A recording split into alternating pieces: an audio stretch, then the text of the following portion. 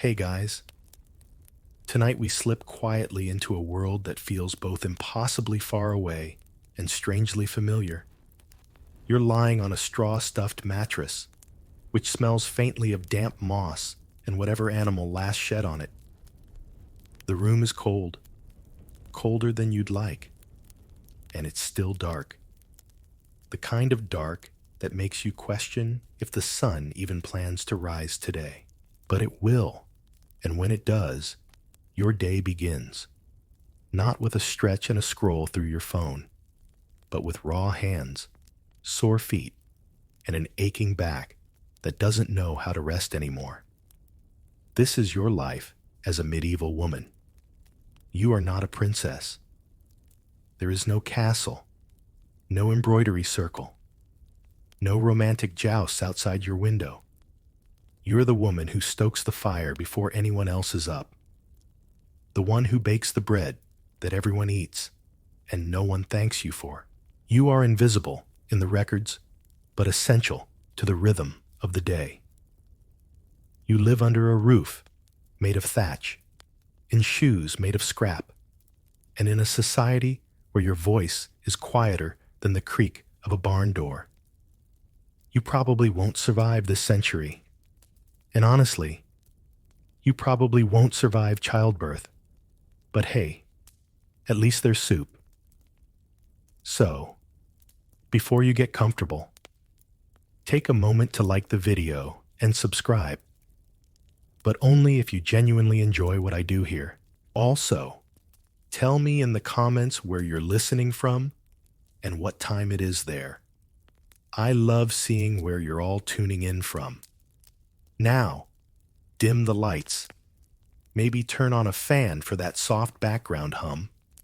And let's ease into tonight's journey together. Your day starts before the rooster. No alarm clock. Just the sound of someone or something moving in the dark. Maybe it's the pig snorting under the floorboards. Maybe it's your toddler, already awake and hungry, reaching for you with tiny, freezing fingers. You sit up, brush bits of straw from your shift, and pull on a heavy woolen overdress. It smells a bit musty. Everything does. But it's warm. And that's the only thing that matters right now.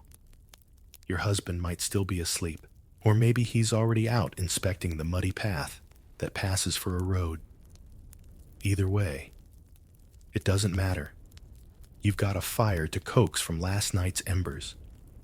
You kneel down, blowing carefully, your breath catching in the cold.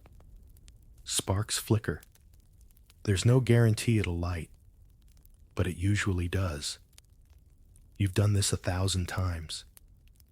Your fingers are red and cracked from the cold, and the kindling scrapes your knuckles, but you don't flinch. This is just how mornings begin. Breakfast is humble. Some stale rye bread softened in warm ale. Maybe a bit of onion if you're lucky, or a lump of soft cheese if someone was generous yesterday. You hand out pieces to your children first, if they're not already eating snow in the yard, and take whatever's left. Hunger is a daily visitor. You just nod when it shows up. Historians still argue whether most peasant women were chronically malnourished or just constantly underfed. The truth probably lies somewhere in the middle. Enough to survive, rarely enough to thrive. You grind grain on a stone quern, your arms aching from the effort. It's meditative, in a way. Round and round, crunch, scrape, breathe, repeat. The flour dust coats your face, mixes with the sweat you pretend not to feel in the cold. You mix dough for later, and the yeast. What little of it exists naturally takes its sweet time. Your neighbors might stop by, usually unannounced, and usually with another chore in mind. Someone needs help mending a roof. Someone else's goat got loose again. One of them casually mentions the midwife is out of honeycombs. And could you spare a few beeswax scraps?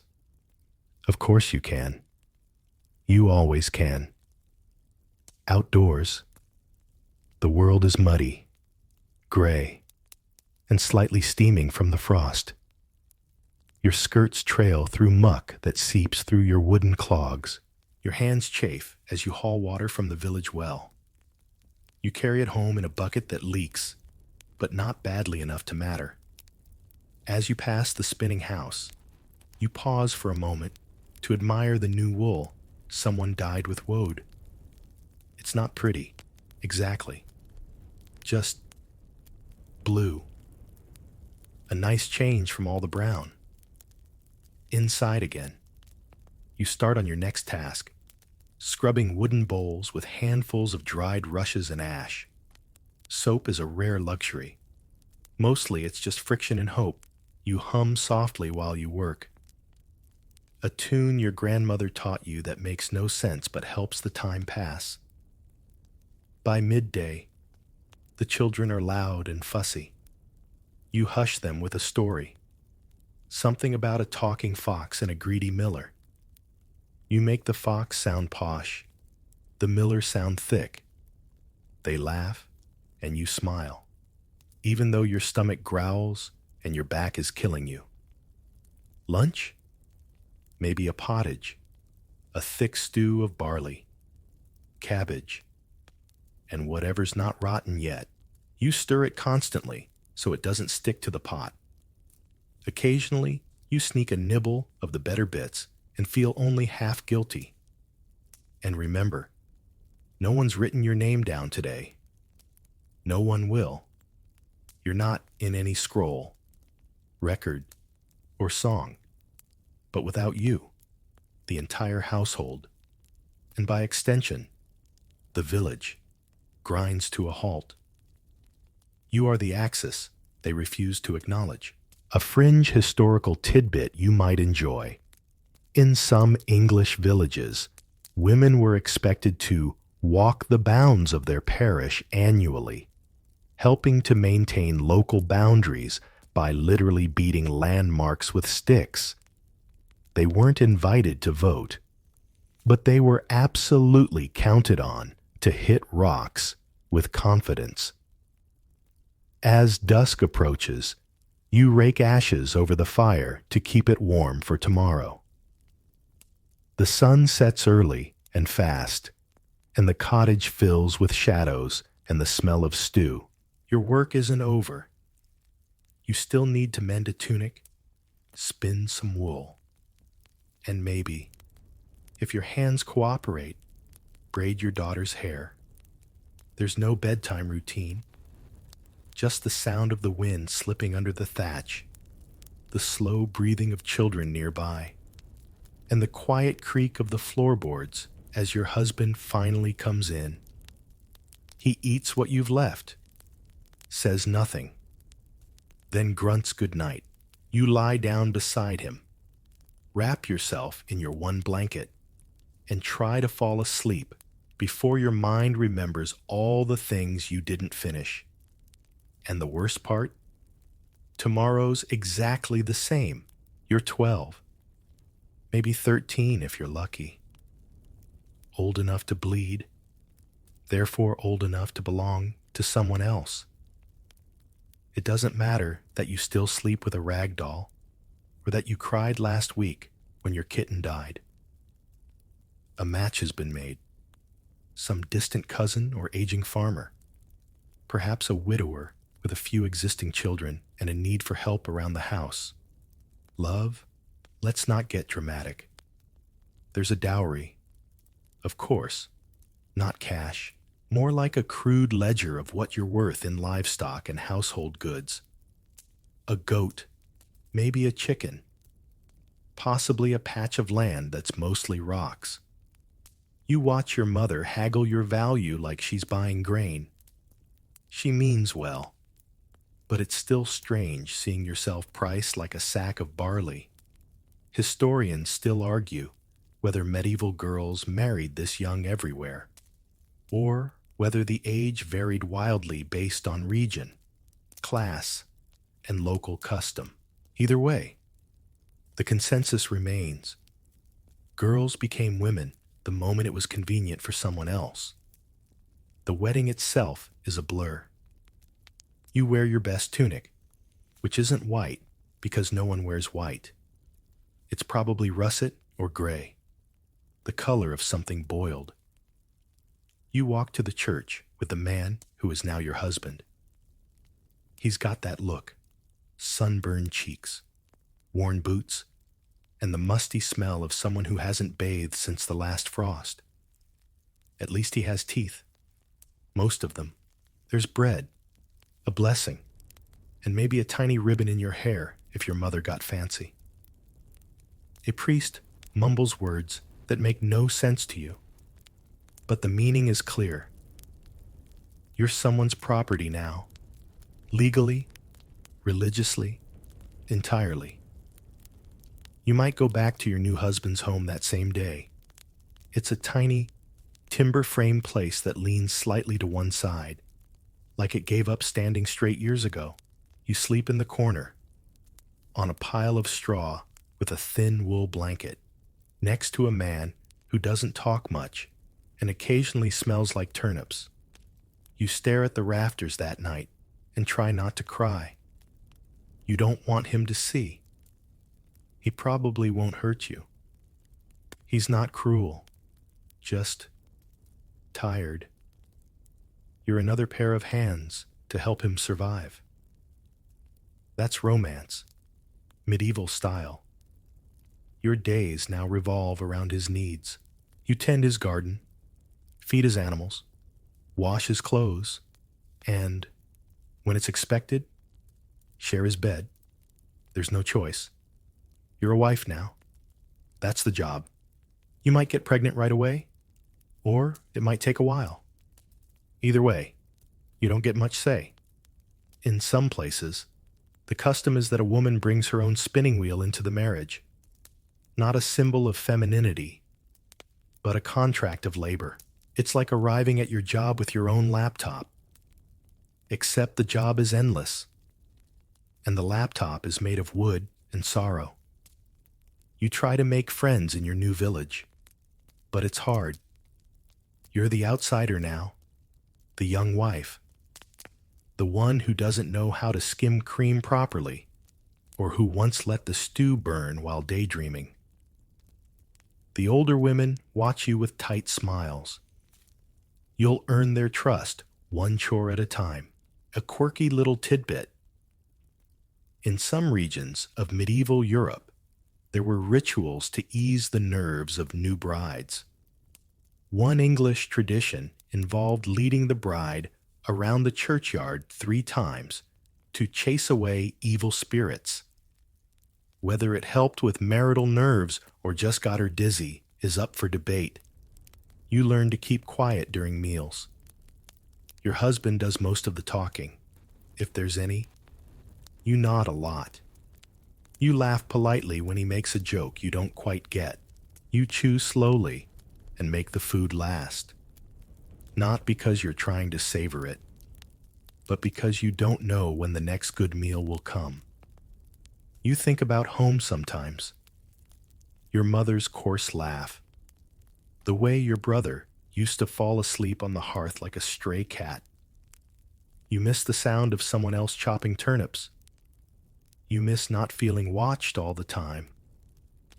Some days, it rains so hard the roof leaks in 3 places, and you run around with buckets like it's some tragic game.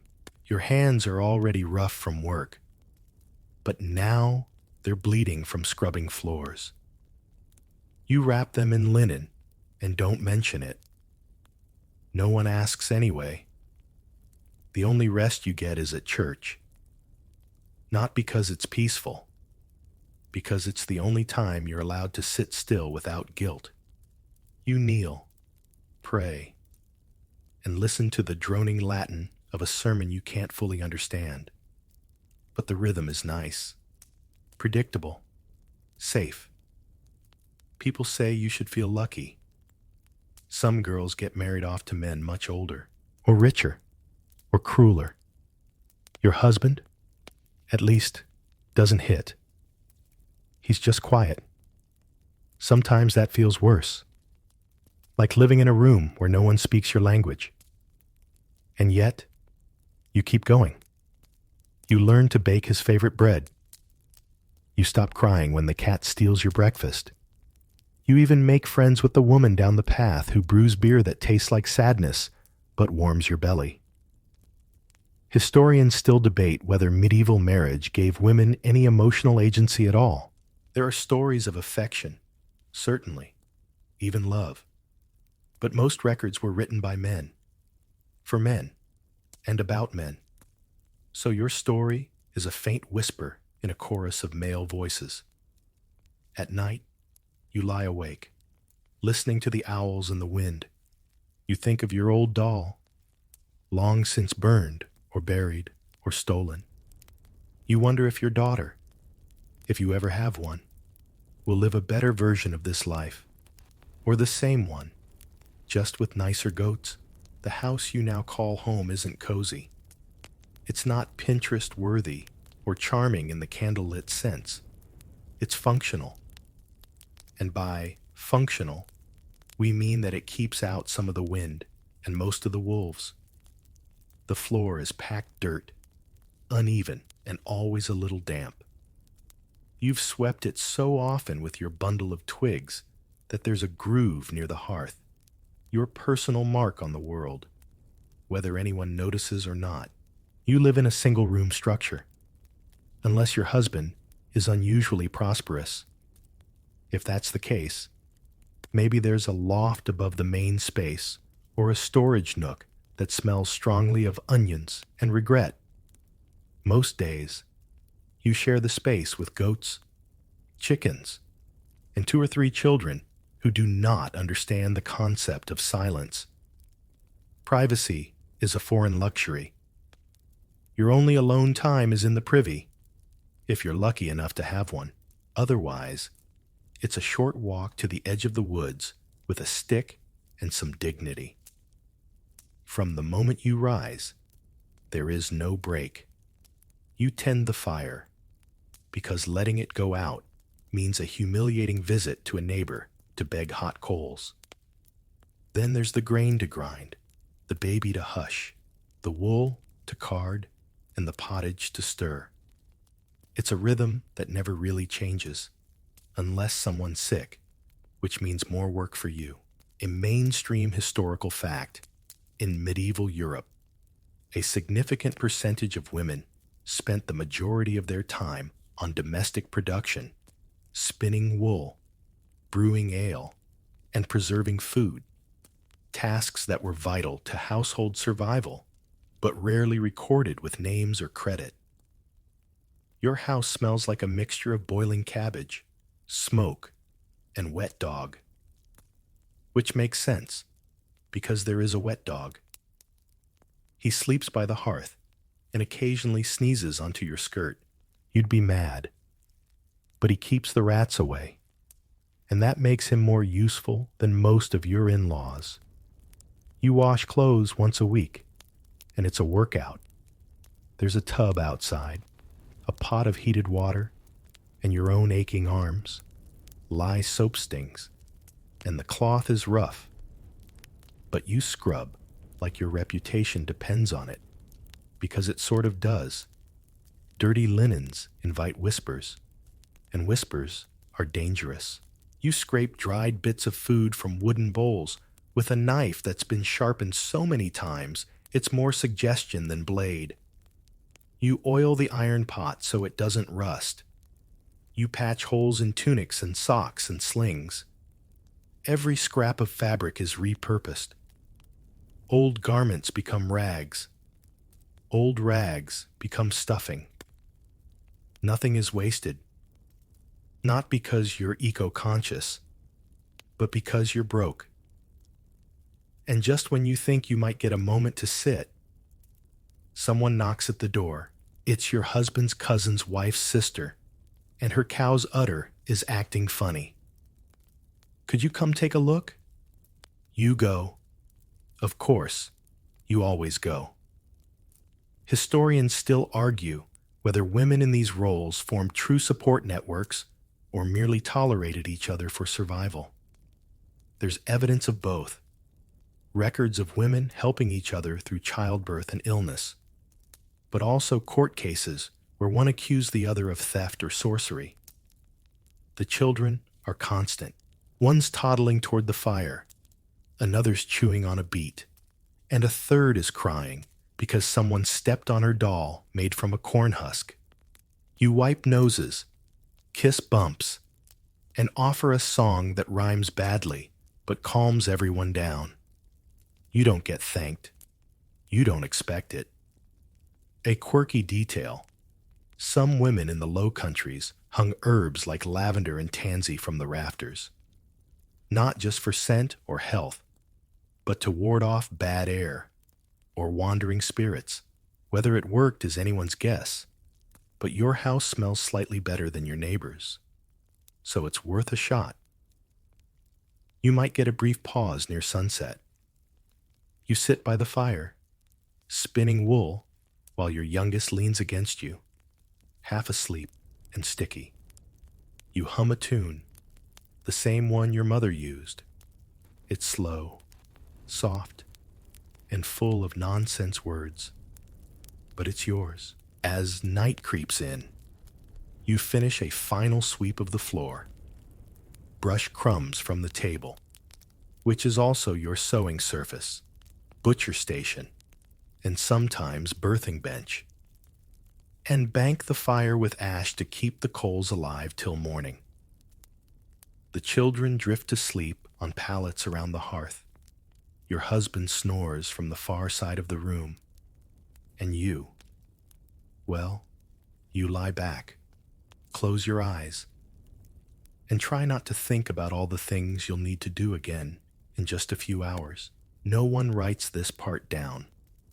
There are no scrolls describing how expertly you fold linen, or how you manage to keep lice out of the bedding, or how you remembered which child likes their stew without leaks. But this is your domain, your world. You are the center of this humble solar system, even if no one says so. Outside, an owl hoots. You hear a fox rustling in the underbrush. Maybe a cart creaks by in the distance, late from market. But inside, the fire is low. The air smells of soot and broth, and the dog's breathing is steady. You made it through another day. And tomorrow, you'll do it all again, with grit, grace, and maybe, if you're lucky, half a carrot to yourself. There's a saying that's already old by your time. A woman's work is never done, and you're living proof. From the first moment your feet hit the cold dirt floor, you're in motion, always, stirring, sewing, scraping, mending, baking, birthing, boiling, bartering, and somehow still expected to smile politely at the priest when he visits and reminds you that humility is next to godliness. You do everything, and you get credit for nothing. Let's talk spinning, not the kind with dumbbells and a neon-lit bike. No, this is real spinning. You take tufts of greasy wool and twist them into thread, hour after hour, using a drop spindle or spinning wheel if you're fortunate. It's meditative, sure, but it's also never optional. Spinning is how your family stays warm, how you make items to barter, and how you prove, again, that you're pulling your weight. And then there's brewing. That's right. Beer is your domain. Ale is a staple in the medieval diet, safer to drink than water, and often stronger than your average toddler should be ingesting. But they do anyway. You make it from barley, water, and wild yeast, letting it ferment in barrels that you've cleaned with herbs and boiling water. A good brew means your family doesn't get dysentery. A bad one means everyone is spending the evening outside and not for stargazing. The joke? Brewing was considered women's work until it became profitable. Then, surprise, men took it over and formed guilds that you're conveniently excluded from. Historians still argue whether women were fully pushed out of the brewing trade or just edged toward smaller, domestic markets. But one thing's clear: as soon as something brought in money, you were told to step aside. And speaking of profit, don't even dream of keeping any. If you sell a few baskets at market or trade some extra eggs for ribbon, that income is legally your husband's. He doesn't ask how long you stood in the rain to sell 3 turnips. He just pockets the silver and wonders why you're still wet. You might also tend to sick neighbors, assist in deliveries, or act as a midwife if you're skilled enough and brave enough. It's not glamorous. It often ends in tears. But you go because no one else will. You whisper prayers, offer herbs, and hope that your hands know more than you do. One curious detail: in some medieval villages, women carried little brewer's sticks, a carved piece of wood used to stir ale, often passed down like a family heirloom. Not just a tool, but a subtle badge of authority in a world where few noticed your work. But your biggest job? Feeding everyone, constantly.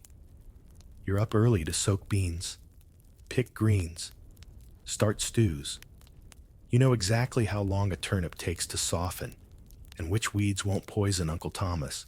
You dry herbs in the rafters, pickle onions in crocks, and make sure that nothing goes to waste, not even the pig's feet, which are surprisingly popular in January.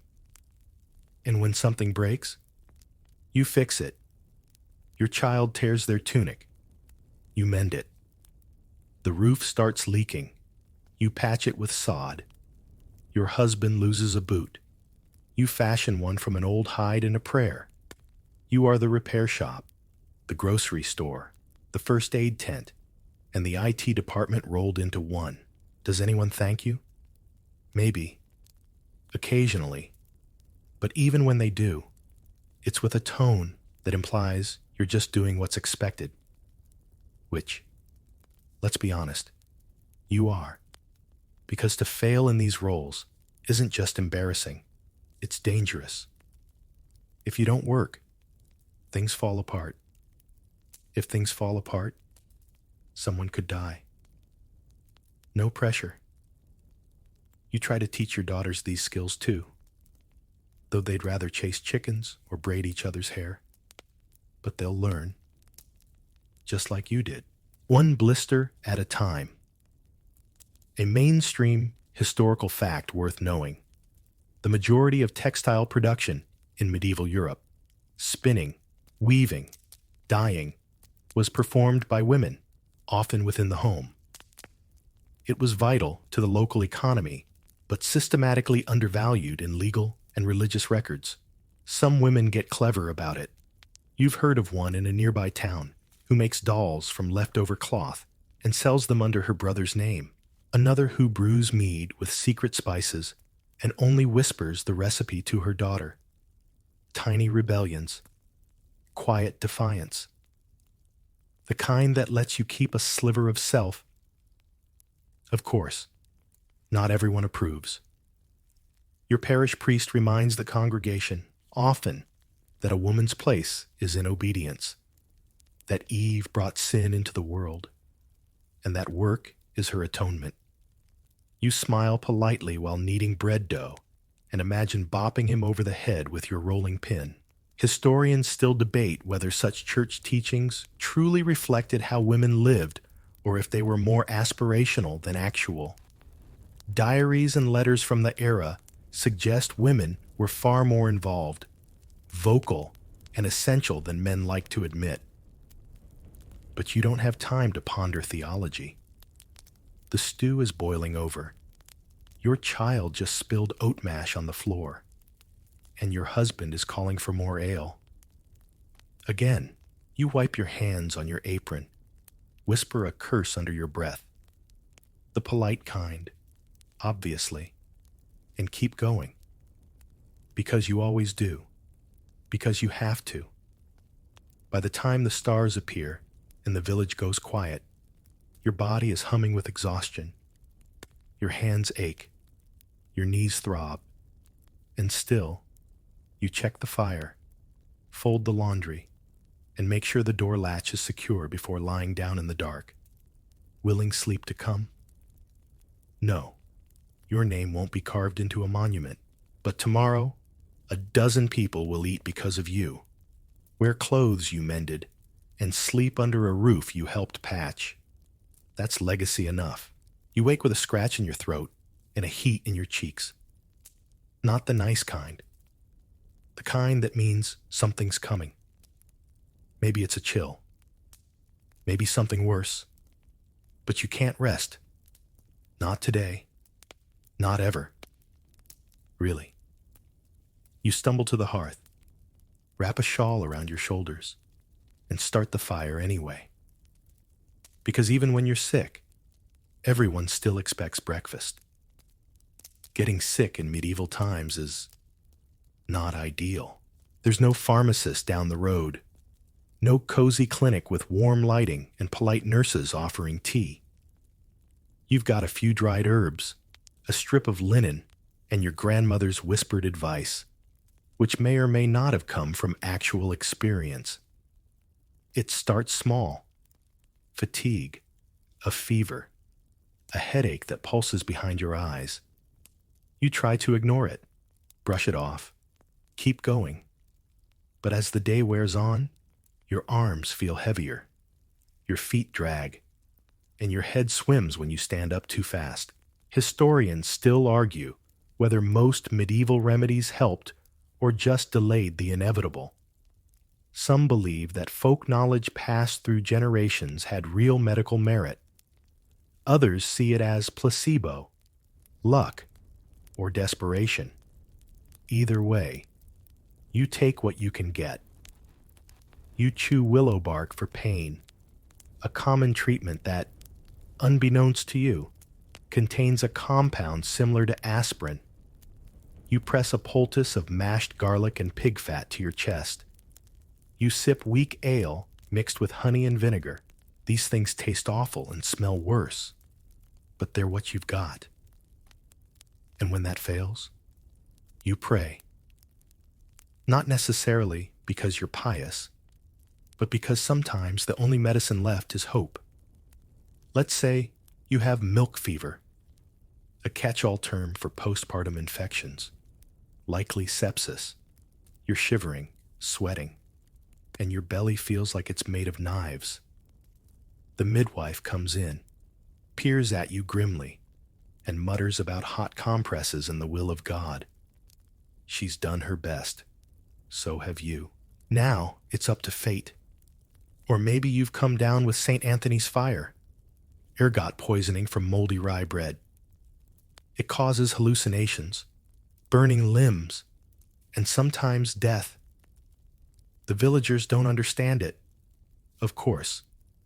They just assume you're cursed, or worse, that you made a pact with something dark. Because being poor, female, and unlucky is suspicious enough. One fringe tidbit: in some areas, particularly rural France and Germany, women who showed strange symptoms were advised to crawl around church altars on their knees while repeating prayers backwards. If they recovered, it was considered divine proof of innocence. If not, well, they'd stop being a burden. Your bed, if you can call it that, is a pile of straw in a warm corner. You tuck yourself in, bones aching, while the rest of the house bustles. No one stops. There's too much to do. Someone checks your forehead now and then, but there are still children to feed and pigs to chase. You hear everything: the clang of pots, the baby crying, your husband yelling at someone outside. You're here, but not really. Everything feels like it's happening in a fog.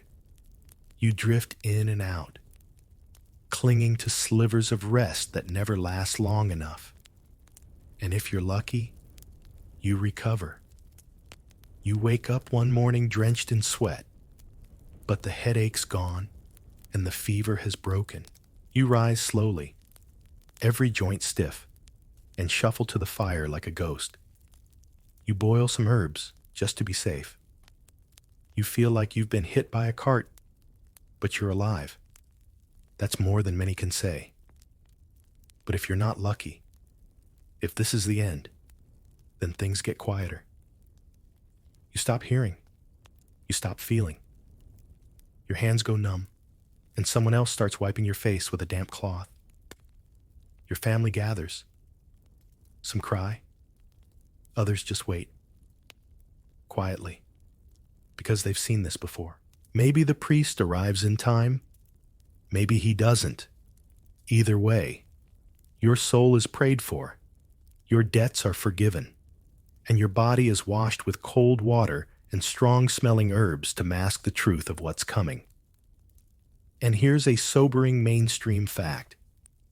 Historians estimate that nearly a third of all women in some medieval regions died from complications related to childbirth or infection. A third. You hear that number and wonder how anyone had the courage to start a family at all. But women did. Over and over. Because they had to. Because it was what was expected. And because, somehow, even in the face of such danger, they still found hope in the sound of a baby's laugh or the sight of a sunrise through the kitchen smoke. If you recover, life resumes like nothing happened. You're up the next day kneading dough. Skin pale and fingers trembling. There's no recovery time, no sick leave. The fire won't stoke itself, and your children need clean clothes. Your husband tells you to take it easy, and then hands you the heavy pot of stew to stir. A final curious fact. In some noble households, women were encouraged to wear charms sewn into their clothing, tiny religious relics, bits of parchment, or carved bone talismans thought to ward off sickness. Most peasant women couldn't afford such things. But maybe, just maybe, you tucked a carved button into your apron for luck. You sit by the fire that night, blanket pulled tight around your shoulders. You cough, sip something bitter, and stare into the embers. The dog presses close, sensing your fragility. You let him stay. The house hums quietly. Children snore. The wind slips beneath the door, and you, still aching, still alive, listen to the night like it might have something soft to say. You're woken by a sharp tug. Your toddler, hungry again. Your arms are sore, your breasts ache, and you're not entirely sure you slept at all. Welcome to medieval motherhood, where rest is theoretical and exhaustion is a constant companion. You sit upright, trying not to groan. The child latches quickly, hungrily, like he's been waiting his whole tiny life for this moment. Which, frankly, he has. Breastfeeding is both necessity and obligation. Formula doesn't exist, and wet nurses are for nobles, assuming you don't also have to wet nurse for someone else's child on top of your own. You settle into the rhythm of it, rubbing the child's back gently as the sun begins to peek through cracks in the shutter. You've been doing this for weeks, maybe months. Time blurs when you're operating on half sleep and leftover porridge. Motherhood, in your world, isn't a phase. It's a condition, a nearly permanent state that begins before you're ready and ends, if it ends, after more than a dozen children have passed through your arms, your body, your heart. You don't read parenting books or attend support groups. Your support is a neighbor who lost 3 of her own children and knows the signs of fever before the baby cries. Historians still argue how many children medieval women actually had. The average may be around 4 to 6 surviving into adolescence. But pregnancy often occurred nearly annually for as long as a woman remained fertile and alive. You're not just feeding and soothing, you're also cleaning, dressing, teaching, and protecting. The baby stays on your hip while you stir the stew. He's strapped to your chest while you haul water. You sing lullabies while mending shirts, tell stories while picking herbs, and rock babies with one foot while kneading dough. And when your child gets sick, which they often do, you're on high alert. There's no doctor, no pediatrician, no hotline to call, just your knowledge, passed from your mother and hers. Fever? Keep them warm and pray. Coughing fits? Honey and thyme, if you have it. Diarrhea? Ash-baked bread and water steeped with mint, a fringe tidbit. In some parts of Scandinavia, mothers would carve protective runes into wooden toys or cradle boards, hoping the symbols would shield their children from disease or spirits. Whether it worked or not, the act gave comfort. And comfort is sometimes half the battle. You have more than one child. Of course, maybe 3, maybe 6. They come fast, sometimes faster than your body can handle. Childbirth is terrifying. Even with a seasoned midwife, you give birth squatting, kneeling, or on a special birthing stool with 2 strong women holding your arms. No sterile instruments, no anesthesia, just biting on a strap of leather and trying not to scream too loudly. And after the baby comes, the pain doesn't stop. The bleeding, the tearing, the shaking, the fear. You're wrapped in blankets and handed a bowl of warm broth. If you're lucky, then it's back to work. There's no postpartum leave. No baby moon, just a tiny human to keep alive and more mouths to feed. You don't name them immediately. Not all the time. Sometimes you wait a few weeks, quietly watching to see if they'll survive. The harshest reality? Many won't. Infant mortality is heartbreakingly common. A cough can take a baby in days, a fever in hours. And all you can do is hold them and whisper their name, if you dared to give them one yet. But motherhood has its brightness too. When your baby giggles, really giggles, for the first time, it feels like a kind of magic. When your daughter toddles toward you with wildflowers in her fist, or your son falls asleep on your chest, you feel, if not joy, then something close to it. A warmth. A reason to keep stitching tunics and boiling cabbages. You pass on everything you know. How to fold dough so it bakes evenly on the hearthstone. How to calm a colicky child with warm oil. How to find the safest mushrooms in the woods. Your children absorb this knowledge, like they absorb your voice in the dark. Slowly, steadily, without realizing it until they need it. And they do need you. Constantly. A broken shoe. A burned hand. A nightmare. You are the solution to everything. Until you're not. Because someday, they will marry, or work, or go to war. And you'll be left with only your shawl, your stories, and the quiet ache of your empty arms. A mainstream historical fact. In many medieval societies, especially among peasants, older daughters often stepped into maternal roles early, helping raise younger siblings by age 7 or 8. Childhood wasn't a protected stage. It was more of a warm-up for responsibility. And still, you find tiny ways to make it easier. You swap chores with neighbors to steal an hour of peace. You trade eggs for a carved rattle. You hum while stirring porridge so your baby hears the same melody every morning. These things aren't written down, but they matter. You've buried one child, maybe two. It's the kind of grief you don't speak aloud, but carry in your bones. A lullaby you no longer sing. A cradle you keep in the corner, just in case. Tonight, as the fire dims, you hold your newest child against your chest and breathe in her warmth. Her head smells like milk and soot and sleep.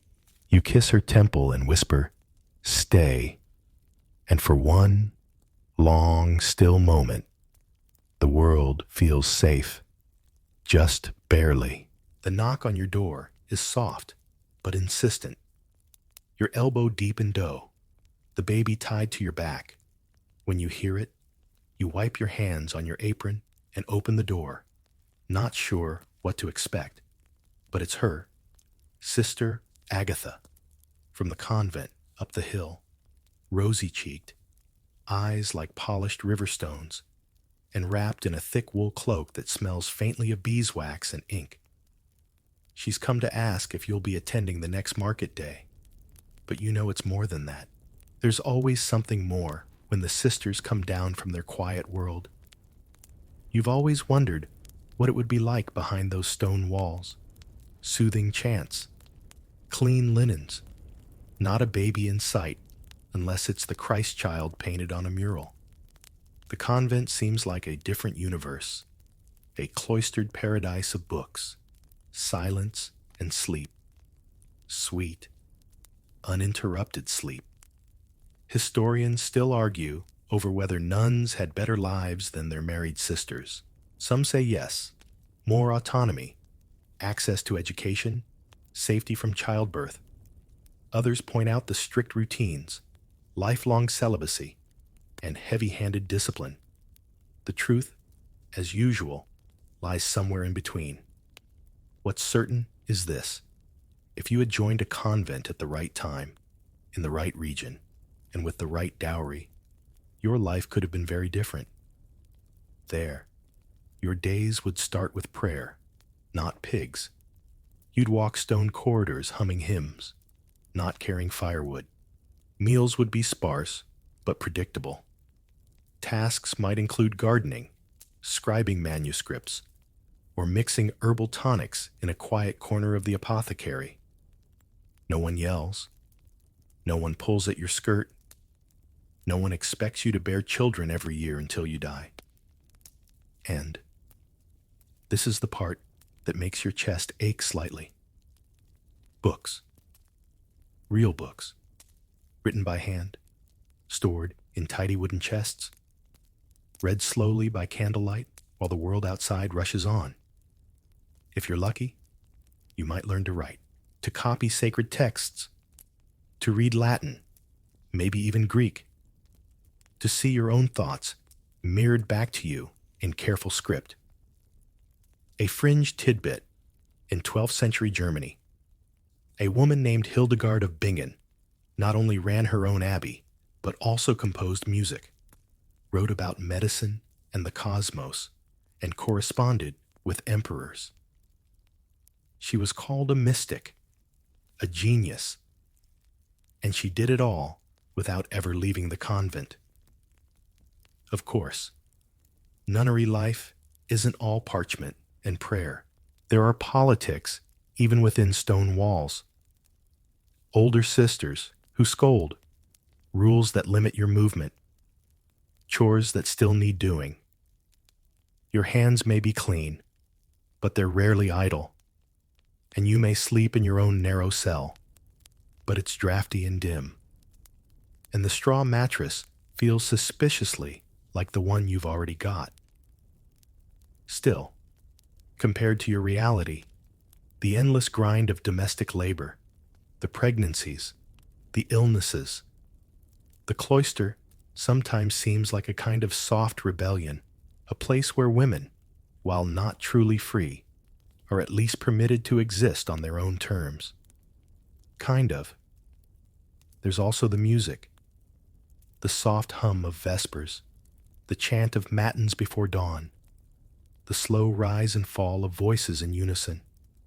It wraps around you like a blanket, a rhythm without urgency, a cadence that doesn't demand your body, only your presence. You sometimes wonder what might have happened if your family had chosen that path for you, sent you to the convent at 7, where you'd have spent your days sweeping cloisters and memorizing psalms instead of herding chickens and patching breeches. A mainstream historical fact. Convents often served as centers of female literacy and education during the Middle Ages. While most women were denied formal schooling, nuns often had access to books, writing tools, and the intellectual networks of the time. But it wasn't just about learning. For some women, it was about space, emotional, physical, spiritual. A break from the demands of marriage, motherhood, and labor. A space to breathe, even if that breath smelled faintly of candle wax and cold stone. Not everyone stays, of course. Some girls are sent there because their families can't afford a dowry. Others rebel, escape, or fall in love with the wrong visiting priest. But many stay for life, singing, sewing, praying, and many find peace in that rhythm. Back in your own life, you close the door as Sister Agatha walks off, her cloak flapping like wings. You return to the dough, kneading thoughtfully. The baby stirs, the fire crackles, the goat bleats, as if offended by your momentary contemplation. You smile, because despite the hardship, the fantasy, the ache, you're still here, in your own home, however small, with your children, however loud, doing work that, though unpaid and unrecognized, is deeply and profoundly human. And as you press the loaf into shape and set it near the hearth to rise, you hum a few notes of a hymn you barely remember.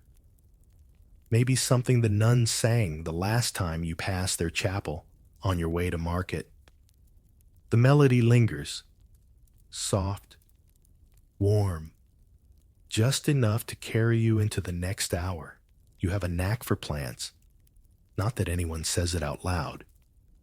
At least, not in a way that feels safe. Your garden is a tiny miracle. Sprigs of sage and thyme tucked between the cabbages.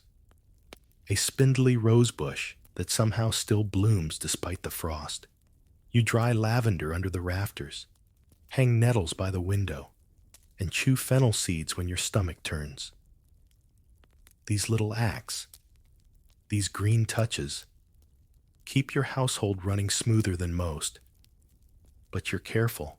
You never boast, never offer unsolicited cures, and you definitely never, ever call yourself a healer. Because in your village, knowing too much can be dangerous, especially if you're a woman. People whisper, always. You helped the baker's wife with her cough last spring. You stopped the fever in old Merrick's leg with a poultice of honey and crushed marigold. You even knew how to make a salve for your own cracked hands when winter bit too deep. But all it takes is one bad harvest, one sick cow, one baby born wrong. And suddenly, the same people who came to you for help are muttering behind your back. She knows too much, they say. She's too clever with her hands. Did you see the herbs above her door? Historians still debate how many women accused of witchcraft were actually local healers. Wise women with knowledge of plants, weather patterns, and natural cycles. Some believe the accusations were a form of social control. Others point to religious paranoia. Both are probably true. You certainly don't call it magic. You call it experience. You learned it from your mother. Who learned it from hers? It's not spells. It's sage for sore throats, mugwort for difficult periods, wormwood for lice. It's practical, and it works. But try explaining that to a neighbor whose sheep just keeled over and who remembers, suspiciously, that you walked by the field that very morning. A fringe tidbit. In some parts of Eastern Europe, women who healed with herbs were expected to spit into the mixture to bind the remedy with life. Whether that made it more effective or just less appetizing is anyone's guess. You try to play it safe. You don't make potions. You don't mutter in Latin. You never use the word charm. Still, people watch, especially the men. The priest gives you a long look whenever you bring nettles to the church for the annual blessing. He says they're fine for cooking, but his tone suggests you shouldn't know so much about their other uses. Even your husband has warned you.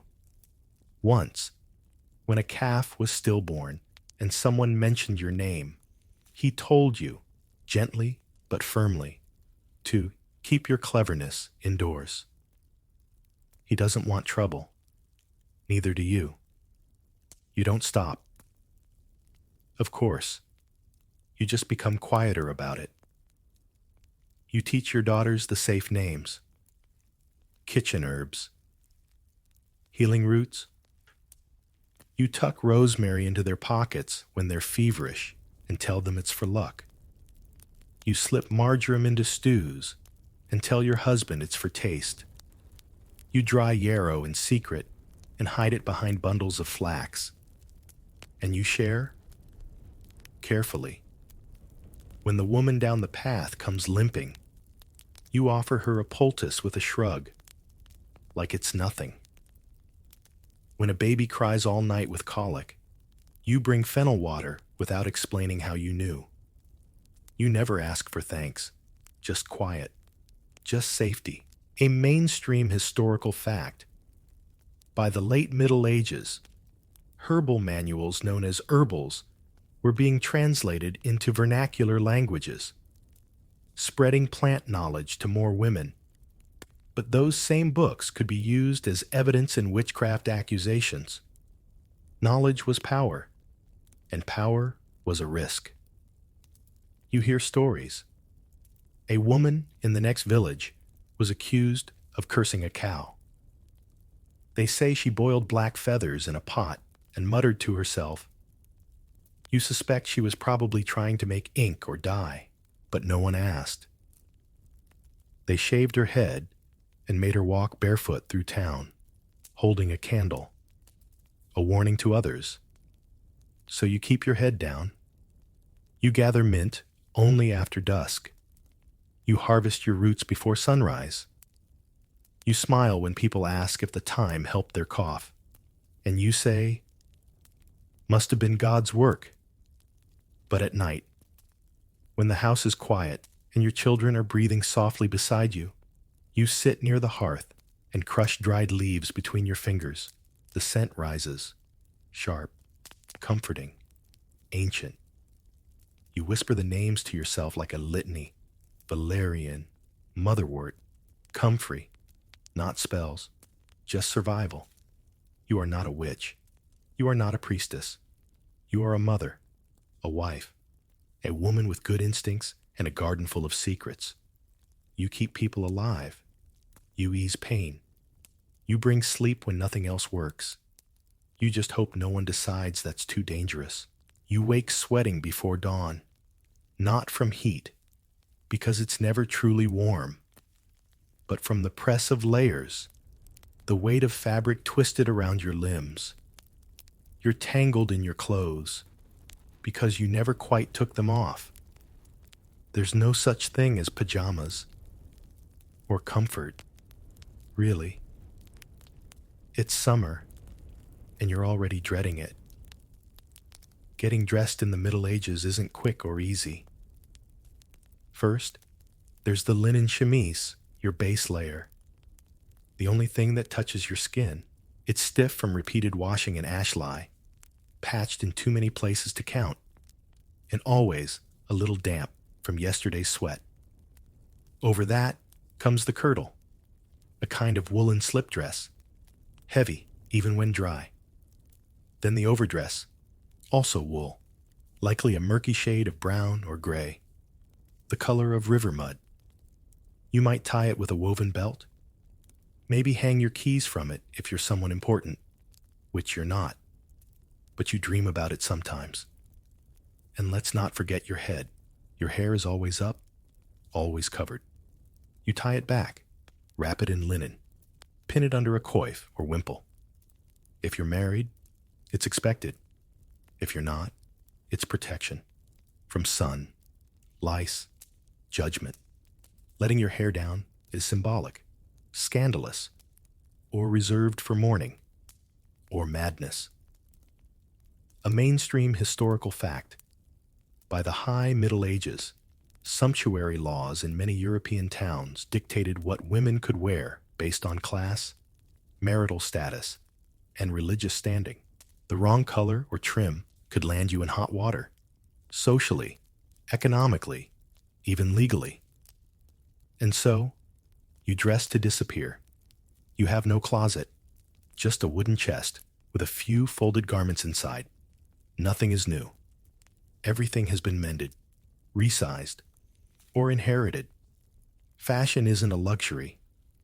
It's a practical negotiation with the seasons, the laundry pile, and how itchy you're willing to be today. In winter, you freeze.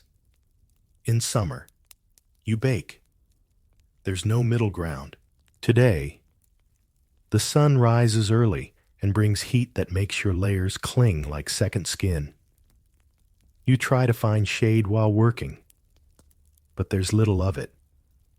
You gather herbs in the garden, sweat stinging your eyes, your underdress soaked and sticking to you.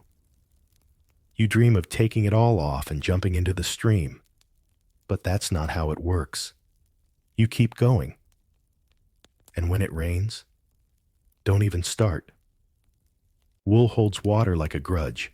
It drips off your sleeves, clings to your knees, and steams off your back when you finally sit by the hearth. You spend hours drying your garments by the fire, only to get caught again tomorrow. Footwear is no better. Your shoes are simple turn shoes, thin leather, stitched by hand, with no soles worth mentioning. Mud gets in, stones get through. In summer, they stretch and slip. In winter, they freeze. And no, you don't get new ones until these give out entirely. But it's not just about discomfort. Clothing signals everything. Whether you're respectable, fertile, obedient, a loose veil, you're asking for judgment. Bright colors, suspicious wealth, a too fine ribbon. Are you trying to impress someone who isn't your husband? Historians still debate how much fashion freedom medieval women had. While noble women often flaunted elaborate gowns and jewels, peasant women were limited not only by cost, but by cultural expectation. Dressing above your station could bring suspicion, or worse. You've heard tales from traveling peddlers. In Venice, women dye their veils blue with crushed lapis. In Moorish Spain, women wear flowing silk in brilliant greens and golds. In Paris, the noble women don dresses so wide they can't fit through doors. You chuckle at the image. You struggling to stitch a patch in your one good apron. Can't even imagine owning more than two of anything. A quirky tidbit. In some German towns, brides wore bright yellow veils to signify virginity. Though after a few months of marriage, that veil usually ended up as a tablecloth or baby wrap. You make do with what you have. You stitch little patterns along the hem of your daughter's dress with dyed thread from onion skins and beets. You sew decorative seams on your husband's tunic. Not because he notices, but because you need some beauty in your day, Sometimes you look at your reflection in the basin's water. Pale face, cracked lips, smudged with flour and ash. Your wimple slips a little, and for a second, you see yourself. Not the wife, not the mother, not the worker, just you. The girl who used to make daisy chains and pretend they were crowns. And then the moment passes. The basin ripples. The baby cries. The fire needs tending. You wrap your shawl tighter, pull the veil back over your head, and move on. By nightfall, you peel your damp wool off your skin, piece by piece. The chemise clings stubbornly, stuck to the sweat on your back. You wash in a basin, shivering slightly as the water cools your skin. You scrub your feet with a rough cloth, wincing at the blisters. There's no robe, no nightgown, just the same chemise you've worn all day. Now your sleepwear, too. You lie down, arms aching, head throbbing slightly from the day's sun, and still, you can't help but reach for your mending. One more seam to fix before the light fades. You work by the firelight, the thread pulling through fabric like a soft heartbeat, stitch by stitch, layer by layer. You wear your life, and it wears you right back. The bell tolls just before dawn, its echo stretching across fields, still clinging to fog. You pause, hand deep in a flour sack, and sigh. Time for church. Again, religion isn't optional here. It's as much a part of your day as water and bread. You may not get to interpret the scriptures, preach a sermon, or ask theological questions out loud, but you're absolutely expected to participate quietly, properly, repeatedly. You wrap your shawl around your shoulders, pin your veil in place, and nudge the older children awake. They grumble, as they always do. The youngest is still snoring, mouth open like a baby bird, arms sprawled wide across the straw mattress. You let her sleep. God will understand. You trudge to the village chapel, skirts already muddy before you reach the door. Inside, it smells like wax and damp stone. The benches are hard. The air is cold. You settle into your usual spot, toward the back, beside the other wives and widows, and fold your hands, eyes forward. The priest begins in Latin, which you don't understand. Not really. You know the rhythm, the cadence, the rise and fall of certain words. You know when to stand, when to kneel, when to mutter "Amen" under your breath. But the meaning? That remains a mystery, a mainstream historical fact. For most of the medieval period, the Mass was conducted in Latin, a language inaccessible to the vast majority of the population, especially women, who were rarely taught to read or write, let alone in ecclesiastical languages. Still, the church is one of the only places you go regularly outside your home. It's a shared space, a rhythm of bells and candles, of standing beside your neighbors in silent unison, even if the sermons veer into familiar scoldings. Eve's sin, your inherent weakness, the virtue of silence. It's also the only place where you're acknowledged as part of something bigger. And there's beauty, too. The stained glass, chipped though it may be, lets morning light paint soft colors on the stone floor. The incense, sharp and sweet, makes your nose sting but reminds you that something sacred is supposed to be happening here. You cross yourself out of habit, bow your head during the prayers. When the priest speaks about the Virgin Mary, your ears perk slightly. She's the one woman in this whole structure who's both revered and relatable. She's tired, too. She suffered too, and she somehow never speaks unless spoken to. Historians still argue whether medieval women found true spiritual comfort in the church or merely endured its authority. Letters and personal accounts hint at both deep devotion and quiet dissent, often living side by side. You've learned to keep your opinions to yourself. Once, during Lent, you asked whether a neighbor who died during childbirth without confession would go to heaven. The priest blinked twice, then said her soul was in God's hands. You never asked again. You're expected to obey your husband, confess your sins, and tithe what little you have. In return, you're promised eternal peace, though it's always framed as something you'll get later, not now. And yet, you still come. You sing, if quietly. You light a candle for the child you lost last winter. You leave a pinch of dried lavender near the altar and hope it's received as a blessing, not a transgression. Sometimes, during long sermons, your mind drifts. You imagine a heaven where women don't cook, where the laundry folds itself, where childbirth is painless and every soul is barefoot in a field of grass, laughing. You smile faintly.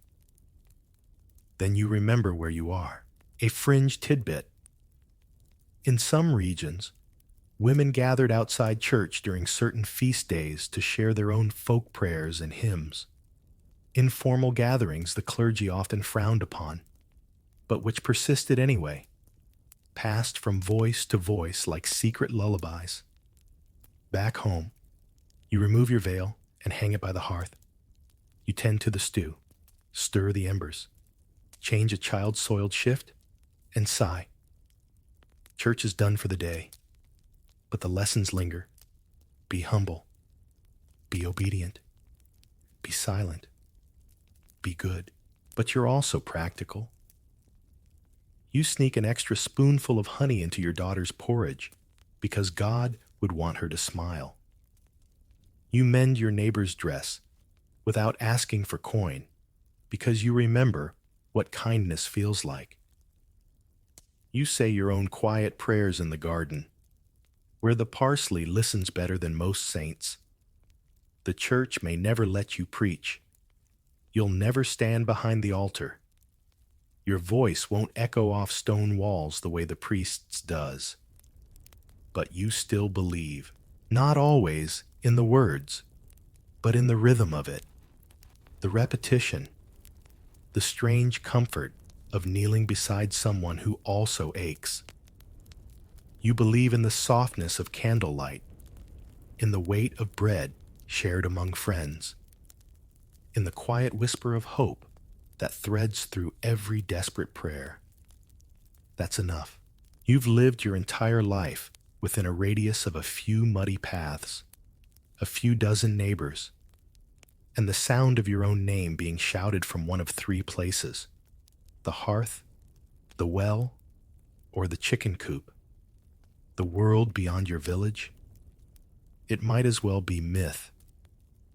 You've heard of cities, not seen, just heard. Vast places full of noise and people and smells. Good ones, like roasting meat and lavender soap, and bad ones, like horse dung and dishonesty. Places where ladies wear silk and speak languages you'll never understand. But you travel only when someone else decides it's time, or when you've married into it. Travel isn't something women do for fun. You don't get to explore or go on holiday. The farthest you might go is market day in the next village over. And even then, you're likely balancing a bundle on your hip and hoping your shoes hold up. If you're a bit more fortunate, or misfortunate, depending on the journey, you might travel for a pilgrimage. A mainstream historical fact. While it was rare, some medieval women did travel, especially for religious purposes. Pilgrimages to shrines like Canterbury, Santiago de Compostela, or local holy wells provided spiritual escape, and just possibly a taste of freedom. Still, pilgrims' travel isn't luxurious. You walk, mostly, through rain and brambles, sleeping in barns, eating hard bread and soft onions. And you're never alone. Too dangerous. If you're lucky, you go with a trusted group, maybe your husband, a relative, or fellow wives from the parish. If you're not, well, let's not think about that. There's also the matter of property, a concept that applies to both sheep and women. If you're unmarried, you belong to your father. If you're married, to your husband. If you're widowed, you get a brief taste of legal autonomy, but only until a male heir takes control. You don't walk freely. You are walked. Historians still argue whether women in rural areas had more mobility than noble women, bound by stricter social rules. Some say peasants could move more freely. Others, that geography mattered more than class. Either way, your feet don't often take you far. The only other way you travel is by necessity. If your family can't make rent on the land, or if your husband takes a new post elsewhere, you pack what little you own in a cart and go through mud and rivers and hostile stares from towns you don't belong in. You sleep by the roadside and pray the children don't come down with something. You worry someone will mistake you for a vagrant, or worse, accuse you of theft just for showing up somewhere new. A fringe tidbit. In some areas of medieval Europe, travelers had to carry a safe conduct letter from a local lord or abbot to avoid arrest or suspicion. Imagine needing a hall pass just to walk to the next town without being accused of banditry. Once, years ago, you visited your cousin's village, half a day's walk away. It felt exotic. The river ran differently. The bread had more salt. The people stared like you had 3 heads. You brought your own spoon and blanket and slept near the fire with one eye open. You still remember how strange their rooster sounded. When you do leave home, your belongings are minimal. A cloth bag, a water skin, maybe a rosary if you're pious, or a small carved charm from your mother if you're superstitious. You tie up your skirt, wear your second-best shoes, your best being reserved for church, and tuck dried apple slices into your apron for the children. But it's not just about distance. It's about permission. You don't get to decide where your body goes. That decision is often made by someone else, usually a man, occasionally fate, and rarely you. Even inside your village, there are invisible boundaries. Places you go only with company, roads you avoid after dark, houses you don't approach unless you're invited. And always, your steps are counted in relation to your duties, to the well for water, to the field for herbs, to the chapel for prayer. You hear stories from the traveling tinker who passes through twice a year. He tells you of high mountain roads, of forests full of deer, of cities where women ride in carriages with tiny dogs on their laps. You smile politely, pretend to believe him, and offer him soup in exchange for tin buttons. You know your world is small, but within it, you've learned every bend in the path, every tree that hums when the wind shifts, every stone that makes the cart wheels jolt. You know how to find your way in fog, how to walk home in the dark by the sound of the stream. And sometimes, just sometimes, You wonder what lies beyond that next hill. What kind of sky stretches above towns where no one knows your name? What it would feel like to walk for the sake of it. Not because you're needed elsewhere, but the stew needs stirring, and your youngest has wandered off again. You shake the dream from your head, take off your apron, and lace up your boots. Tomorrow, maybe, you'll walk to the edge of the forest, just to see what the world looks like when it opens. Your husband is gone. Not gone like at the tavern or chasing a loose pig. Gone, gone. The house is quiet in that strange, echoing way only grief can make it. The children speak in whispers. The fire seems smaller. Even the chickens walk a little softer, as if they know. He wasn't perfect. Far from it. But he was yours. He split the firewood. He kept the roof patched. He made jokes that occasionally landed. And now, it's just you. Widowhood in the Middle Ages is a complicated thing. It's sorrow, yes, but also something else. Something you dare not name aloud. Freedom. You wake up the morning after the burial, and for the first time in years, no one expects your hands on their tunic or your food in their bowl. You decide, just for a moment, not to fetch water first thing. You sit, you breathe, and you realize that the sky didn't fall because you paused. A mainstream historical fact. In many parts of medieval Europe, widows, unlike unmarried or married women, could own property, conduct business, and represent themselves in court. They were considered legally autonomous. It was one of the only ways a woman could claim independence in her lifetime. Of course, it depends. Were you left land? A small inheritance? A decent reputation? If so, you're in luck. You might now run the farm yourself, hire help, or even lend out grain for profit. But if you were left debt or nothing, you face an uphill climb. You'll have to remarry quickly if anyone will take you, or become a servant in someone else's household, or live off the charity of the church, wrapped in black wool and quiet shame. Historians still argue whether widowhood was empowering or isolating for most medieval women. The truth is, it's both. You go through the motions of mourning. You wear dark clothes. You avoid singing in public. You sit in the same pew every Sunday and bow your head slightly lower than usual. People bring food, say kind things, ask pointed questions.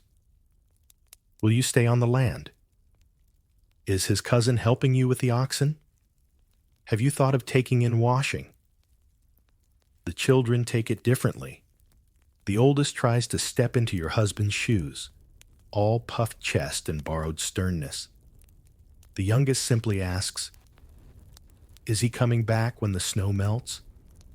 You lie and say, maybe. You return to the rhythms of life, but they feel different now. Lighter in some ways, heavier in others. You're both in charge and entirely alone. You decide what to plant this spring, but you also haul the manure yourself. You get to keep the market earnings, but you also do the walking, the bargaining, the lifting. You learn things you never had to know. How to sharpen a blade. How to assess the strength of a sick lamb. How to patch the roof just enough to keep the rain out. It's tiring, yes, but also something like pride, a fringe tidbit. Some widows, especially in English market towns, became successful businesswomen, running alehouses, inns, or textile shops. They had signatures, seals, ledgers. A few even left wills that began with "to my beloved daughters," so they may live free. You still miss him. Not all the time, but often enough to make it real. The way he hummed badly when he was mending a fence.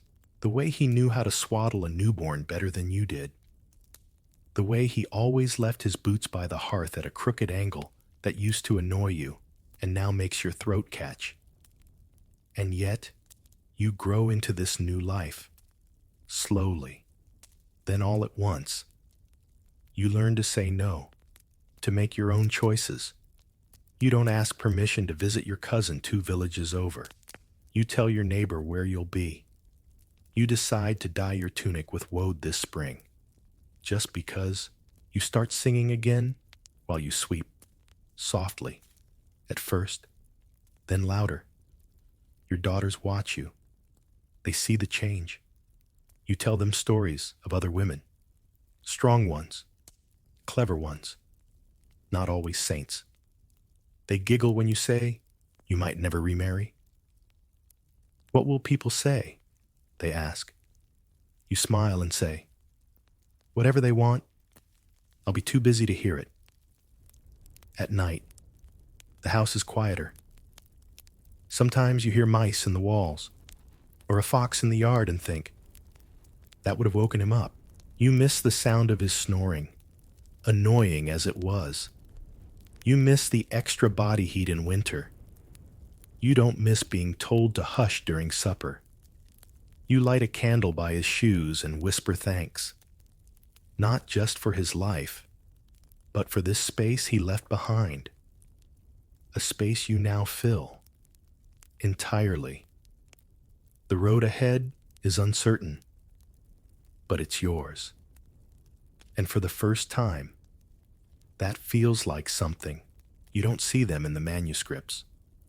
Their faces aren't etched in stained glass or carved into cathedral walls, but they were there, just like you. Women who led, women who fought, women who ruled entire regions from behind a veil or under a helmet. You've never met them, but you whisper their names sometimes while shelling peas or brushing your daughter's hair. Quiet names.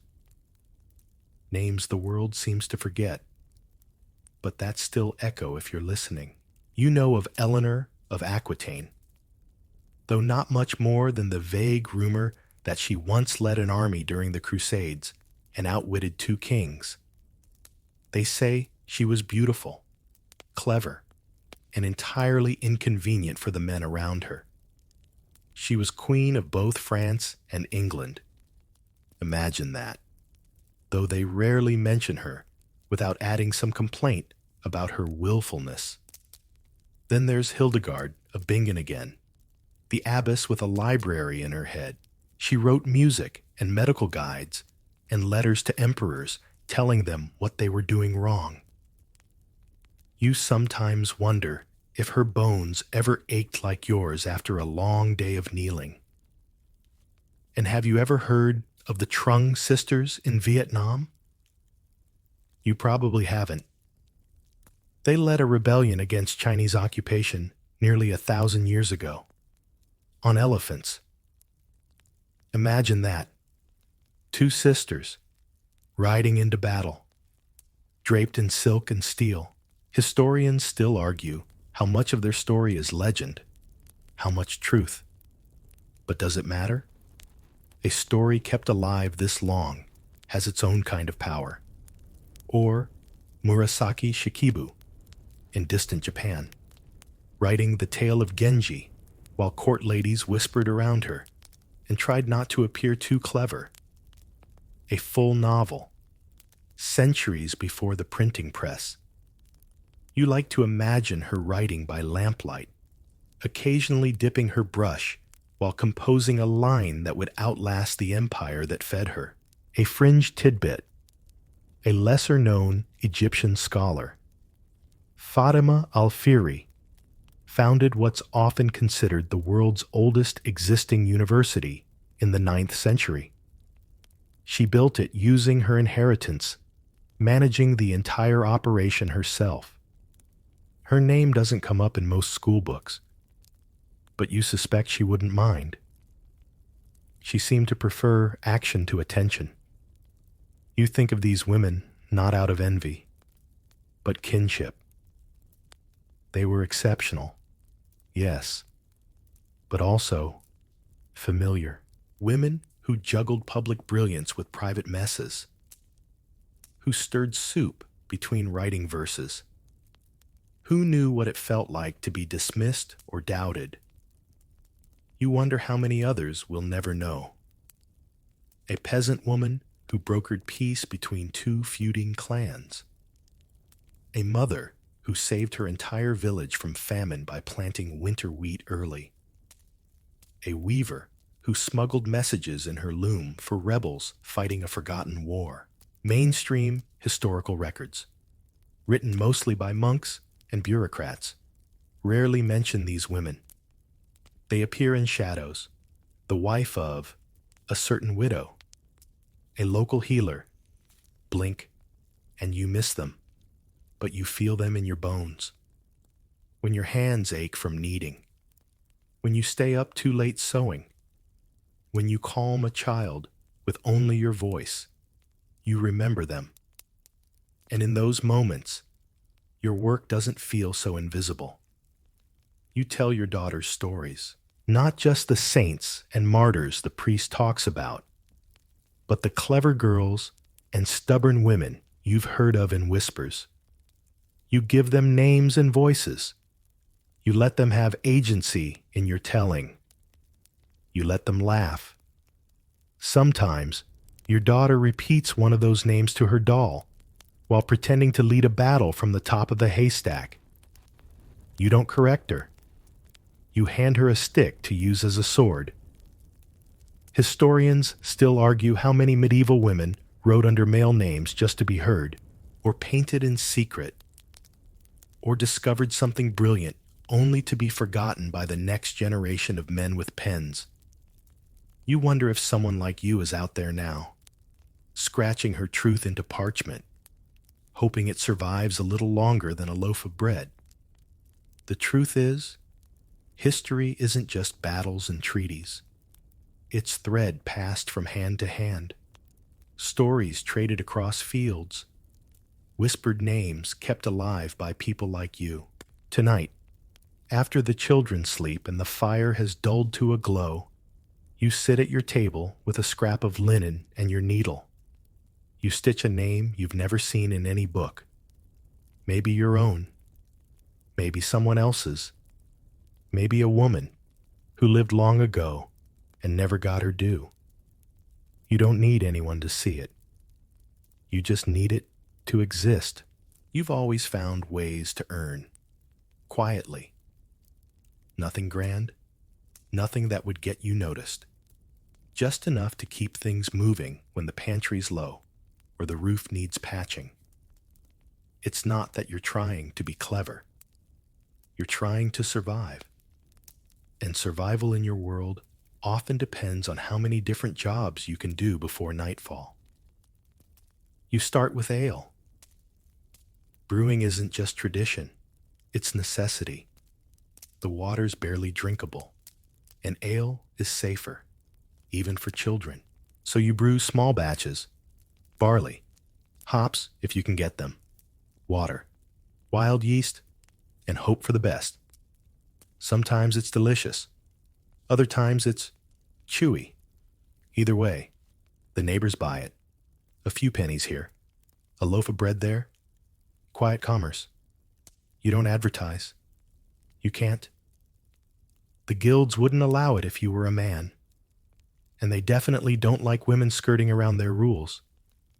But you sell your jars at the edge of the market, or swap them for wool. It adds up. Then there's spinning. Wool. Flax. Whatever you can get your hands on. You spin by firelight, spindle dancing between your fingers while the baby sleeps in your lap. You sell thread to the merchant's wife, who pretends not to know where it comes from. The coin she gives you disappears quickly. Salt, candle wax, a pair of used boots with only one hole. Historians still debate whether women in the medieval workforce were formally recognized or completely invisible. Records show their output: bales of wool, barrels of ale, baskets of vegetables, but not their names. You exist in the margins, and yet you keep everything running. A fringe tidbit: some medieval women worked as rat catchers, using ferrets or trained terriers to hunt pests in granaries. It wasn't glamorous, but it paid. And if anyone laughed, it was after they'd paid you and stopped itching. Your next hustle is laundry. Richer families in the manor up the hill need someone to wash their linens. And you're fast. You boil water, stir lye soap with a stick, beat sheets against smooth rocks. Your arms ache, your knuckles crack. But the silver they hand you is real. You press it into your sewing pouch like a secret. And then there's childbirth, not your own, though yes, you've done that plenty. No, other women call for you when the midwife is late or busy or halfway drunk. You're not trained, exactly, but you've seen enough births to know when the babies breach, when the cord's too tight, when to pray, and when to push.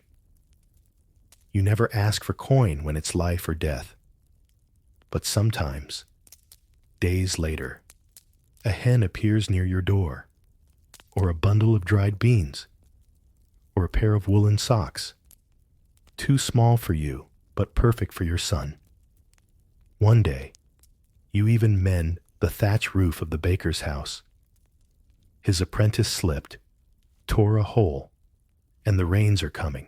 You climb up, braid bundles of straw, tie them tight with hemp cord. Your knees tremble, but you don't fall. When you're done, he hands you a warm roll and a shy nod. A mainstream historical fact: while medieval guilds often excluded women, many women found work through informal networks. Selling, trading, fixing, healing. Some became so essential to their communities that they gained reputations and loyal clients despite having no official standing. Still, you're careful. Too much visibility invites trouble. A woman working too well must be cheating somehow, must be suspicious, must be, at the very least, improper. So you keep your head down and your hands busy. You let the men talk about harvests and laws while you measure ingredients, sort lentils, and calculate how many eggs equal a bolt of homespun cloth. And it's not just work, it's artistry.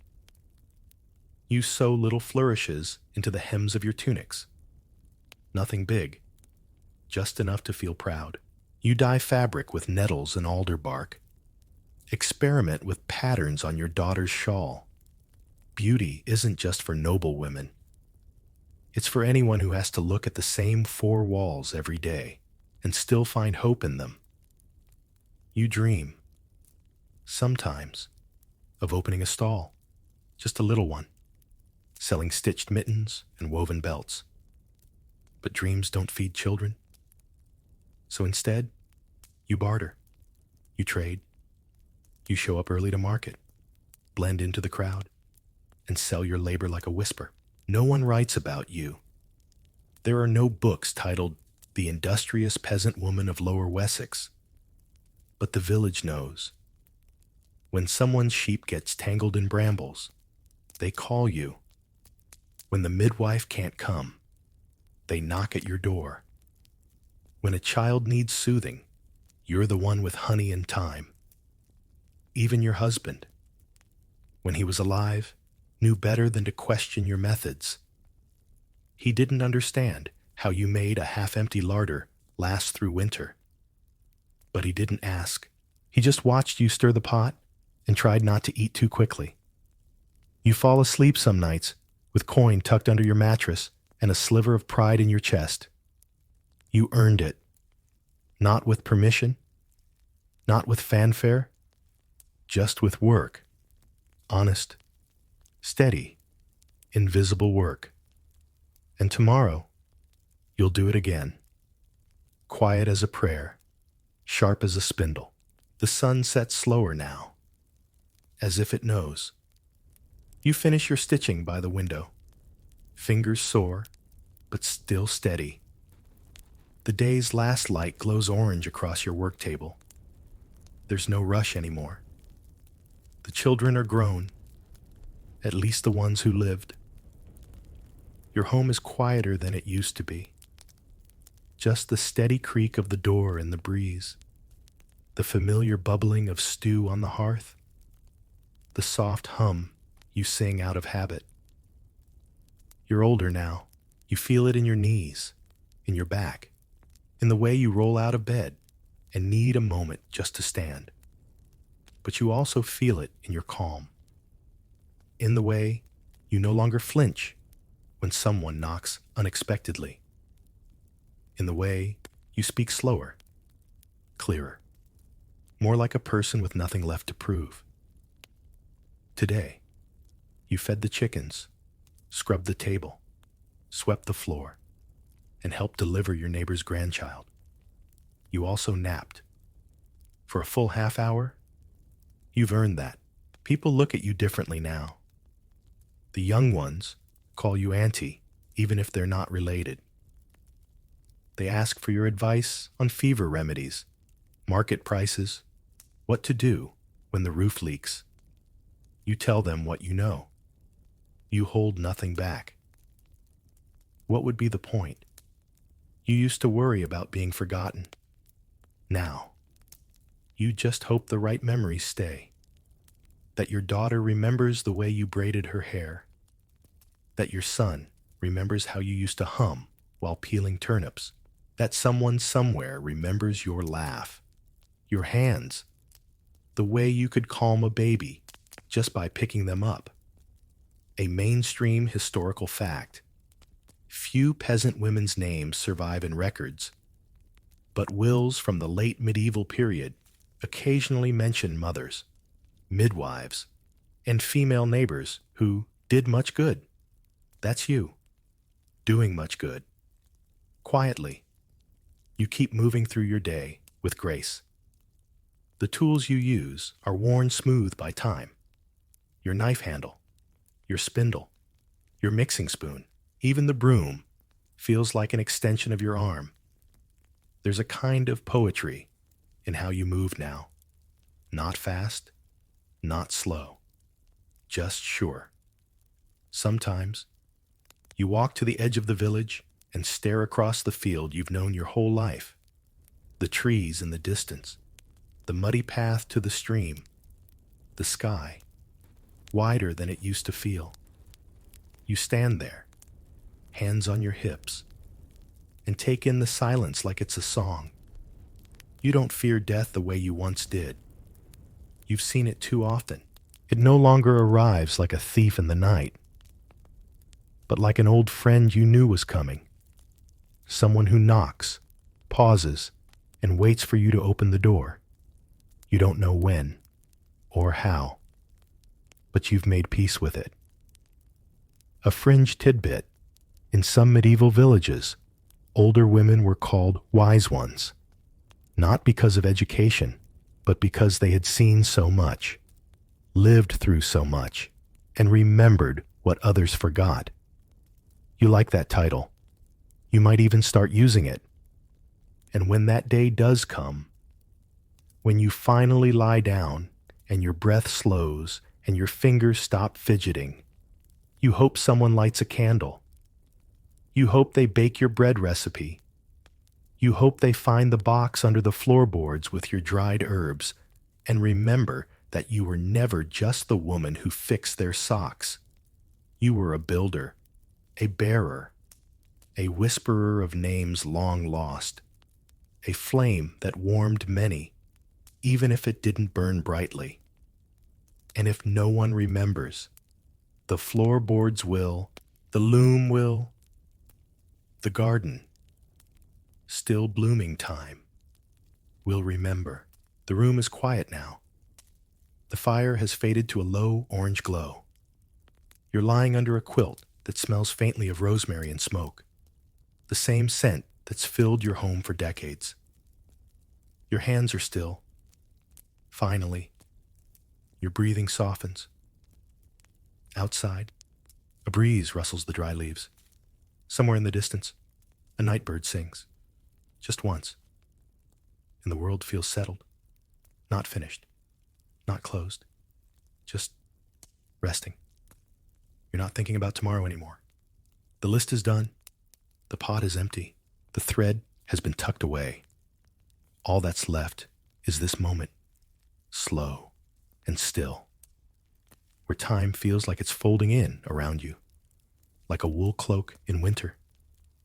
You remember your mother's voice, soft as ash. You remember the rhythm of her fingers brushing your hair, the quiet lullabies she hummed when she thought you were already asleep. That rhythm lives in you still, passed on, unbroken. So let it go. Now, let your limbs sink heavy into the mattress. Let your breath match the pulse of the night. Let the silence hold you, not as absence, but as comfort. You've done enough. You are enough. Sleep, dear one. Let the candles burn low and the old stories drift around you like mist. You are safe. You are seen. You are home. We step into the well-worn boots of a medieval knight, but not quite the dashing, armor-gleaming, dragon-slaying kind you might be picturing. No. This is the slightly damp, perpetually itchy, and mildly underfed version. The one you probably wouldn't survive a week as. You'll be waking before dawn, trying not to trip over pigs, and wondering when, if ever, you'll actually get to touch a sword. Your morning begins in a manor house. House is generous. It's more of a creaky wooden frame stuffed with hay, smoke, and the occasional bewildered goose. The mattress you sleep on is just a sack of straw, some of which you suspect may be alive, and your pillow is a bundle of linen, stuffed with more straw, and exactly one pebble you can never find until it's pressing into your ear. The rooster crows. You ignore it. It crows again, somehow louder. You pull a flea-ridden blanket over your head. Then comes the real wake-up call. A shouting steward sloshing a bucket of water near the hearth, yelling something about pigs rooting in the turnips again. You sit up, head pounding slightly from last night's celebration. Translation: weak ale, bad lute music, and someone reciting poetry about geese. Your tunic smells like smoke and mutton fat. There's ash in your eyebrows. You're a knight in training. Technically a page right now, which mostly means you're below everyone except the chickens. And even they don't listen to you. You stagger outside into the dawn mist. The manor grounds are muddy and chaotic. Pigs grunting, stable boys shouting, someone chasing a goat that has stolen a lady's veil. Your duties begin at once. First, fetch water. The well is a walk away, and your wooden bucket leaks slightly. But it builds character, or blisters. Then, it's off to sweep the great hall. It's called great, not because of its cleanliness, but because it holds at least 6 more rats than the kitchen. You spend 20 minutes smacking cobwebs with a broom taller than you. Behind one tapestry, you find an ancient herring skeleton. Historians still argue whether medieval households actually enjoyed the lingering smell of pickled fish, or if it just blended in with everything else. Breakfast is served once the hall is less rat-infested. You sit at the lowest table, near the dogs, with a trencher of yesterday's bread soaked in something brown and greasy. The lord of the manor eats separately. perched on a slightly elevated bench, to remind everyone he's basically royalty. You sneak a bite of cheese from the pantry and immediately regret it. It might not even be cheese. Then comes your favorite part of the morning: tending the horses. They're larger than you, smarter than you, and some days more polite than the humans. Your favorite is a shaggy bay mare named Marjorie, who seems to understand sarcasm. She's been known to bite the stable master on days when he's being particularly pompous, which makes her a local legend. As the sun climbs, your responsibilities multiply.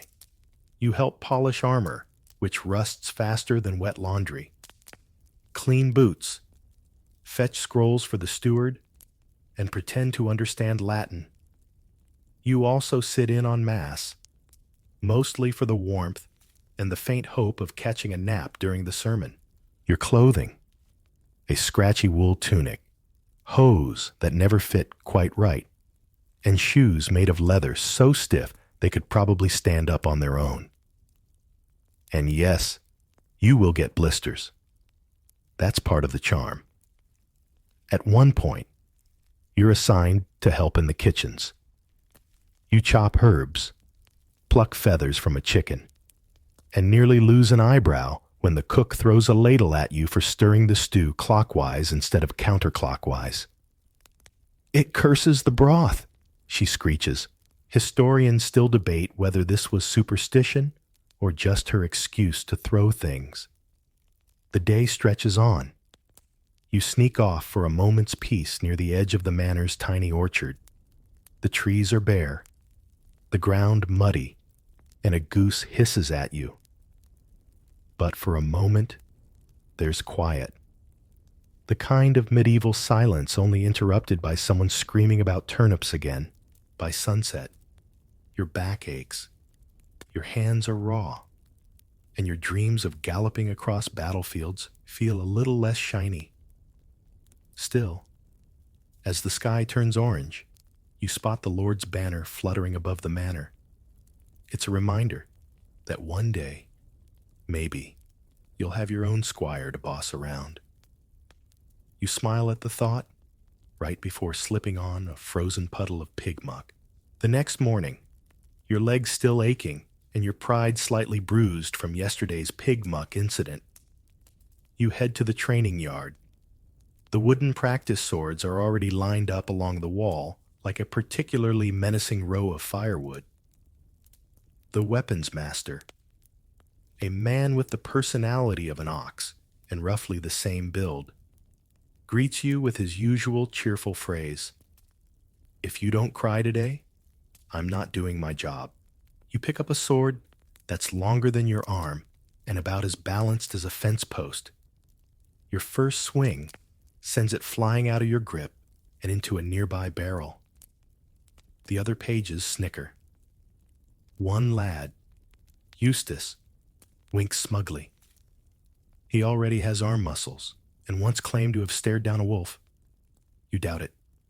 But still, training begins in earnest. First, footwork drills. You march, sidestep, pivot, and trip.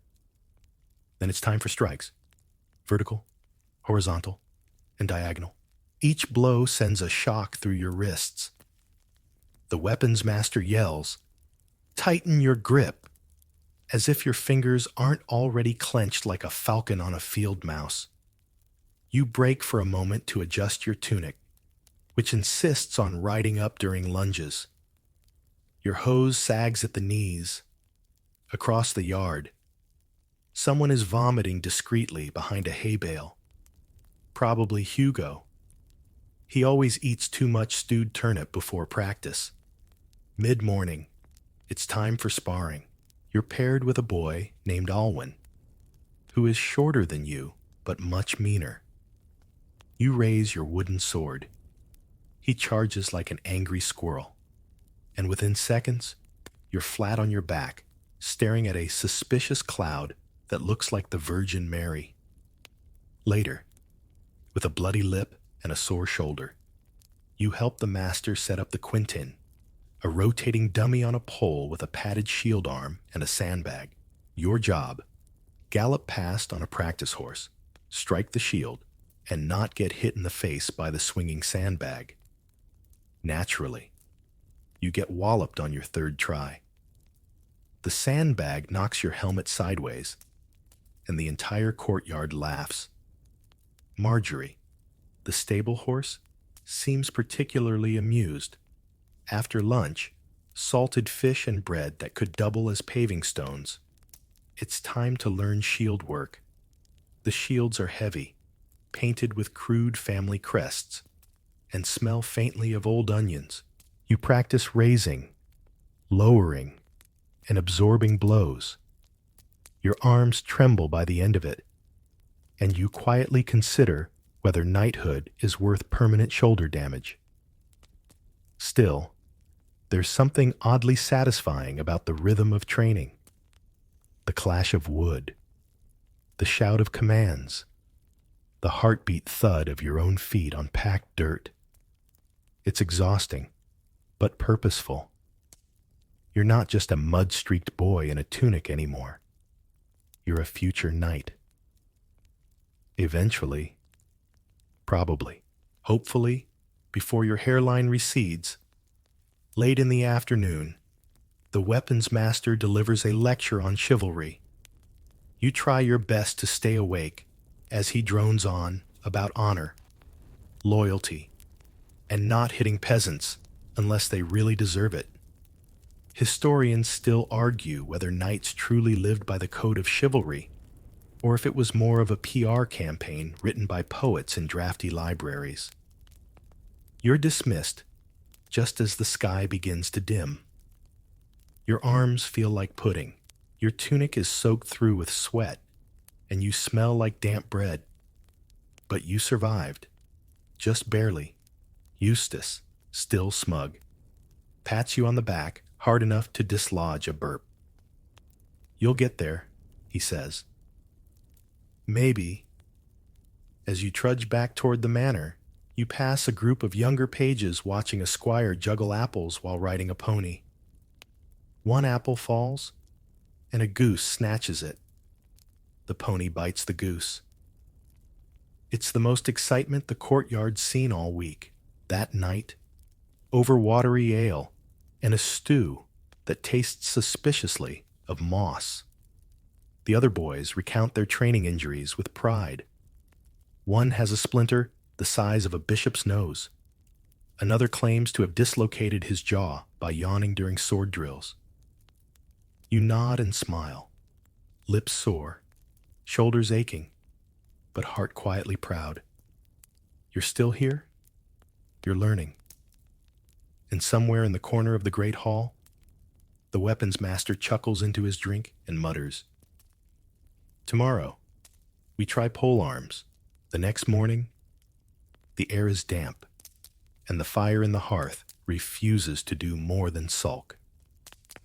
You're called earlier than usual. Today, the steward informs you, you'll be assisting in the armory. With a groan and a stiff back, you pull on your tunic and shuffle across the courtyard, where a thin fog clings to the cobblestones like it's trying to mind its own business. The armory is both magnificent and miserable. Rows of glinting mail hang on wooden racks. Helmets shaped like cooking pots line the shelves, and a suspiciously pointy pile of spears leans in one corner like they're whispering about you. The armorer himself is a man of few words and infinite frowns. He gestures toward a set of chainmail and grunts. "Lift it." You try. You fail. Chainmail, as it turns out, weighs roughly as much as a small ox. You tug it over your head and instantly discover three things. It's cold, it pinches, and it smells like the inside of an old boot. The armorer smirks. "That's just the hauberk. Wait till you try the greaves." You stumble into the full ensemble by late morning.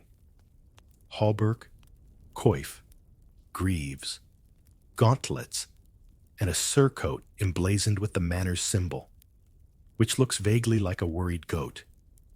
Every piece adds 10 pounds and subtracts 10 degrees of flexibility.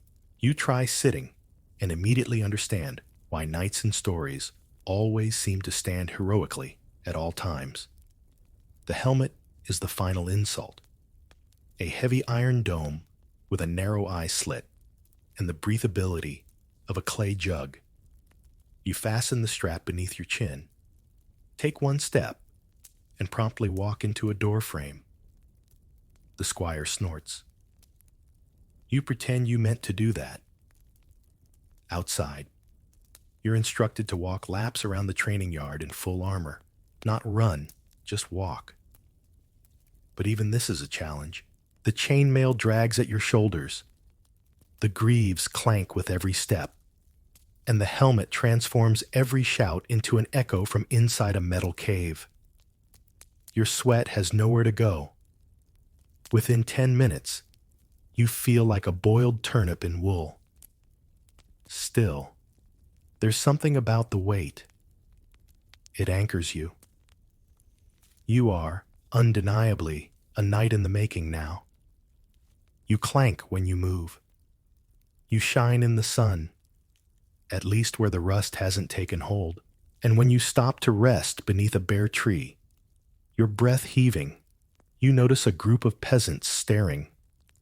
One of them, a boy about your age, mouths the word "sir." Back inside, the armorer teaches you how to care for your gear. This involves liberal amounts of oil, rough cloths, and the constant threat of rust. You learn that urine was sometimes used to clean chainmail. You also learn that the armorer is not joking. Historians still argue whether this method was widespread or just the invention of particularly frugal knights. During lunch, you eat with your gloves off for once, your fingers too sore to do much else. The bread is a bit softer today, which likely means it's gone stale enough to absorb moisture from the air. A luxury by medieval standards. In the afternoon, the real test begins. Wearing the armor while riding. You mount Marjorie with the help of 2 squires and a nearby barrel. She seems unimpressed, flicking her ears and sighing loudly. You try to guide her around the courtyard, but your legs won't bend right, and the saddle feels like it's made of bricks and shame. Still, you manage a full circuit, then a second. By the third, you even feel a little heroic, until your gauntlet slips on the reins and you accidentally steer Marjorie into the side of the well. She stops just short, because she's smarter than you. At day's end, you return the armor to its rack. Your arms feel like they belong to someone else, probably a blacksmith. Your spine makes an audible complaint as you stretch. But you've done it. You've worn the knight's gear. You've moved in it, fought in it, sweated buckets in it. And somehow, you didn't collapse into a pile of clangs and tears. As you limp to supper, you hear the weapons master remark, "Not bad. He only fell over twice today." You take that as high praise, and as you settle down for the night, your muscles aching and your hands smelling faintly of oil and metal, you feel something new. Not comfort, exactly, but a sense that you're no longer just pretending. You are becoming the thing you dreamed about, one slow, sweaty step at a time. You wake to the smell of boiling cabbage and the sound of someone coughing like they're trying to evict a demon. It's feast day at the manor, though feast is a term that medieval folks apply generously. You stretch beneath your blanket, joints cracking, and contemplate whether your jaw still hurts from yesterday's helmet collision. It does. Feast day is special, not because the food is good, but because everyone eats together. Lords, knights, squires, even the loud lady who churns butter with the force of a siege engine. The great hall is decked out for the occasion. Tapestries are shaken, not cleaned. Rushes on the floor are replaced, mostly. And someone has sprinkled dried herbs, about to fight the smell of damp socks and old cheese. It almost works. You're seated midway down the table hierarchy, above the stable boys, below the minstrel. Across from you, a priest is already snoring into his goblet. The steward stands at the head of the room, declaring the meal with the pomp of a man who has memorized exactly 3 Latin phrases. The food begins to arrive. Steaming bowls of pottage, a kind of soup, stew, porridge mystery combo. Hunks of dark rye bread so dense they might survive a siege, and a roasted bird of unclear species, possibly pigeon. Possibly something that once resembled a pigeon before spending too long near the fireplace. The Lord, naturally, receives the good stuff, spiced meats, fruit conserves, and a pie so elaborate it actually contains a live songbird that briefly escapes and dive bombs a knight's forehead. Everyone applauds. This, apparently, is entertainment. You sip from a cup of ale. It's weak, but warm. You break your bread and scrape it through the pottage. A turnip floats past. Someone near you mutters about a bit of tooth, still in their stew, but no one stops eating. You politely avoid chewing with your molars. Between courses, a jester performs. A grown man in bells who juggles apples and makes jokes about monks and flatulence. You laugh along with everyone else. But when he tries to ride Marjorie later that evening, she flattens him with one patient kick. She's a good horse. Feasts are as much about ceremony as sustenance. You're expected to behave with chivalry, which today includes passing the salt. Valuable. Refraining from slouching, difficult in chainmail, and not scratching your lice in public. Almost impossible. You succeed at 2 out of 3. Midway through, a servant drops a tray. The hall goes quiet for a beat, then resumes eating like nothing happened. You realize, with mild horror, that some of the spilled meat pies have been scooped back onto platters. Waste not. Want not. You turn to your neighbor, a squire from a nearby estate. He tells you the cooks sometimes use crushed nutshells to clean the pots and sand to scrub the trenchers. You believe him? It explains the oddly crunchy bite you took earlier. Historians still argue whether medieval folk genuinely preferred their bread with a little grit, or if they just didn't want to complain in front of the Lord.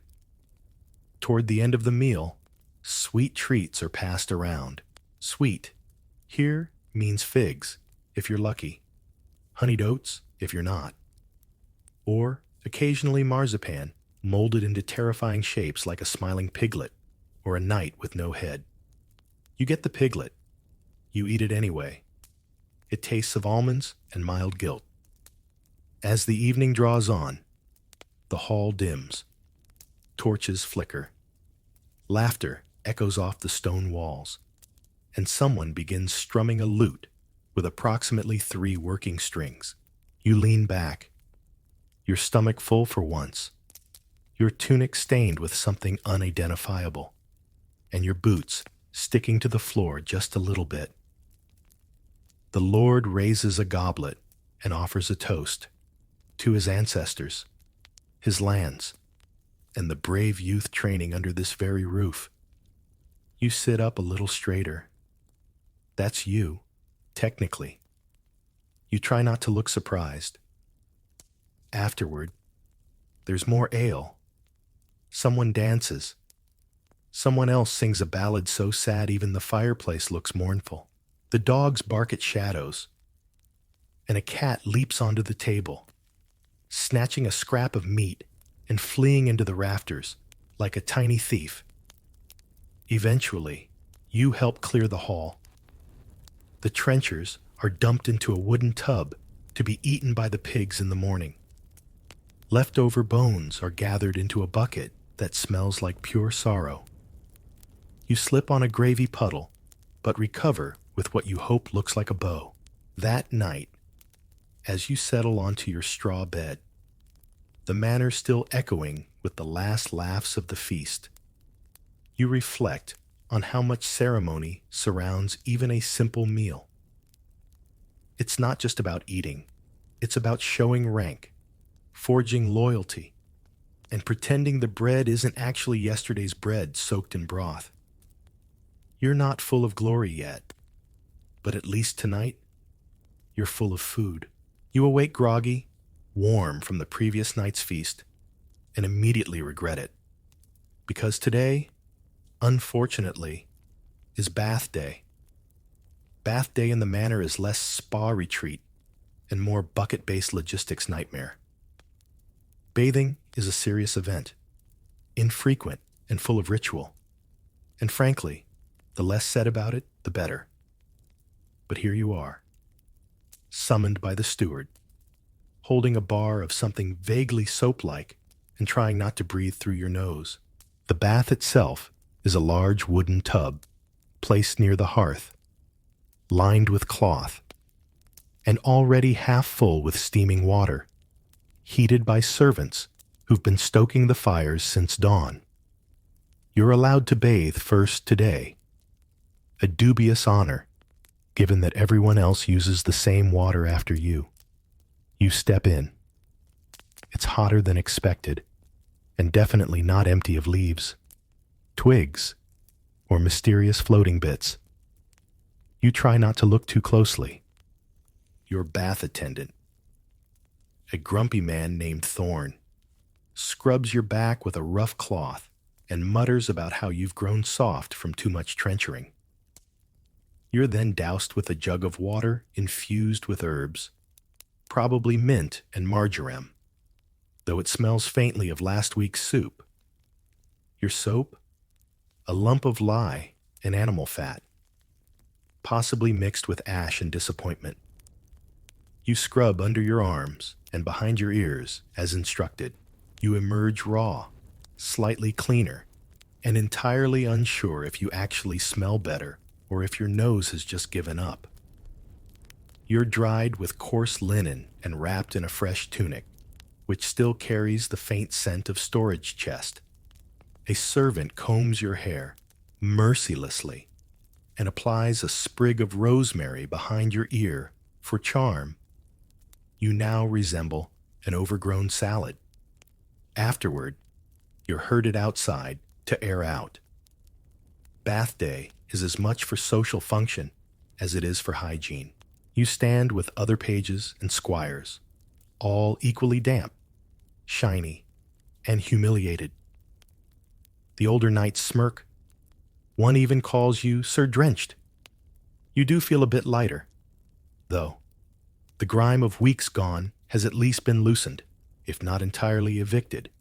As you sun-dry, the steward delivers a lecture on the virtues of cleanliness, quoting some saint who probably bathed even less than you.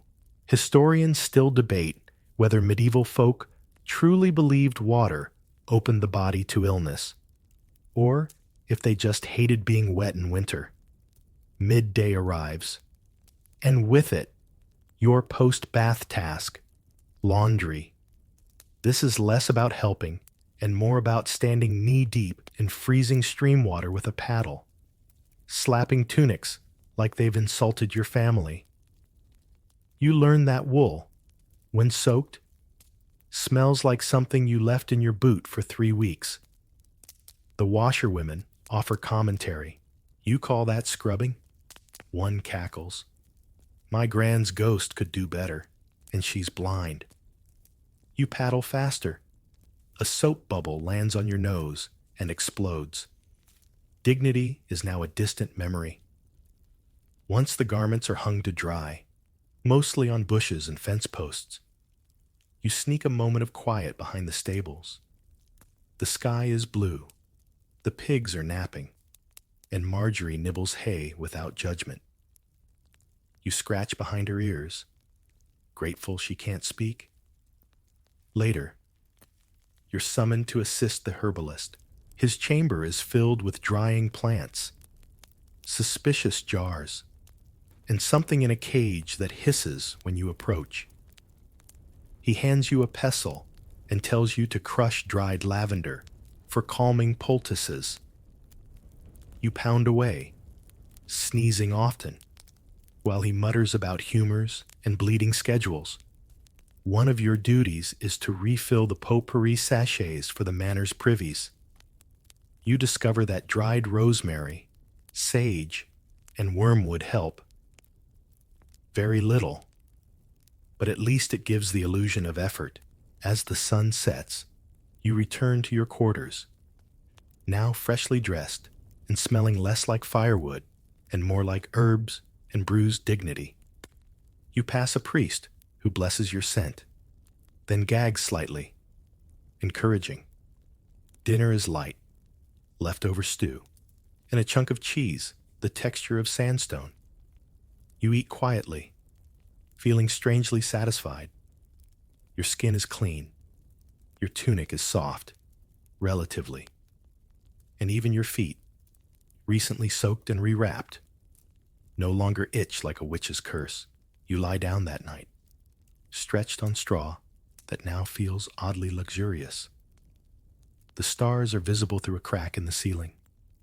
Somewhere in the distance, a dog howls.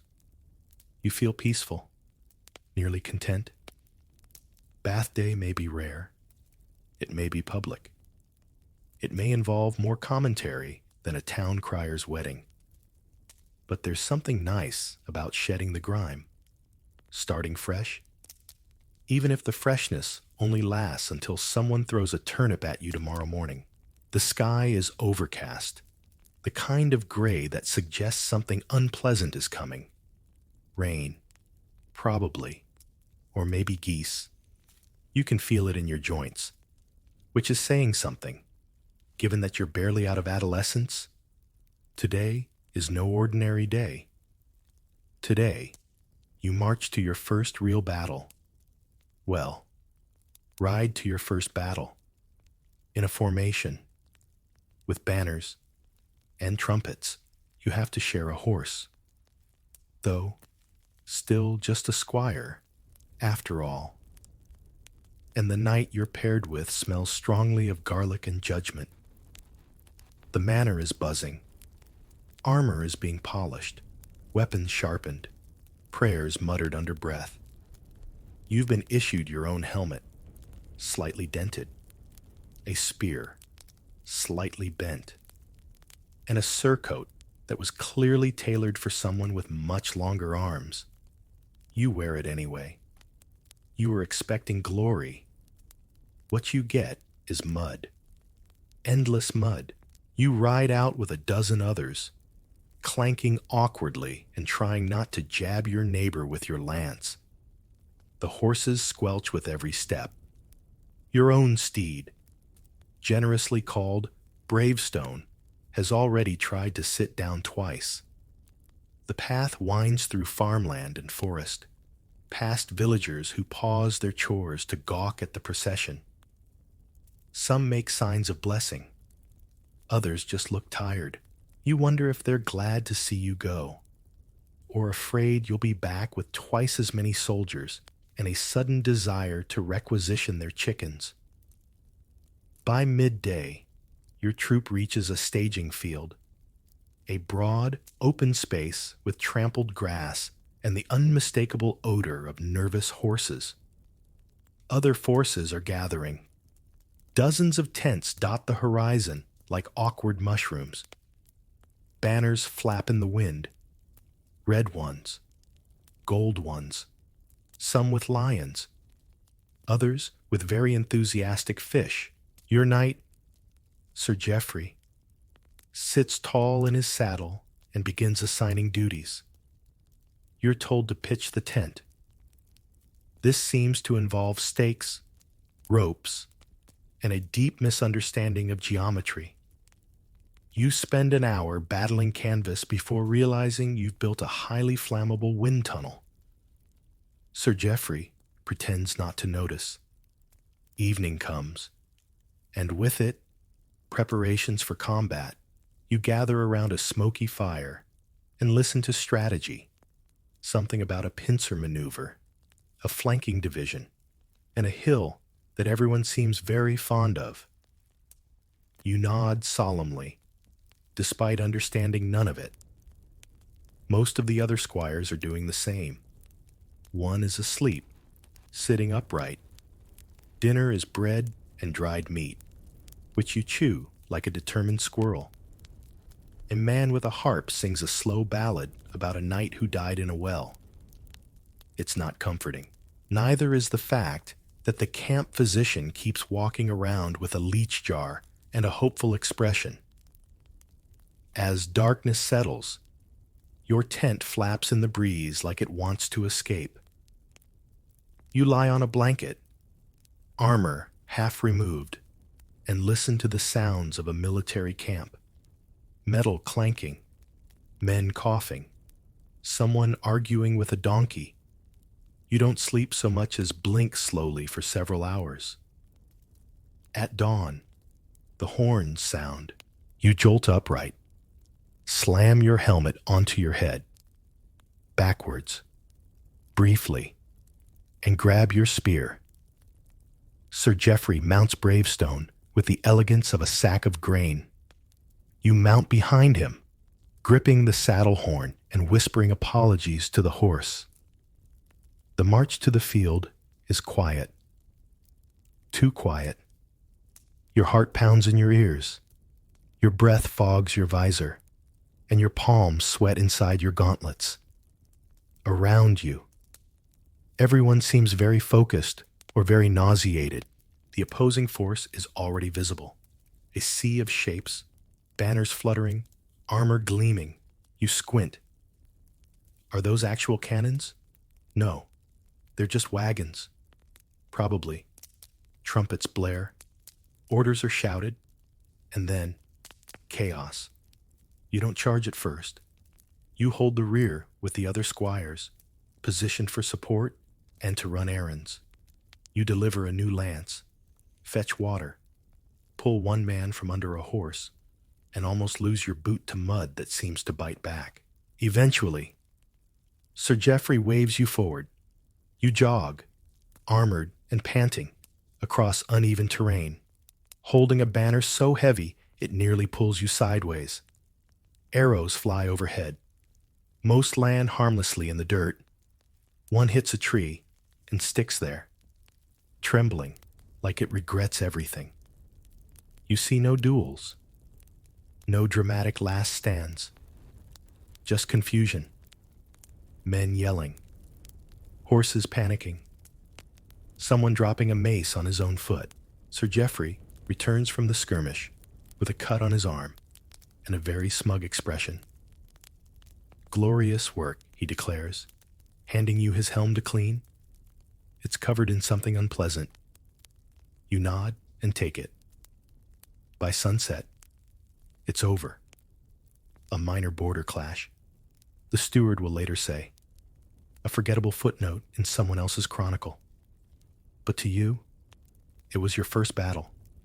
You survived. Your armor is dented. Your ears are ringing. And you smell like wet wool and victory. Sort of.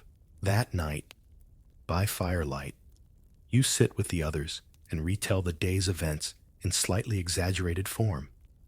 You nearly died twice, maybe 3 times. You definitely saved someone, possibly yourself. You add a dragon for flair. The others nod solemnly. No one corrects you.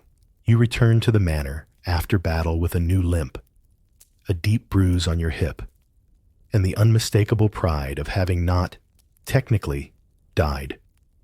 The servants greet you with mild interest and one hearty slap on the back that nearly dislodges your spine. You're allowed a few days of rest, which really just means doing chores that don't involve weapons. But there is one major change. You've been assigned to garrison duty at the nearby castle. It's technically a promotion.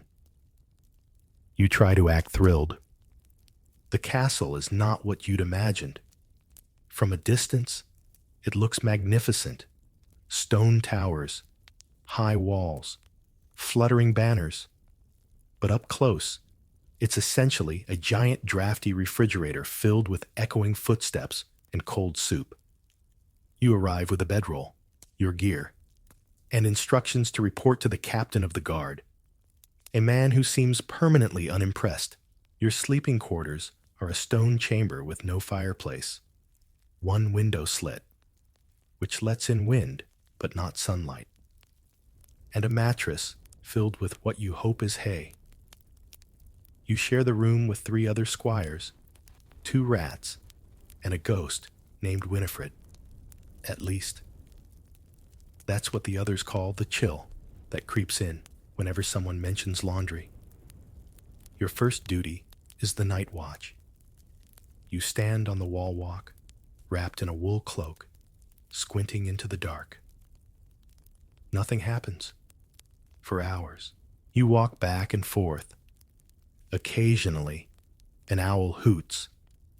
Once, you think you see something move, but it's just a squirrel having a minor breakdown. The wind bites through your cloak. You stamp your feet. You quietly consider setting your own shoes on fire. After what feels like a decade, your shift ends, and you clamber down the narrow stairwell with knees that creak like poorly tuned bagpipes.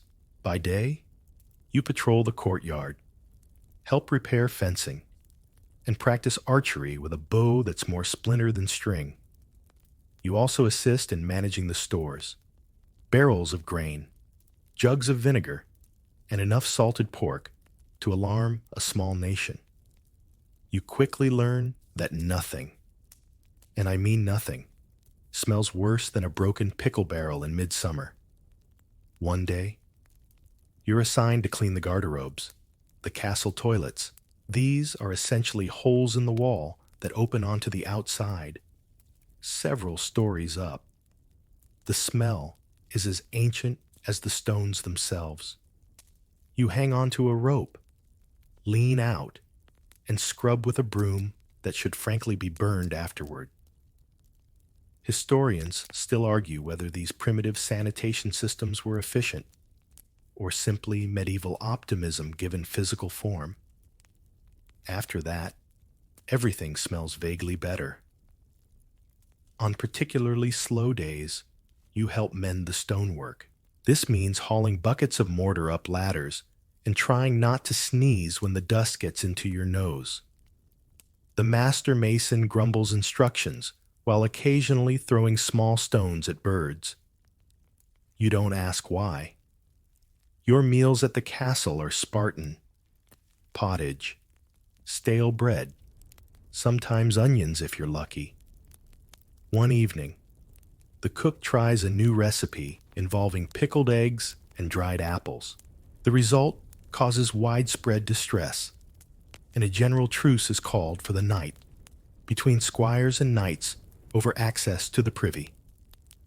But there are moments, brief, golden ones, when the castle feels alive, when the bell tolls from the tower, echoing over the valley, when sunlight spills through the slit windows and catches on the stone floor, when the blacksmith sings while hammering, his voice echoing off the inner walls like a strange bird that's somehow on key. You begin to know the rhythm of the place, the changing of the guard, the way the kitchen smoke drifts in the afternoon, the stories whispered by the servants about old ghosts and buried treasure, always told with one eye on the stairwell, just in case. You also begin to understand your place in the structure. Not glamorous, but essential. You're part of the defense. You watch, you wait, you respond. Once, during a storm, you help secure the outer gate while the river threatens to rise.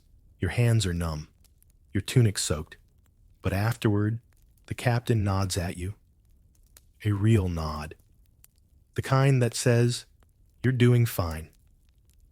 Kid, one afternoon, while climbing the battlements to deliver a message, you pause to look out. The view is astonishing. Green fields, a winding road, the river cutting through like a silver ribbon. Smoke from distant farmhouses curls into the sky. Somewhere out there, peasants are planting, monks are copying scrolls, and probably a goose is biting someone's ankle. You lean on the stone, feeling the weight of your sword at your side, the tug of wind at your cloak, and you realize something strange. You're not just passing through anymore. You're part of the story. Life in the castle settles into a rhythm. You get used to the cold, the clatter of boots on stone, and the comforting predictability of being mildly damp at all times. But today breaks the routine. You've been summoned to the chapel for religious instruction and, more ominously, moral reflection. The castle chapel is a modest, drafty room with stained glass windows depicting various saints in varying states of confusion and martyrdom. A priest with eyebrows like thatch and breath that could stun a sheep greets you warmly. "Ah," he says, clasping your hands like you're about to donate a monastery. You look like someone in need of penance. You're ushered into a pew and handed a book in Latin. You don't speak Latin. You barely read Norman French. You open it anyway and nod solemnly. The priest launches into a sermon about pride, the virtues of humility, and how sin can sneak in through the soles of your feet. You are not entirely sure he's wrong. Religion governs everything in your world. When you eat, when you fast, when you fight, and when you're expected to walk barefoot for 3 days because of a comet. Comets, by the way, are universally feared. Historians still argue whether people truly believed they were divine omens, or if everyone just agreed not to take chances. After Mass, you assist with a small procession to bless the granaries. The priest sprinkles holy water while muttering Latin invocations and occasionally flicking it too hard in people's faces. One woman sneezes dramatically and insists she's been healed of her toothache. Everyone cheers. You're told that knights must not only be skilled with sword and lance, but also live as moral examples. This includes prayer, almsgiving, and avoiding temptation. You're not entirely sure what counts as temptation, but based on the lecture, it includes everything from ale to falconry to thinking too long about your squire's sister. Back in the castle yard, you overhear a lively debate between two washerwomen about whether sneezing during prayer invites demonic possession. You file that one away for later. Afternoon duties involve helping the resident herbalist, Father Theobald, a man who speaks only in proverbs and smells like vinegar. He teaches you how to identify sacred plants like angelica, wormwood, and St. John's wort. You're sent to gather them in the woods beyond the castle wall, where you also stumble upon an oddly shaped stone. Father Theobald proclaims it a saint's kneecap. You decide not to ask questions. Later, you're present for a penance ritual. A knight accused of vanity for polishing his armor too much must walk barefoot around the courtyard while reciting psalms and being gently swatted with a birch switch. You admire his commitment and his very shiny greaves. Superstition blends seamlessly with religious practice. A black cat appears in the kitchens, and suddenly, no one will touch the stew. The priest blesses it. The cat steals a sausage. Everyone pretends not to see. Even your fellow squires have their rituals. One carries a dried rabbit's foot tied with red thread. Another swears by muttering the Lord's Prayer backwards before battle. You once saw a knight tap his helmet twice, spin in a circle, and kiss a crucifix before entering a duel. He won, or at least didn't fall off his horse, which is basically the same thing. As twilight falls, you find yourself in the chapel again. Candles flicker, casting long shadows across the floor.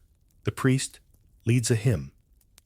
Half the squires mumble tunelessly, and one falls asleep standing up. You kneel, the stone cold against your knees, and close your eyes. You're not sure what you believe exactly, but you believe in the rhythm of this moment, the stillness, the light, the sound of breath and whispered prayers. Afterwards, you help carry candle holders back to storage. One melts completely sideways, like it gave up halfway through Vespers. You place it gently next to a box labeled, "Holy Wax, do not eat." At supper, the topic of miracles comes up. One of the older knights claims he once saw St. Cuthbert appear in a chicken coop. Another insists the Virgin Mary cured his gout after he slept in a pile of rosemary. You nod along, chewing bread that could chip enamel. That night, your dreams are strange, filled with glowing relics, floating monks, and an overwhelming scent of incense. You wake before dawn, confused but calm. You light a candle, say a short prayer, and pull on your boots. You may not be a theologian, but you're learning that belief, real or ritual, loud or quiet, holds everything together, like mortar between the stones, like the stars over a cold, creaky castle. You're up before the rooster this morning, which feels like an accomplishment until you realize it's because your blanket fell into the chamber pot. With a resigned sigh, you haul it outside and hang it over a fence, praying the wind handles the rest. You've barely brushed the hay from your hair before your next assignment is barked from across the courtyard. Accompany the lady of the manor on her hawking outing. You blink. Falconry. Right. The glamorous pastime of nobles and poets, and, apparently, extremely bored women with birds sharper than their husbands. You arrive at the stables to find Lady Eleonora already dressed in green velvet, a hunting glove on one hand and a peregrine falcon on the other. The bird eyes you the way a tax collector eyes a pile of coin. You bow. The falcon doesn't blink. You help her onto her palfrey, then follow on foot. Of course, it wouldn't do to have a lowly squire ride beside her ladyship. You trudge along the river path as the falcon glares at every passing squirrel like it owes her money. Courtly love, you've been told, is one of the pillars of knighthood. You're meant to serve noble women with loyalty and poetic admiration, though it rarely involves actual conversations, and more often means carrying ribbons or bleeding in tournaments to impress someone who may not know your name. Lady Eleonora, to her credit, seems aware of the absurdity. You look winded. Boy, she calls over her shoulder, should I ask the falcon to fetch you a better pair of lungs? You smile. Carefully, humor from a noble is both rare and dangerous. She releases the falcon, which takes off like a feathered javelin.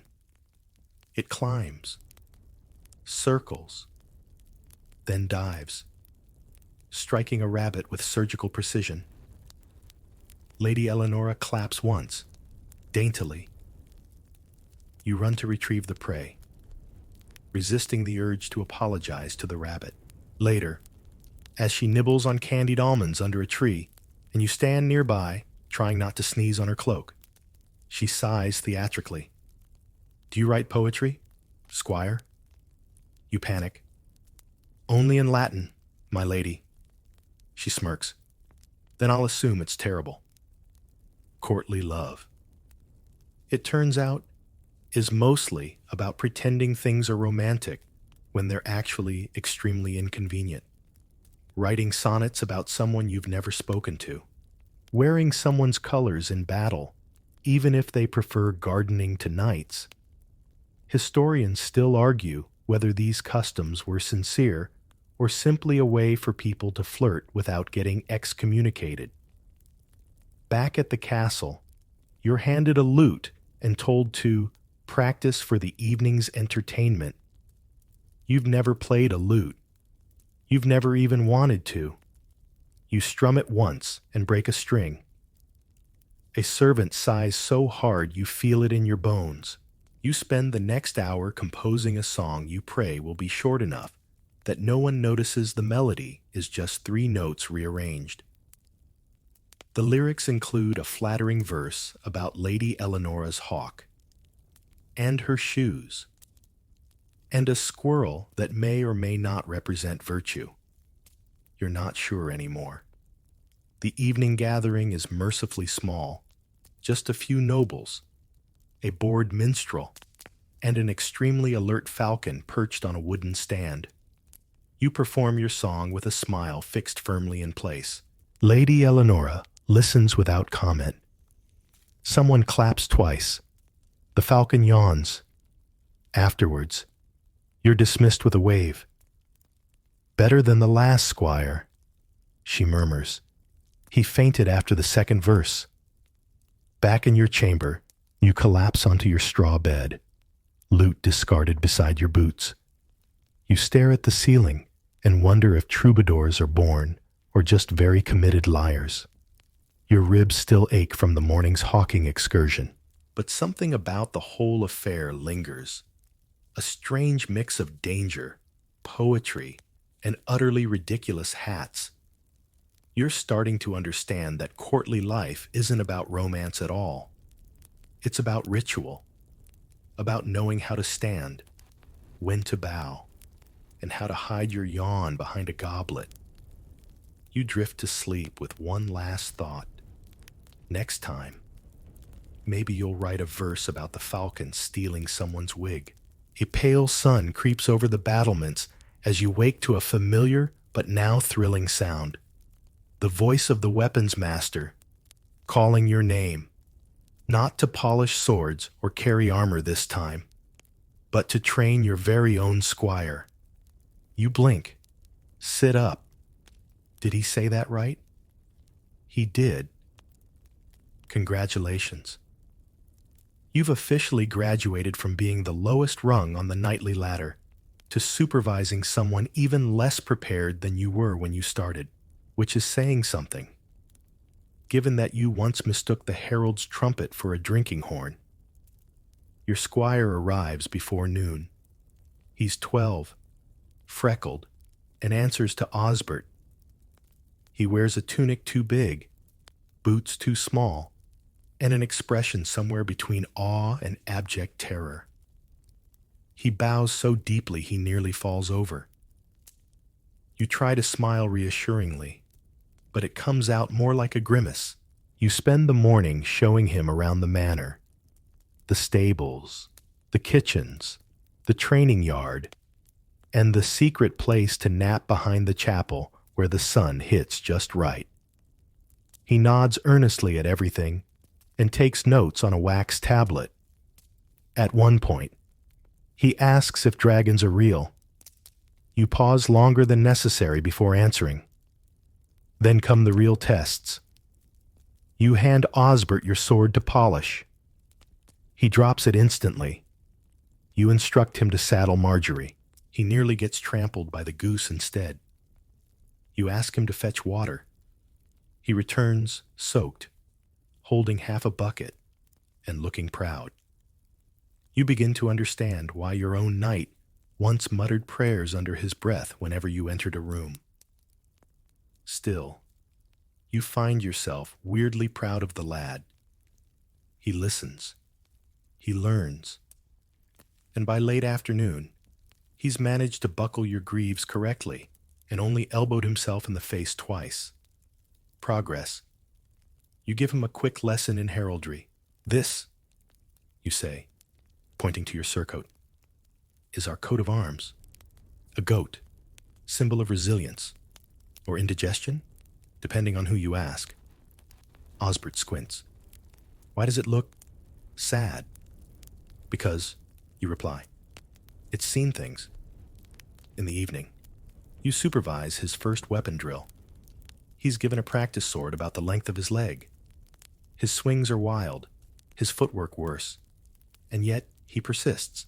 You correct his grip, adjust his stance, and try to ignore the old weapons master watching from the shadows like a vulture awaiting drama.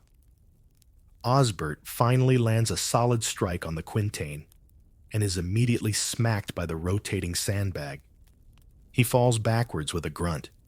You rush to help him up, but he's already laughing. Good. You sit together by the fire that night, eating thick stew and crusty bread. He asks you about your first battle. Wide-eyed and eager, you recount it modestly, leaving out the part where you dropped your spear and screamed when a hedgehog ran under your horse. He listens, spellbound, chewing slowly.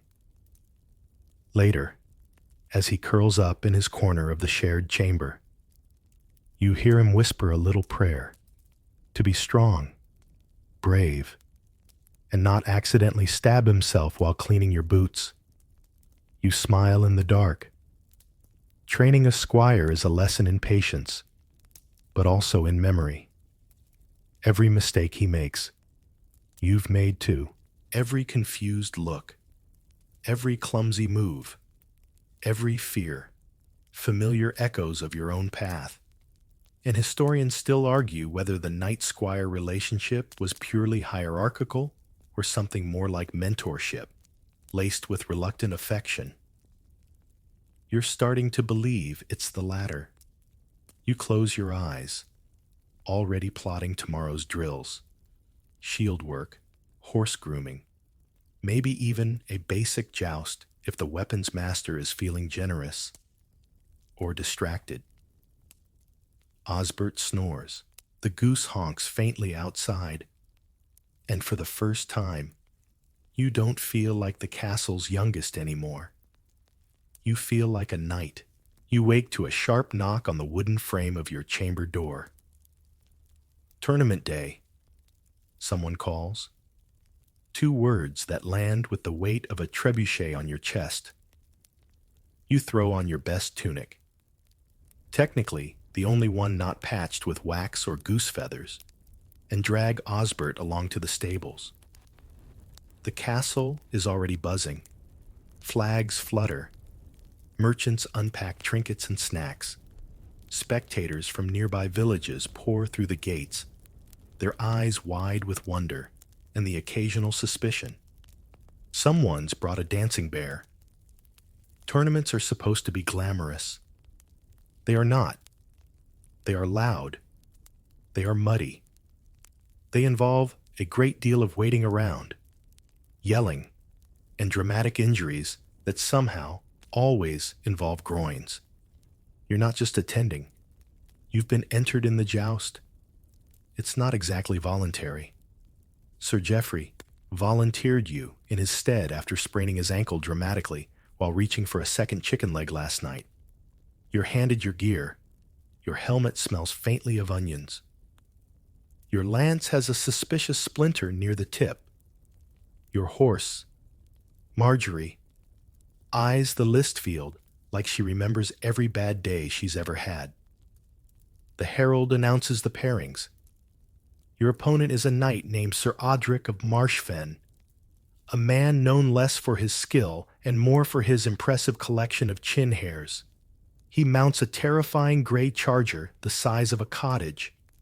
You swallow. You and Osbert spend the next hour preparing. He straps your armor on with surprising speed, only buckling one thing backward, and hands you your lance with trembling fingers. "Do we have a plan?" he asks.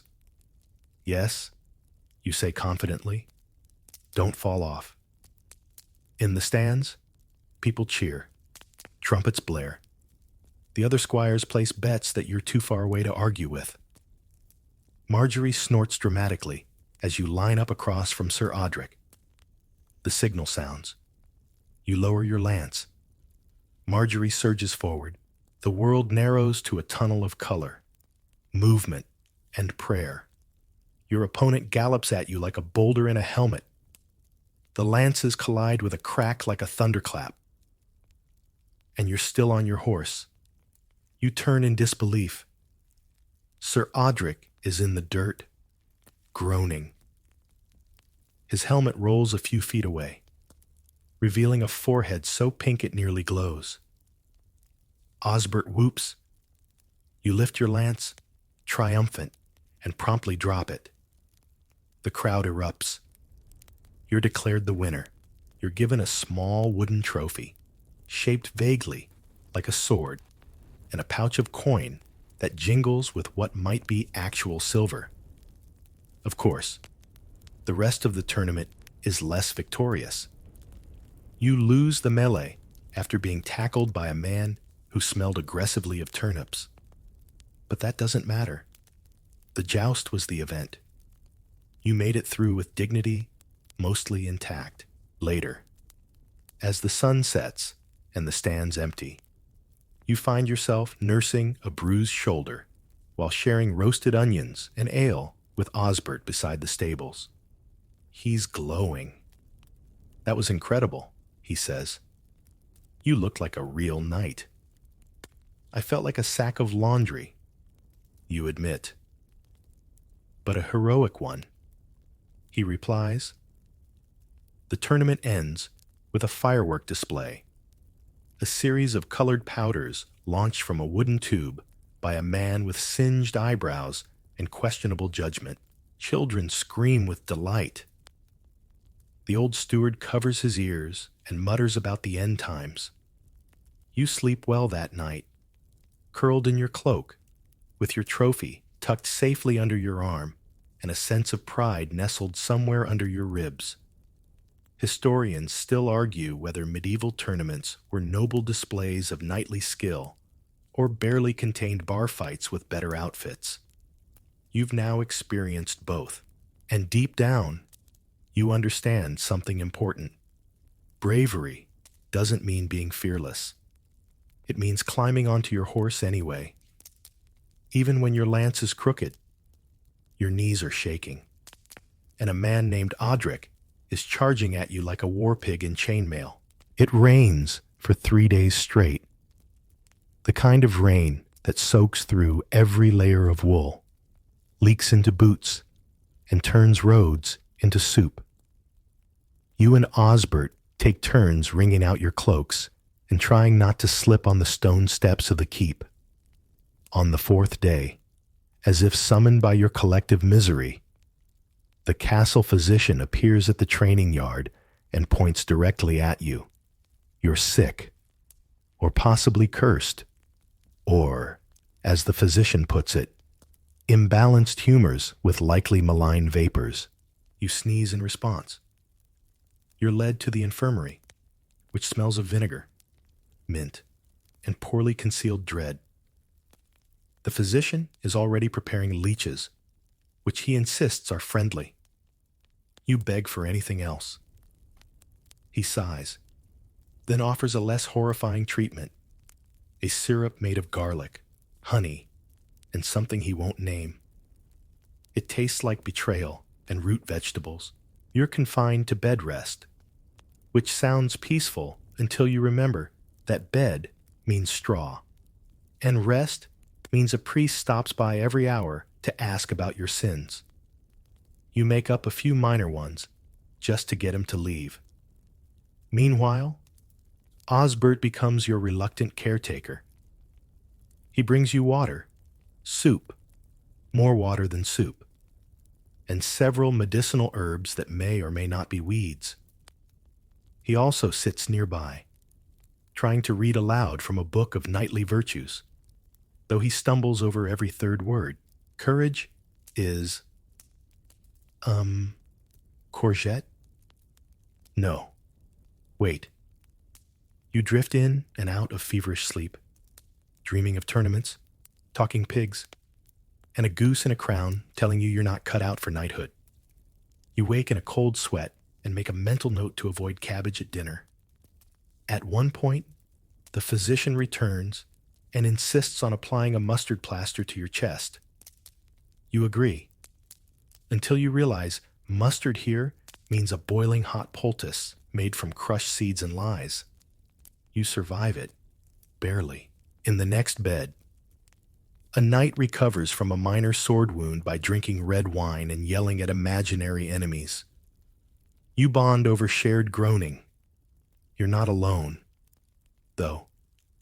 Plagues are always lurking.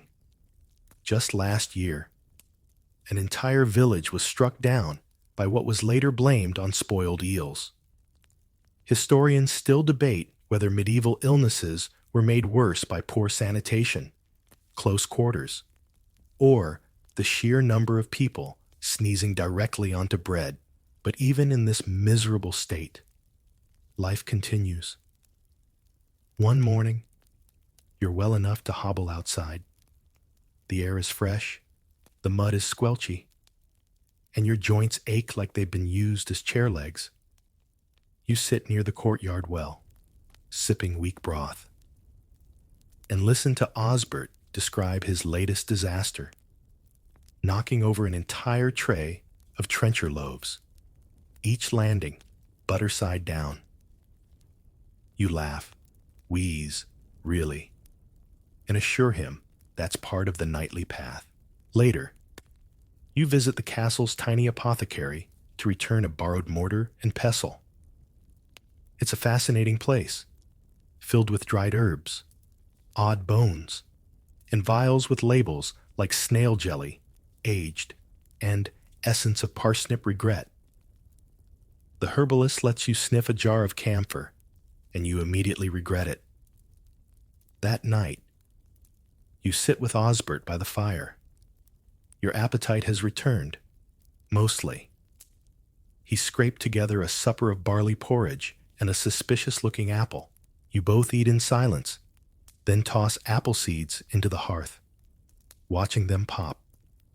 You're reminded, again, how fragile life is in this world. One bad meal, one fever, one careless cough, and a promising night becomes a name on a wooden board. Yet here you are, still upright, still breathing, still chasing the absurd dream of honor and glory. You feel a tap on your shoulder. One of the kitchen boys holding a note. The steward wants to see you in the morning. Something about new duties. You groan softly. But beneath the groan is something else. A strange excitement. Because even after days of sweating, sneezing, and being gently terrorized by herbal treatments, you're ready. A knight doesn't just swing a sword. A knight endures, even if that means mustard on the chest and broth that tastes like boiled socks. Morning arrives with a knock on your chamber door and the steward's unmistakably nasal voice. Hope you like counting beans. Sir Ledger Knight.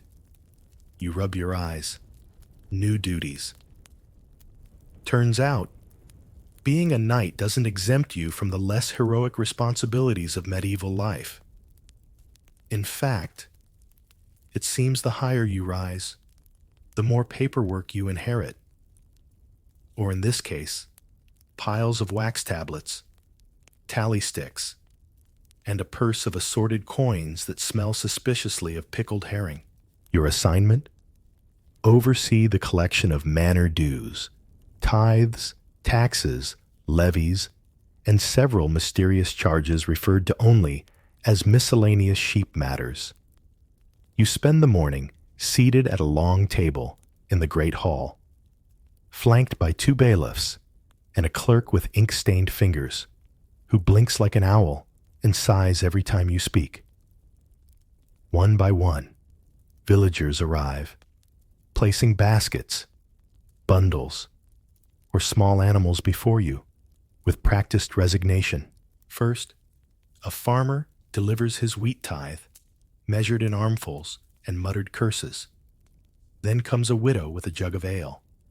Then a boy with 3 eggs and a guilty expression. The 4th one ran off, he whispers. You accept the offering anyway. By midday, the tally includes 4 sacks of barley, 7 cheeses, 1 suspiciously warm, 2 ducks, a single glove, and 1 extremely confused goat tied to a stick. You try to follow the ledger, but the system is baffling. 1 unit of payment is called a mark, which doesn't correspond to any actual mark. Another is a hide, which may refer to land or something under your bed. Historians still argue whether medieval accounting was genuinely organized or just an elaborate form of social theater with bonus livestock. After lunch, bread, more barley, and a single plum. You're sent with a bailiff to inspect tenant fields. This mostly involves walking through muddy plots and nodding sternly while pointing at furrows. You don't know what you're looking for. Neither does the bailiff. But the peasants nod back, and that seems to settle it. Then it's time for a dispute. 2 tenants argue over a shared fence. One claims the fence was moved during the night. The other blames a mischievous cow. You listen gravely, nod, and suggest a compromise. Rebuild the fence and tie the cow elsewhere. They grumble. Then thank you. You're not sure if you solved anything. But no one's crying, so that's probably a win.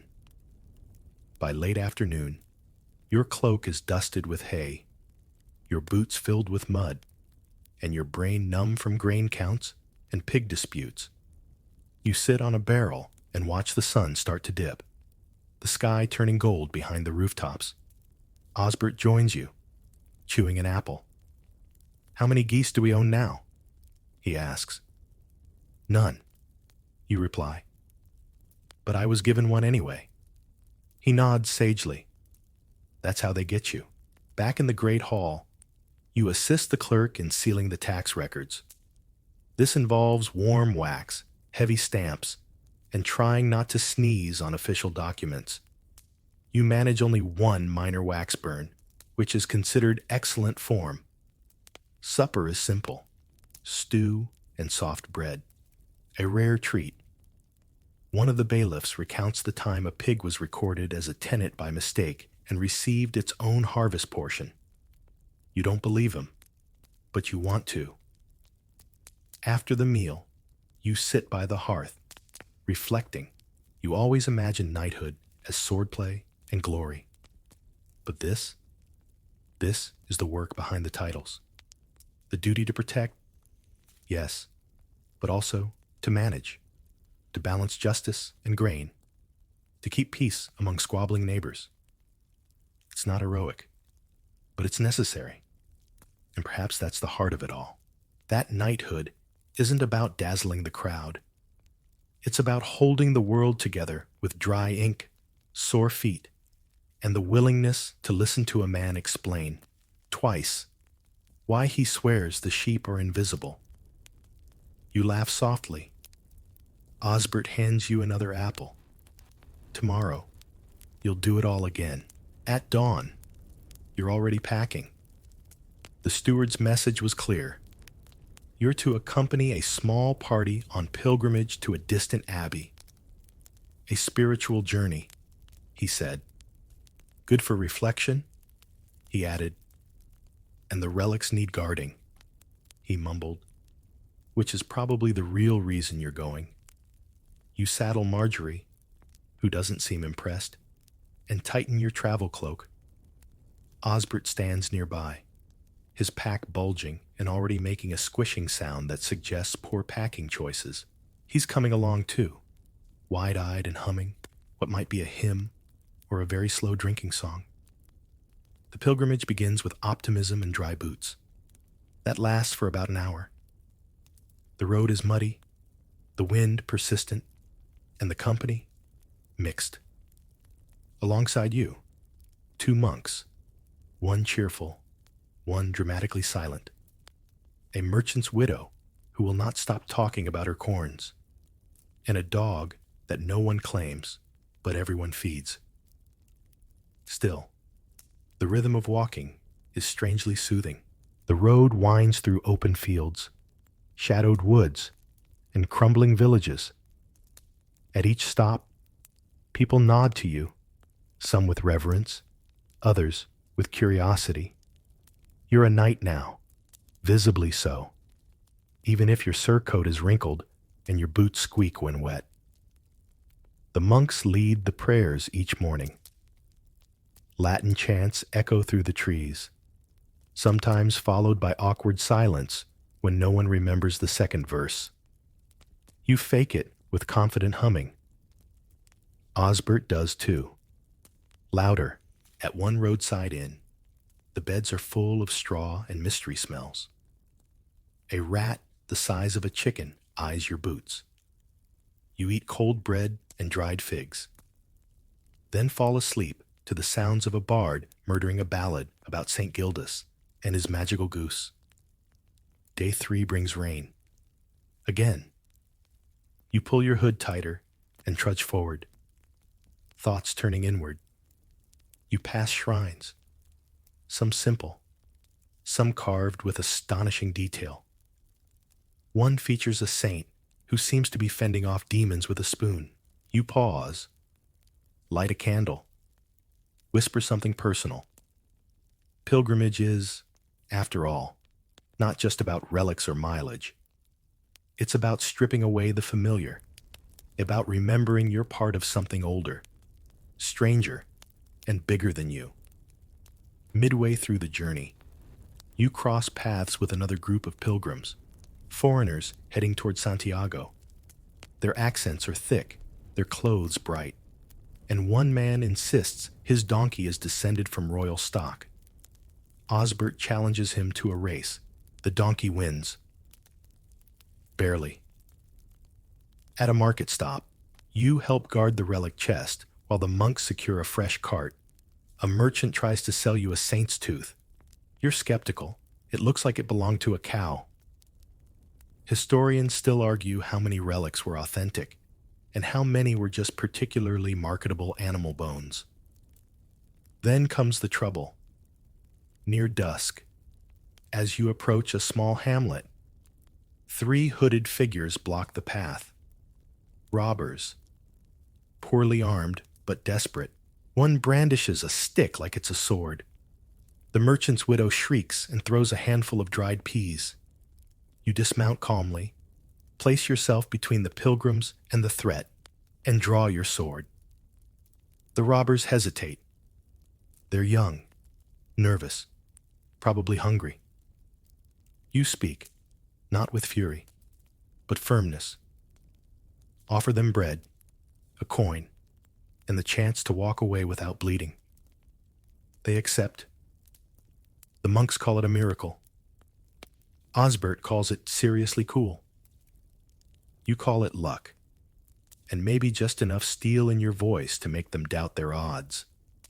Finally, you reach the abbey. Tall stone walls, bells tolling, incense drifting through the air.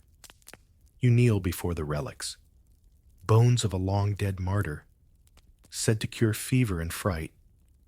You leave a token, a ribbon from your first tournament, not for luck, but thanks. The monks offer you hot broth and a straw bed that doesn't itch.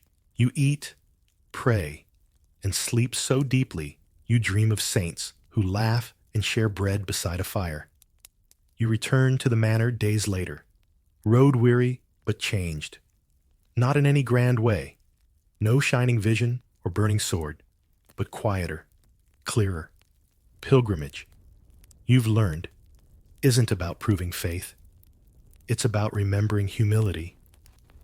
That even knights walk, even knights kneel. And sometimes, even knights get shown up by a royal donkey. Your return to the manor is met with modest applause and a bowl of lukewarm stew. Glory, it seems, doesn't last long, especially when someone forgot to stir the pot. Osbert greets you like you've been gone a decade. Did you fight any demons? He asks, eyes wide. Only in the privies, you reply, and he looks appropriately horrified. Not long after, a rider arrives bearing news. You're to join a new campaign, a final one.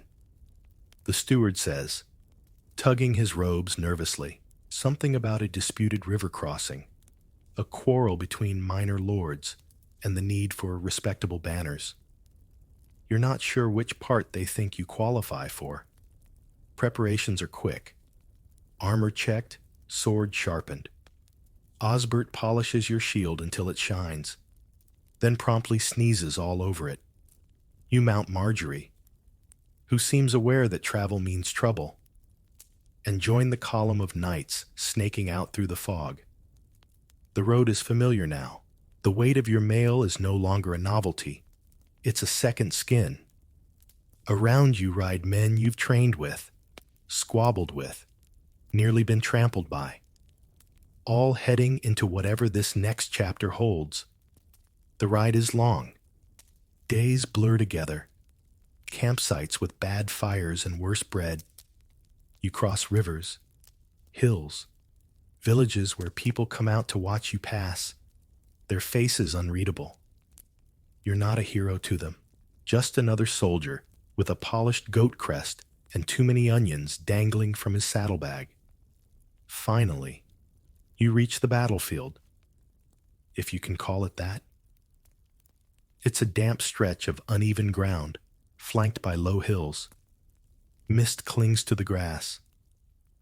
Your captain discusses tactics in hushed tones. You mostly hear the words, flank, advance, and try not to die. The waiting is the worst part. You sit with Osbert and the other squires, checking gear, adjusting straps, pretending your hands aren't shaking. You hear a knight mutter a prayer to St. Jude, then drop his helmet in the mud. Then it begins. The horn sounds. You form ranks. You lower your visor. You breathe. You ride. The ground thunders beneath your horse. Your lance levels out. The opposing line approaches, a blur of steel and banners and determination. It all becomes instinct. You clash. You fight. You survive. Barely. You lose your lance. Draw your sword. Deflect a blow that would have opened your chest. You fall from your horse, but land on something softer than expected. Maybe a man. Maybe mud. Maybe both. You roll. Rise. Keep swinging. There's no glory in it. Just chaos. Grunts. Shouts. The clang of steel and the wet slap of boots and soaked grass. Then quiet. The enemy retreats. The field stills. You stand in the aftermath, breathing hard, covered in bruises, sword notched, one gauntlet missing. Osbert runs to you, face pale, waving your dropped helmet like a trophy. You dropped this, he pants. Thanks, you wheeze. I noticed. Back at camp, the wounded are tended, the dead are counted. You sit beside the fire, sipping something hot and possibly meat-based. No one speaks for a while, just stares into the flames. Later, a bard will write a song about today. He'll mention bravery, strategy, perhaps divine favor. He won't mention how many of you wanted to run, or how the real hero might have been the squire who kept your horse from bolting mid-charge. But you'll know. In the days that follow, the army disbands. You return home, not victorious, but alive. You hand your blood-streaked armor to the armorer with a nod. Osbert sleeps for 12 hours straight. You eat fresh bread and smile at the simplicity of it. You sit alone in the courtyard one evening, watching the stars come out, listening to the wind rustle through bare branches. You feel older, not in years, but in weight. You remember the lad who fell in pig muck his first morning, the one who thought valor would be shiny and speeches and grand banners. He didn't understand. Not yet. Now you do. Knighthood isn't glory. It's endurance. It's responsibility. It's waking up every day and putting on the armor, literal or not, and stepping into whatever waits, with as much grace as you can scrape together, even if that grace is accompanied by mud, goose bites, and deeply questionable cheese. You lie back in your straw bed, no longer scratchy, just familiar. The room is quiet now. Osbert sleeps nearby, snoring softly. Outside, the manor hums with gentle night sounds, a dog turning in its sleep, the last embers in the hearth sighing down, the rustle of wind slipping through the shutter cracks. Your muscles ache, but not unpleasantly. A reminder that you've lived a full day, a full life, really, in miniature. From page to knight, from chores to command, from clumsy first sword drills to standing, battered but breathing, at the edge of a battlefield. You think of all the small things that make up this strange, dusty world. The sound of a falcon taking flight, the rhythm of hooves on wet earth, the soft flick of a banner in a breeze, the warmth of simple bread after a cold march, the low voice of a friend beside the fire. You let it all go now. Let your breath slow. Let your eyes soften. Let the story fade, not into nothing, but into stillness, because you've done your part. You've walked the path, and now there is only quiet, gentle, honest quiet. Sleep comes not like a sudden blow, but like dusk over the hills, soft, lingering, unquestionable. The manor sleeps, so do you. We're slipping quietly into a smoky medieval cottage just before dawn to witness something surprisingly ordinary. Your birth, or rather, a birth. The rush of midwives, the hasty crossing of themselves, the anxious pacing outside. You arrive not in silence, but with squalling steam and a loud slap on your backside. Welcome to the world, medieval edition. You probably won't survive this, literally. But let's not worry about that just yet. You don't come into the world in a sterile white room, but in a one-room cottage where smoke from the hearth curls around the beams like it owns the place. The air is thick with the scent of boiling herbs, animal sweat, and the iron tang of blood. A goose honks angrily in the yard, offended that its day began with so much screaming. The midwife, a sharp-eyed woman with hands like bark, wraps you tight in strips of linen, swaddling you like a spring sausage. Arms down, legs together. You're snug, immobile, and absolutely furious about it. Swaddling, you'll come to learn, is standard practice. It's supposed to help your limbs grow straight, keep you warm, and prevent you from accidentally slapping yourself into a bad omen. Historians still argue whether it was genuinely protective or just medieval baby burrito cosplay. You're placed in a cradle carved from dark wood. It creaks. Everything in this room creaks.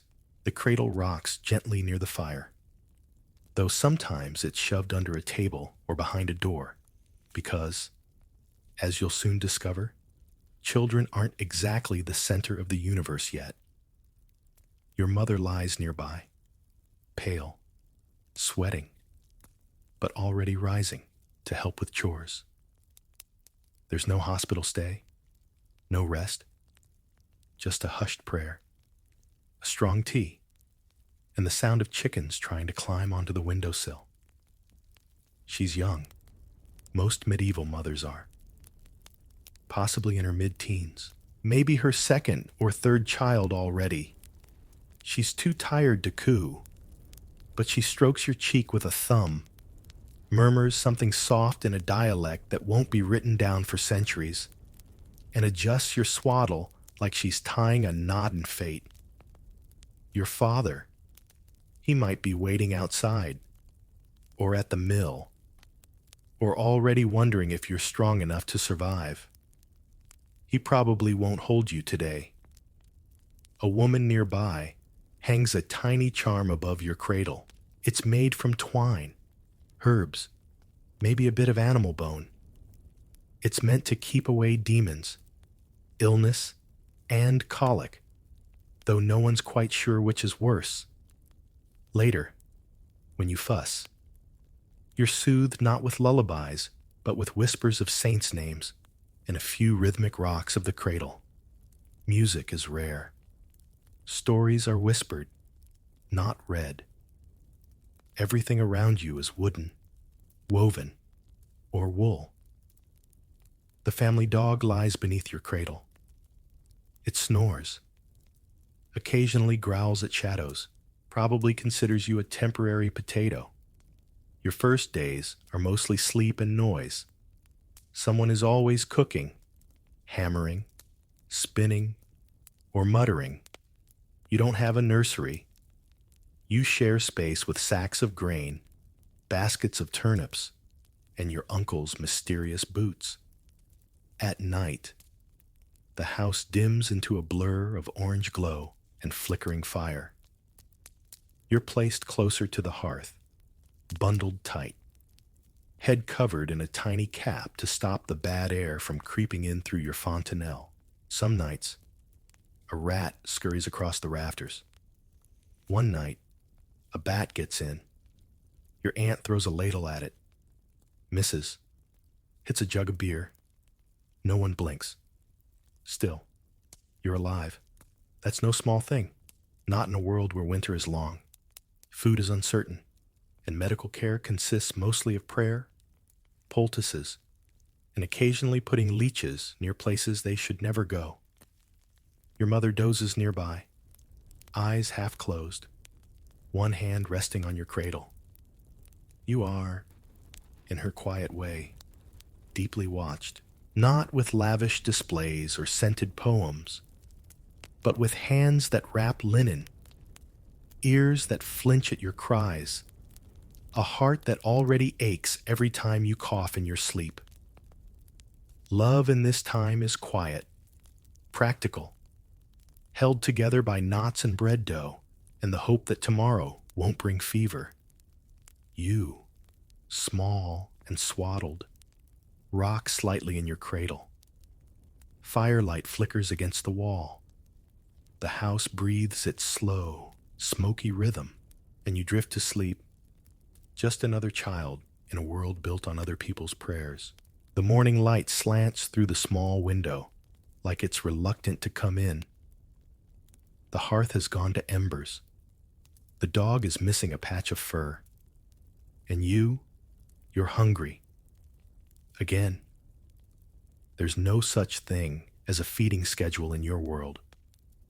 There's just crying and someone responding to it, hopefully with milk. Usually that someone is your mother. Sometimes it's not. In fact, in many medieval households, feeding the baby isn't always the mother's job. If your family has any wealth or a higher status, than goat-adjacent peasants, you might find yourself in the arms of a wet nurse, a woman who nurses other people's children for a living, often while her own are watched by someone else entirely. You're passed from breast to breast, depending on your family's needs, your mother's health, and sometimes whether she just feels like it. Harsh, maybe, but in a world where childbearing is constant and dangerous, practicality usually wins over sentiment. Still, some mothers refuse to delegate. Maybe she's one of them. She holds you close, her skin warm, her voice low. She hums something that might be a lullaby or just a rhythm to keep time with the sucking. It's not all soft-focused serenity, though. There's pain, chapped skin, exhaustion, and the near-constant fear that you're not latching properly. There's also herbal lore. Your mother keeps a pouch of dried fennel tied to her apron to keep the milk flowing, and drinks an alarming tea brewed with ale and parsley that smells like old soup. Historians still argue whether these remedies were effective or just medieval placebo served with a side of self-suggestion. If you are being fed by a wet nurse, she likely has her own opinions. She may consider your family's habits odd. She might whisper gossip about your mother's housekeeping or your father's hairline while patting your back. She's paid in coin, food, or maybe a few chickens and a promise that no one will ask too many questions. Wet nursing is a status symbol for the rich, a practical survival tool for the poor, and an emotional wedge that varies wildly depending on who's writing the letters. In some cases, children grow more attached to their wet nurses than to their own mothers, simply because proximity builds bonds.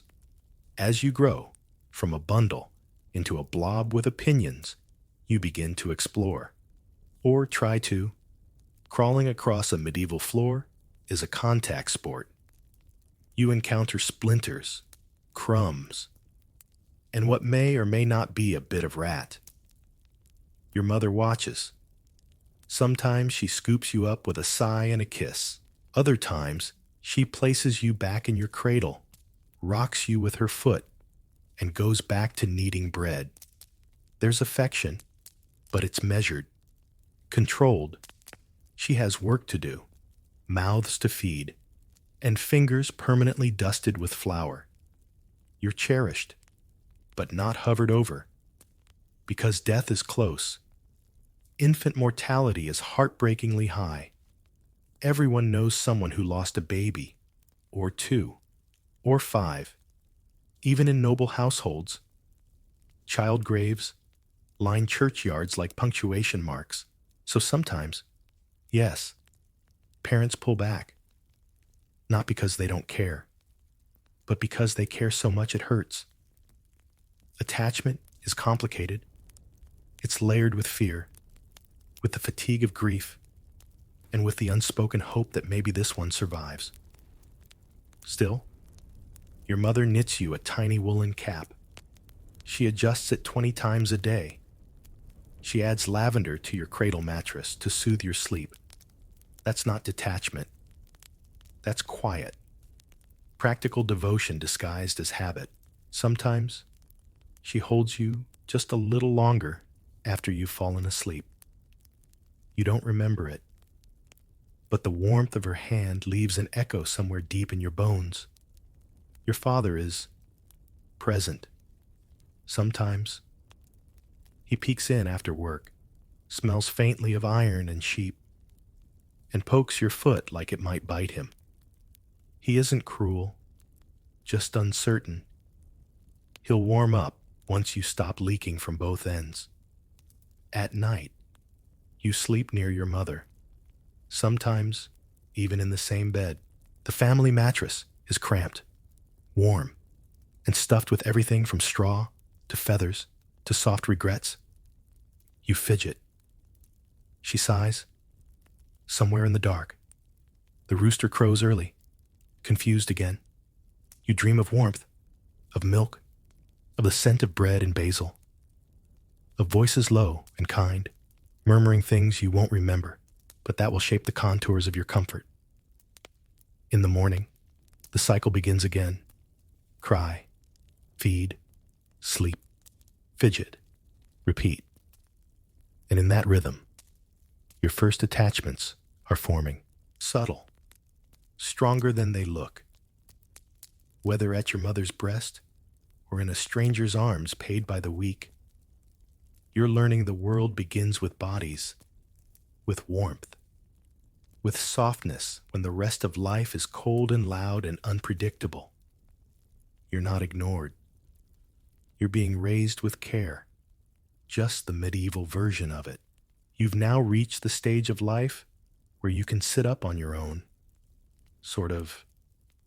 Your head wobbles like a particularly indecisive turnip. Your hands grasp at everything in reach, mostly for the purpose of putting it in your mouth. And your voice has expanded into a symphony of squeals, giggles, and outrage. Your mother notices. She claps when you mimic words. She laughs when you throw things.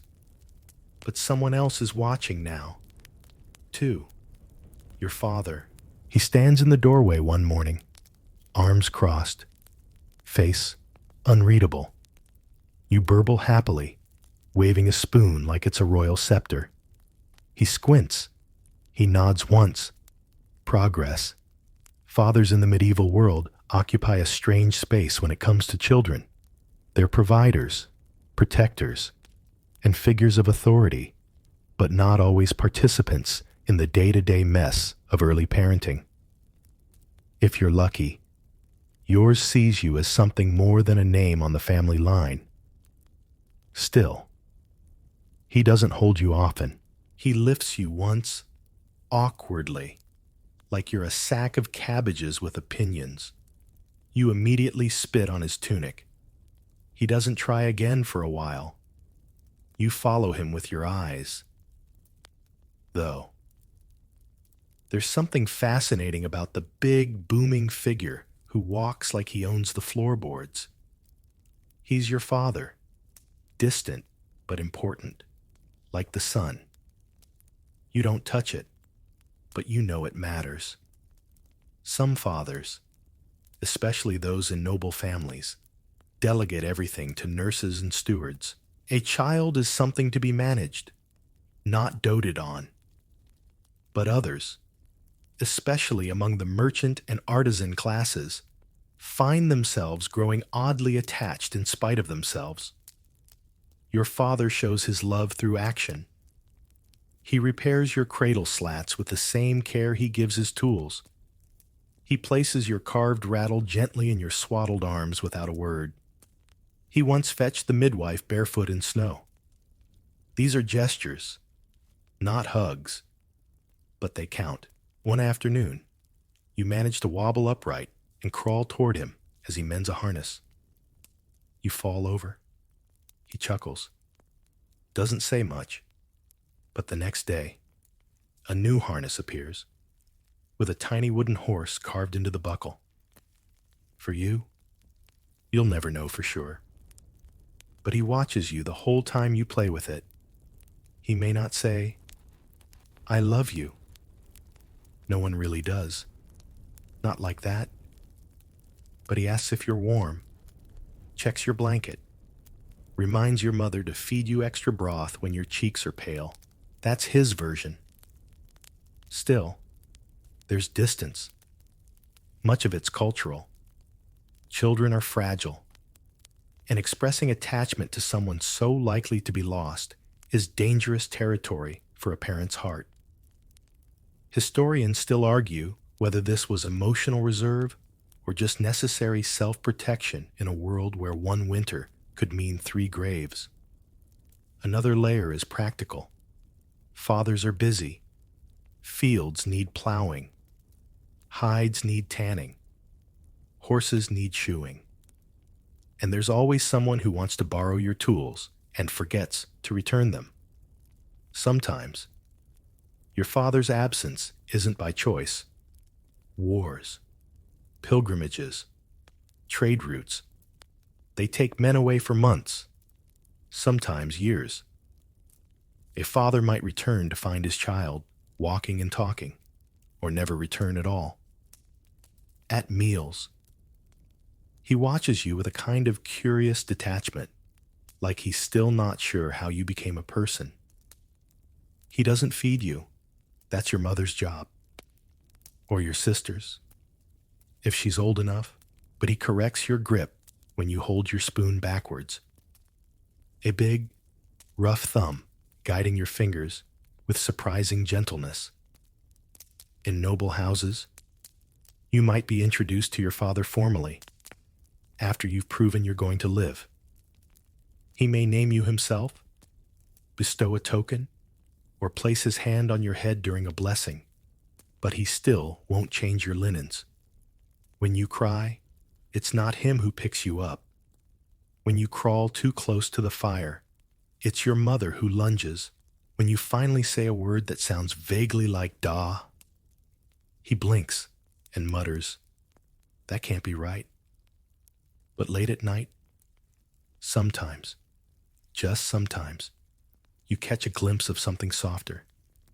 He kneels by the hearth, back to the rest of the house, whispering a prayer, not for crops or coin, but for the boy or the girl, depending on who you are.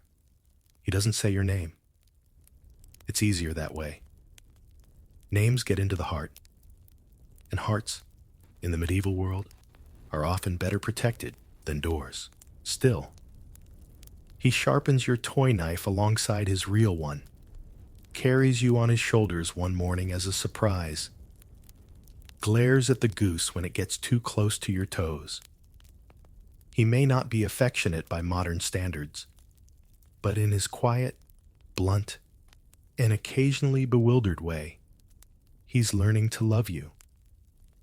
Even if he still prefers the dog, for now, you've started walking now, or something resembling it. Mostly, you stagger from chair to goat and back again, arms out like a tipsy monk and a tendency to fall with dramatic flair. Your world has expanded from the cradle and the fire's edge to the open chaos of the house's lower half, which means one very medieval solution has entered your daily life, being tied to furniture. Yes, literally tied. Your mother loops a soft rope or strip of cloth around your waist and tethers you gently, but firmly, to a heavy bench leg or the doorframe beam. You're not being punished. This is childproofing, 14th century style. It's not unkind. In fact, it's surprisingly thoughtful, given how many hazards your home contains. Fireplaces, knives, boiling cauldrons, animals with unpredictable tempers, open latrine pits, not to mention the occasional visiting priest who believes loud children invite demons. So a bit of string? Not so bad.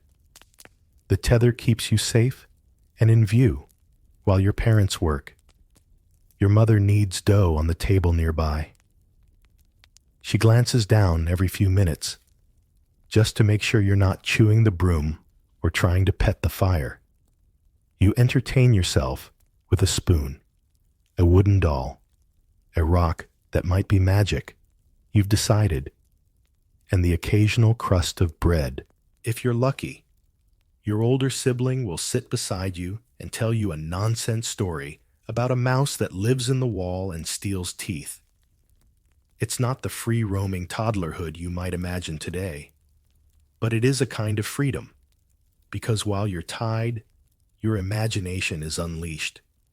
You jabber, sing, drool onto your shirt, and occasionally fall asleep mid-sentence. No one minds. Outside, children your age play in the dirt with sticks and pebbles. chasing chickens or drawing pictures in the dust with charred bits of wood.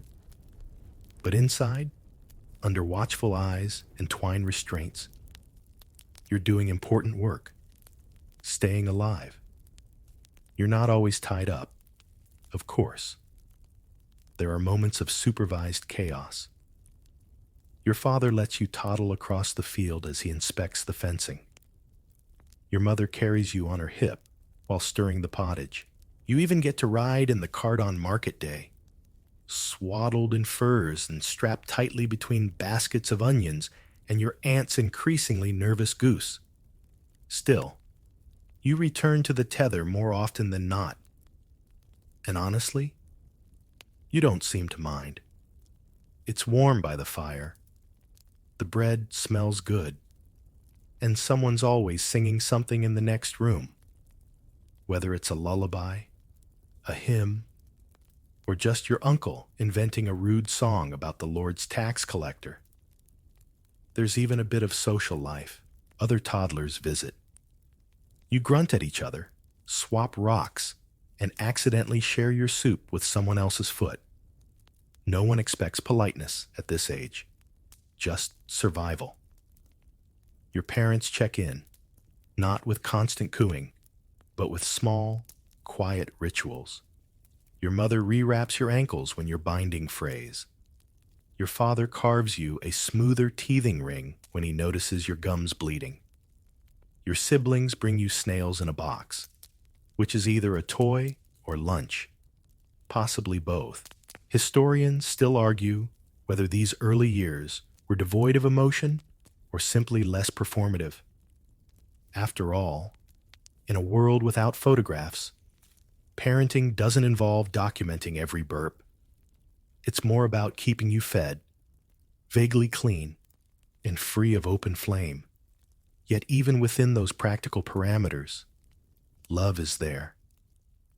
It's there when your mother soaks your linen undershirt to soften it before dressing you. It's there when your father lifts you, mud-covered and triumphant, from the duck pond and only scolds you a little. It's there when your family doesn't remove the binding from the beam when you nap. They just drape a cloth over it so you'll be comfortable. And it's there when, after a day of being tied, tripped, kissed, and fed scraps under the table, you curl into a pile of wool and sigh so deeply it sounds like you've been through a war. A tiny, drool-heavy, goat-adjacent war. You've survived babyhood and wobbling. You've mastered the art of drooling while upright. You now own a single shoe, and your vocabulary consists of one saint's name, 2 farm animals, and whatever sound you make when you see cheese. Congratulations. You're officially a medieval child. Your days are busy now, though no one's calling it preschool. Instead, your education is mostly life itself. You're learning through play, imitation, and the occasional goose chase. And by chase, we mean both the literal and the emotional trauma of a goose with unresolved anger issues. You wake each morning to the smell of ash and stewed barley.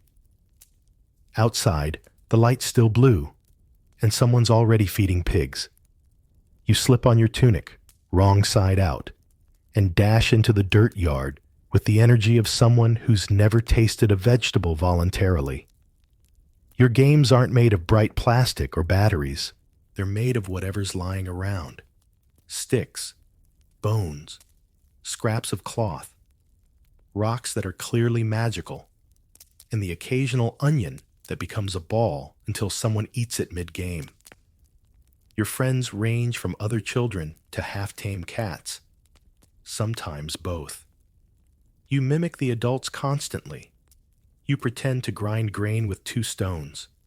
You shout, "Bless you," every time someone sneezes, even when it's the donkey. You baptize your doll in a puddle and declare her cleansed of worms. It's not just cute imitation. It's training. Play teaches you roles, behaviors, and expectations. You learn how to kneel properly, how to carry a pail without spilling all of it, how to bow when the steward passes, and how to duck if he throws something. Danger is never far off. You poke at the hearth with a stick. You get too close to a goat's rear end. You climb a barrel and fall into a bucket of turnips. You cry. Someone dusts you off and tells you to be more careful next time.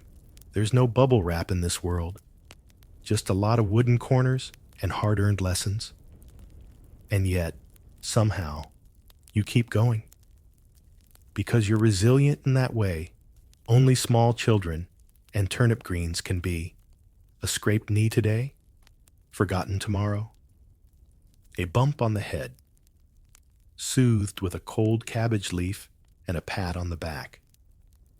You spend hours chasing chickens and copying your older siblings. They teach you songs, half remembered, half invented. You believe everyone, especially the one about the giant who eats socks. There's mischief, of course. You steal berries from the kitchen garden. You draw rude symbols in the dust behind the chapel. You are, for a time, suspected in the disappearance of a spoon that was last seen near your pig-shaped treasure hole. The truth will never be known. Your mother watches from the doorway, arms folded, eyes narrowing slightly each time you get too close to the well. She doesn't hover, but she's always nearby, always aware. A hawk in an apron. Your father says less. But one evening, you show him how you can carry a little basket without spilling it. He grunts once, then gives you his half-eaten apple. In medieval parenting, that's basically a standing ovation. Sometimes, play turns into helping. You carry a small bucket of water. You hand your sister a clean cloth. You sweep a corner of the floor, badly, and are rewarded with a hunk of hard bread and a proud pat on the head. Historians still debate how much freedom children really had to play. Some argue they were miniature adults expected to contribute early. Others believe that before formal labor began, there was a golden sliver of childhood full of laughter and chicken chasing. The truth is, likely somewhere in the muddy middle. You do chores, but you also climb trees. You learn to tie knots, then use those knots to trap your cousin's foot. You are scolded. You laugh. You are told you'll be a lawyer someday. Your toys are crude but cherished. A wooden horse with one leg missing. A cloth doll stuffed with hay.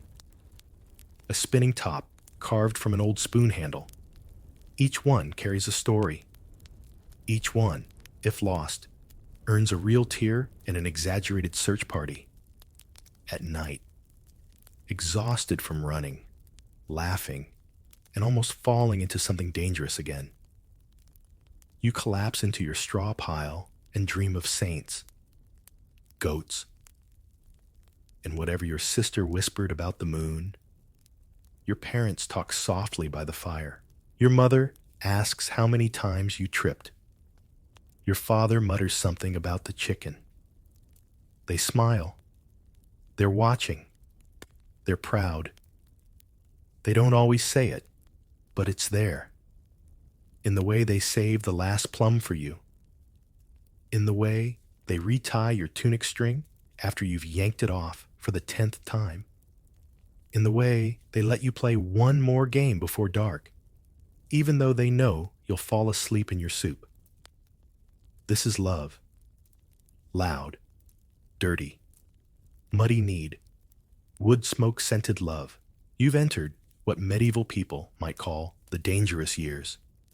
You're no longer a helpless infant, but you're still small, fragile, and, if we're being honest, at least 70% snot.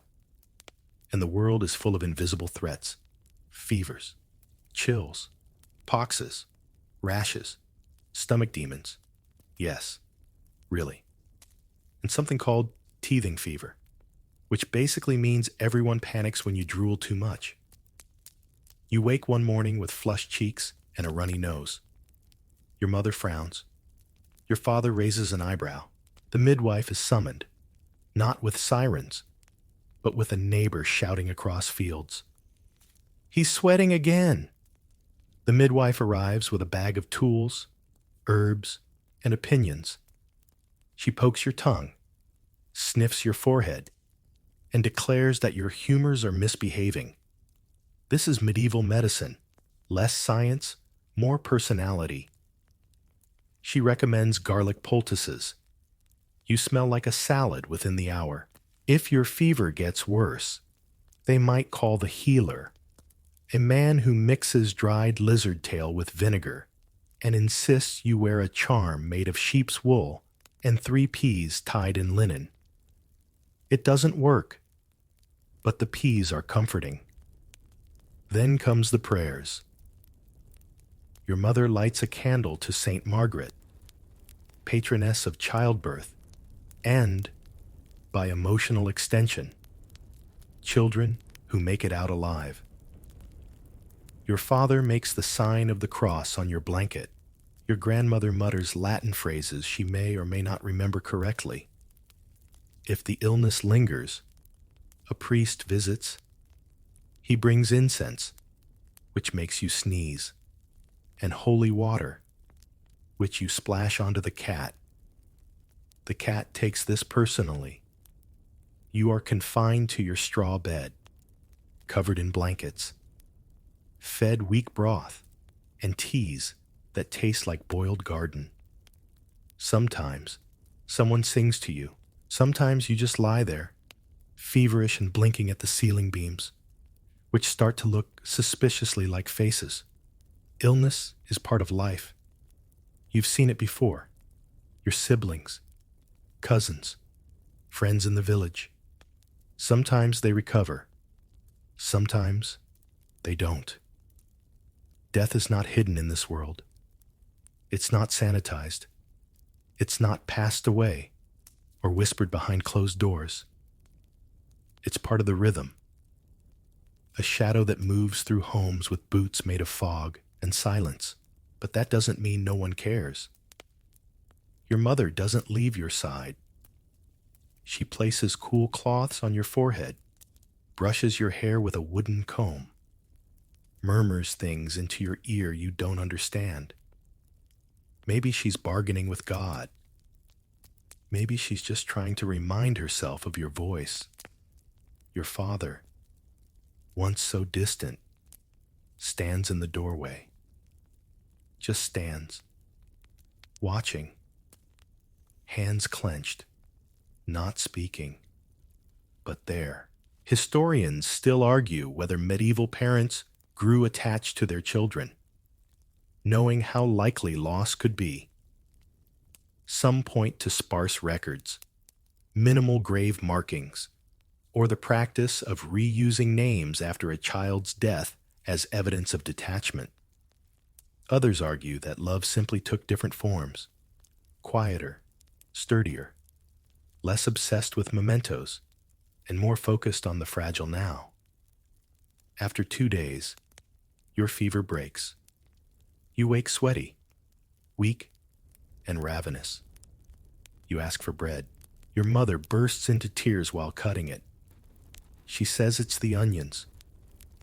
Later that week, a neighbor loses a child. The family goes silent. A black cloth appears in the chapel. You don't fully understand what happened, but your mother makes you wear a charm of red thread and whispers, "We're lucky," every night before bed. The village believes in balance, in signs, in curses and cures, saints and stars. If one child dies, another is blessed. If you recover, it means a debt was paid, spiritually or otherwise. A chicken might be sacrificed, a pilgrimage promised. You, unaware of the cosmic paperwork just filed in your name. Go back to poking puddles with sticks and chasing the cat. But your mother watches you differently now. She holds you a little longer when you fall asleep. Your father carves a tiny cross into the wood above your cradle, barely visible. But it's there. A protection. A prayer. Maybe an apology. Illness leaves its mark, not just in the body, but in the breath between two heartbeats when a parent wonders, what if you survive this time? And as your strength returns, so does their attention, their hope, their cautious, quiet joy. You learn to laugh again, to dance with one shoe, to shout, "Look," every time a chicken does something mildly interesting. And though they may never say the words, your parents are filled with a love that's grown in the shadow of fear, the kind of love that brews herbal tea all night, even if no one drinks it. The kind that sharpens knives in silence, not because of danger, but to make tomorrow feel more solid. The kind that believes in you, even when they won't admit it aloud, because admitting it would make the fear too real.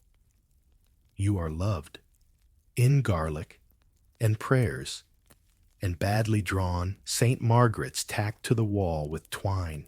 You're better now, healthy, loud, and just old enough to start giving your siblings headaches, which, of course, means you're thriving.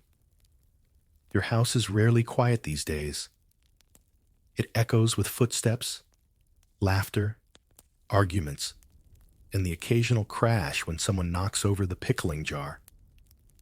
You're part of a busy, layered household now, one where children multiply like goats and responsibilities are shuffled like uneven loaves of bread. And with all those kids under one roof, things get complicated. You and your siblings don't just share chores and food. You share clothes, beds, secrets, suspicions, and, occasionally, lice. One day, you're sneaking dried apples together. The next, you're fighting over who gets the least stained blanket. Your older brother is your hero and your nemesis. He teaches you to whistle, then blames you when you do it during Mass. He pretends to be a knight and makes you the horse, then the squire, then the dragon. Always the dragon. Your older sister? She's the unofficial third parent.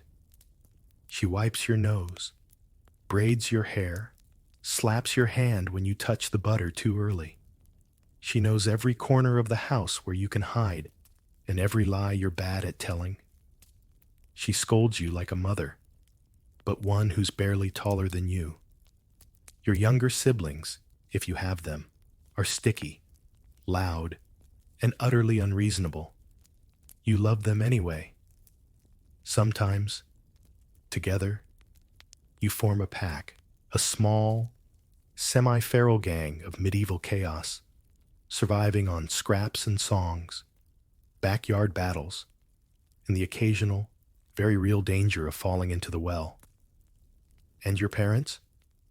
They mostly hope you'll settle your arguments without bloodshed.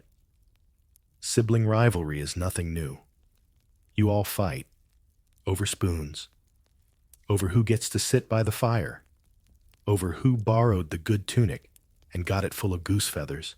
There's wrestling, shrieking, a little biting, mostly the youngest, and many impassioned appeals to whoever happens to be closest and taller.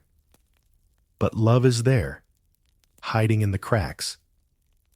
When you trip and scrape your knee, your brother tells you not to cry, and then gives you the good bit of bread from his bowl. When your sister gets a scolding for something you did, she glares at you all day, but still helps wash your tunic that night. When one of you falls ill, the others fall silent. And when someone doesn't wake up one morning, a cousin, a twin, a neighbor child, You all grow quiet for longer. You don't say much, but you notice the empty stool, the quiet spot by the hearth, the bowl that goes untouched. Your parents don't speak of it often. Grief here is private. Siblings are not shielded from death, but you are taught to keep going, to carry their name in prayer, to step up and do their chores without complaint. Even though your small hands can barely manage the bucket, historians still debate how children processed grief in medieval households. Some believe it was accepted quickly and moved past swiftly, out of necessity. Others believe it was deeply felt, if rarely spoken aloud. The truth, like most things, is probably both. You remember your lost sibling when you hear their favorite song, when the sun hits the bench where they used to sit, when your sister ties an extra ribbon on the church lantern and won't say why. You miss them in ways too big for words, but the living keep moving. And soon, your sibling group grows again. Another baby appears, squirming and pink and loud. You're old enough now to be helpful. You fetch cloths, warm bottles of milk, whisper songs, and protect the cradle from the cat. You're proud. A new child means more chaos, but also more love. You begin to understand the strange, layered nature of medieval family life. The mixture of closeness and distance, survival and sentiment, rivalry and protection. You can fight like saints and sinners, but the minute someone else threatens one of your siblings, even if it's just the goose, you become a united front. Your parents notice. They watch the way you slip your bread crust to the littlest one, the way you mimic your father's sigh when you help the younger ones wash, the way you shoulder more than your share, even if you complain the whole time. They may not say, "I'm proud of you," but they let you stay up a little later by the fire. They hand you the bigger spoon at dinner. Your mother mends your tunic before anyone else's. They know. And one evening, as you lie beside your sister in the loft, staring up at the beams and the stars peeking through the thatch, she whispers, "Don't tell anyone, but I'd miss you if you got eaten by a bear." You smile. Say nothing, because that's how siblings love in this world, with stolen berries, shared scoldings, and the occasional bear reference. You're 7 now, maybe 8, depending on whether anyone's been keeping count properly, and your world has already seen more loss than some people will face in a lifetime. Because today, another child is gone. You wake to the sound of hushed voices, the smell of boiled sage, and your mother's footsteps moving too softly. She's in the corner, sitting beside a cradle that doesn't rock anymore. Her hands are folded, her shoulders are still. You don't need anyone to explain it. You just know. Your younger brother, barely a year old, named after an uncle no one liked, has slipped away in the night. No cries, no fever, just gone. Wrapped now in linen, eyes closed, fingers curled, you creep to the edge of the room, unsure. Your father stands nearby, arms crossed, mouth set. He doesn't cry. Not yet. Maybe not ever. But he doesn't move from that spot all morning. No wailing, no tearing of clothes. The grief here is quieter, like rain that doesn't stop, but never floods. It sinks into everything. Your blanket, your bread, the corners of the hearth. Historians still debate whether medieval parents grieved deeply or simply moved on quickly out of necessity. Infant mortality was staggering. Sometimes 5 out of 6 children gone before adulthood. Did families become numb? Or did they carry silent heartbreaks that never left their bones? In your house, the answer is somewhere in the shadows. Your mother doesn't speak for most of the day. She kneels by the tiny bundle, occasionally adjusting the cloth, as if she's not quite ready to believe it. Then she stands, wipes her hands, and returns to kneading dough. The bread will be kneaded later. No funeral like the ones you imagine today. There's a short ceremony, Latin murmured by the priest, a small procession to the churchyard, and a grave marked not with marble, but with a wooden cross carved quickly before dusk. Your father does not carry the body. He helps dig. Your sister holds your hand the entire time, her grip tighter than usual. You don't speak. The ground swallows the bundle. The priest throws a little earth and mutters about heaven. The wind howls once and then forgets. When you return home, everything feels oddly normal. Chores resume. The hens still need feeding. The goat is unimpressed by your family's sorrow and demands attention in the usual screechy fashion. The pot still boils. The fire still crackles. But there are changes. Subtle. Your mother moves more slowly. She touches your forehead more often, even when you're not sick. She hums while she works, but the tune is different, slower, older, and filled with gaps. Your father sharpens tools at dusk instead of morning. He's more careful, less loud. At night, no one uses the cradle. It remains in the corner, half covered with a cloth, like a story no one finishes. You begin to understand something profound. In this time, grief is not something people fight. It's something they carry. Your mother may not speak of him, but she keeps a scrap of his blanket in her apron pocket. You see her hold it once, gently, when she thinks no one's looking. Your father adds another cross to the chapel wall. No names, just marks. You are not told to be brave.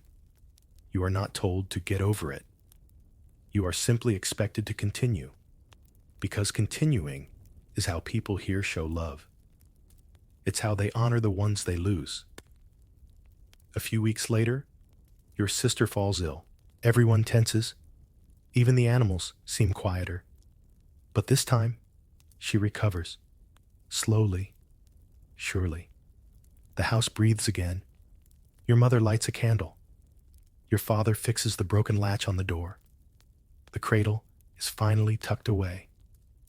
One evening, long after bedtime, you hear your mother whisper to your father, "I didn't love him less. I just didn't let myself hope." And your father, his voice rougher than usual, replies, "You hoped anyway." Grief, in this world, is never dramatic, but it's woven into the walls like smoke. It lingers in the lullabies, in the way your mother counts you each morning without speaking, in the way your father carries you across puddles now instead of letting you walk. You don't talk about your brother much, but you think of him. When you pass the churchyard, when you see your mother hold the neighbor's baby a little too long, when the cat curls up in the old cradle one morning and no one shoos it away. This isn't detachment, it's survival.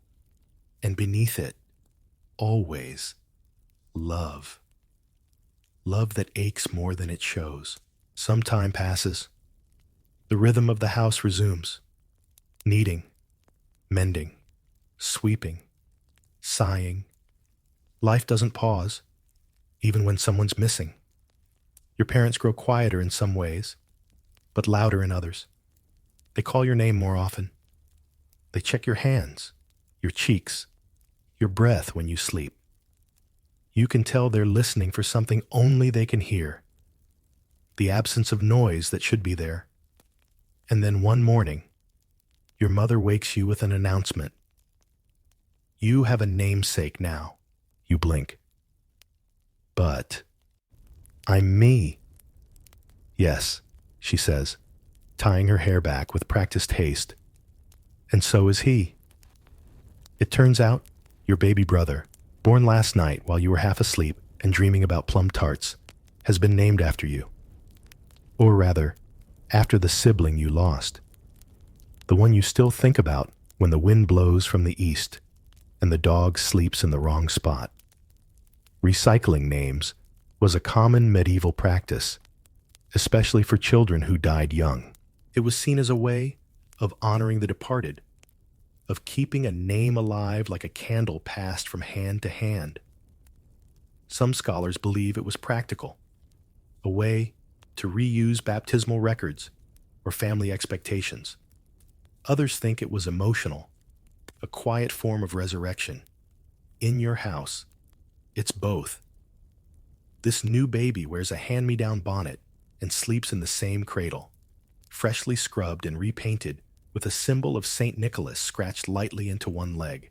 You watch him twitch in his sleep and wonder if he'll be like the last one. Your mother watches too, but not as closely. She feeds him, sings to him, swaddles him, but there's a softness to it now. Not detachment exactly, more like distance made by memory. Like she's guarding her own heart until she's sure this little one will stay. Your father doesn't say much, but you notice him carving a new spoon, smaller than usual. You've seen that look before? When the child fusses, everyone tenses. When he smiles, your sister cries. No one mentions the other one. Not out loud. The new baby shares more than a name. He gets the same clothes, the same rattle, the same cradle song. You wonder if he'll get the same fate. You wonder if that's what your parents think about every time he sneezes. Naming and remembering are complicated in this world. If you were born after a sibling's death, you might inherit their name, their shoes, even their future. Some children grow up knowing they were the replacement. Some thrive under it. Others are haunted by it. But not you. Not now. You're old enough to remember what came before, and young enough to believe you can protect what's next. You help rock the cradle when your mother's busy. You fetch cloths. You whisper promises to the baby when no one's listening. I'll keep you warm. I'll tell you stories. I'll never let the goose near you. And he listens, or at least doesn't protest. You ask your mother once if she named him again because she missed the other one. She doesn't answer, just ties a ribbon around the cradle post and says, "Sometimes names are like bridges." Later, you learn that not every lost child gets remembered this way. Some graves remain unmarked. Some names are never spoken again. Some families let the past fade like breath on cold glass. But your family, you build bridges. You carve names into wood. You whisper them into lullabies, even if no one sings along. As the baby grows, he becomes himself. He laughs differently, sleeps with one foot kicked out from the blanket, bites things the other one never noticed. You stop thinking of him as a shadow and start thinking of him as your brother. Your mother loosens, little by little. One morning, you catch her dancing him around the yard, barefoot in the dew. He gurgles. She smiles. The sun shines. The dog barks. It's enough to make you think maybe, the world is generous sometimes. And in the background, your father sharpens a spade, not out of fear, out of preparation. Because here, love and loss live side by side. But so do names and new beginnings. You're older now, gangly, quick, and capable of stringing 5 whole words together without stuttering or falling in a ditch, which means it's time to learn. Not just how to keep chickens out of the grain, but how to function in a world built on customs, hierarchy, and the subtle art of not insulting your neighbor's pig. And most of your lessons come from your mother. She teaches you how to kneel properly during prayers, how to eat with your mouth mostly shut, and how to dip your head when you pass the steward, even if you think he smells like old vinegar. She explains when to speak, when to listen, and when to pretend you didn't hear what your uncle just said. From her, you learn rhythm and order, the cadence of the week, washing days, fasting days, feast days, the names of saints, the small gestures that keep your family woven into the larger fabric of the village. She teaches by doing. You watch her bake, mend, barter, discipline, sing, and sweep, all while carrying a child on one hip and holding a lit candle in the other. Her hands never stop. Her voice never raises. When she tells you to sit still, you sit still, partly from respect, partly from fear of whatever she can do with that soup ladle. You also learn from her how to speak gently when someone is sad, how to lay herbs on a wound, and how to fold linens in a way that keeps the spiders out. These are not schoolhouse lessons, but they stick. You carry them with you long after you've outgrown the house. Your father teaches too, but differently. His lessons are quieter, less structured. He shows you how to check a fence line, how to turn a spade properly, how to judge a man by how he holds a tool or a prayer. He doesn't offer commentary, just nods when you do something right and grunts when you don't. Sometimes, he calls you over during repairs, hands you a hammer, doesn't explain, just watches. You hit your thumb, twice. He chuckles, not meanly. You help him bury a broken plow tooth one afternoon. Bad luck to throw it out, he says. Better to return it to the earth. You don't ask questions, but you remember. Fathers in this world often remain distant, not out of coldness, but habit.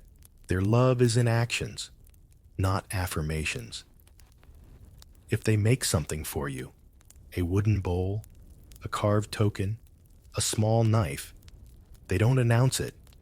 They just leave it where you'll find it and walk away. Historians still debate whether medieval fathers were emotionally engaged or simply symbolic figures of discipline. Some letters show affection. Others offer only instructions. The truth depends on the family, the century, and the man. But the divide is often there. The mother shapes your days. The father shapes your boundaries. Your mother tells you how to bless your food. Your father tells you when to stop eating. Your mother says, be kind. Your father says, be ready. Your mother teaches you to serve.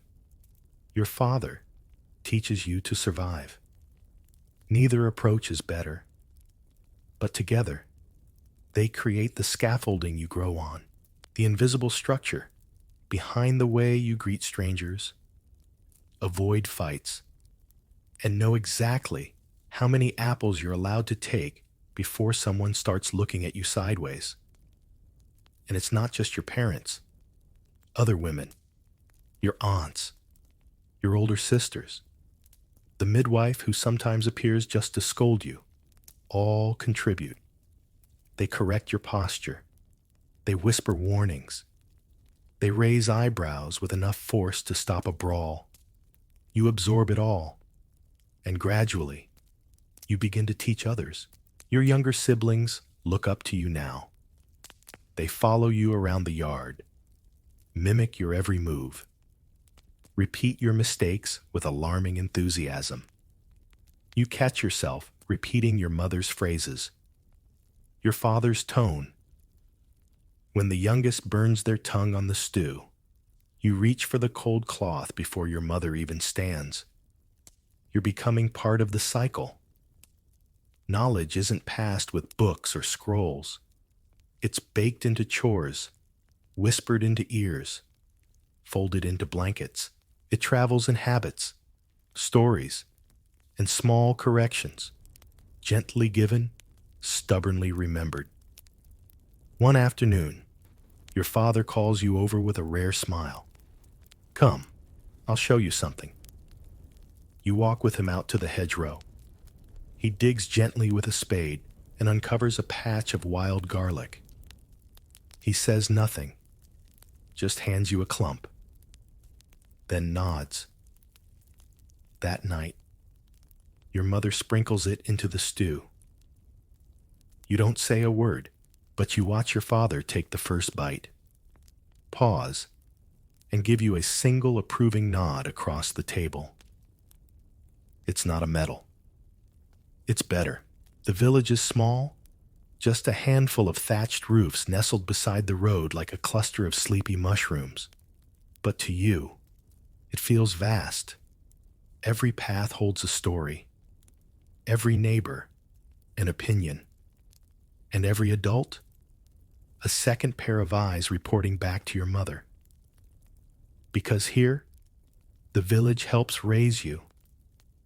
And also, absolutely tattles on you. You learn this the hard way when you kick over a bucket near the miller's shed and tell your sister it was St. George's will. By supper, your mother already knows. She doesn't scold you loudly. She just serves your stew with a little less salt and a slightly longer silence. You get the message. Growing up, medieval means you don't just belong to your family. You belong to everyone. The woman who sells herbs from her garden might grab your ear if she sees you teasing the goose again. The old man with the wooden leg will tell you stories of giants and tell your father if he sees you skipping mass. There is, you'll come to understand, no such thing as anonymity. The upside? You are protected. If you go missing for more than an hour, 3 households form a search party. If you scrape your knee, someone wraps it before you even get home. If your mother is sick, you eat stew at your aunt's place, and she makes you pray twice as long before bed, just in case. You live in a web of quiet obligations and constant watchfulness. There's safety in it, and also no privacy. You help the village midwife fetch water. She quizzes you on saints' days and tells you how the moon affects your future digestion. You help the cooper's wife hang linens. She adjusts your hem and mutters about growth spurts like you're a garden weed. These aren't your parents, but they shape you just the same. They pass down sayings, rules, and questionable remedies. Don't whistle near cows. They'll forget how to give milk. If you see a blackbird after dark, it's your grandmother checking in.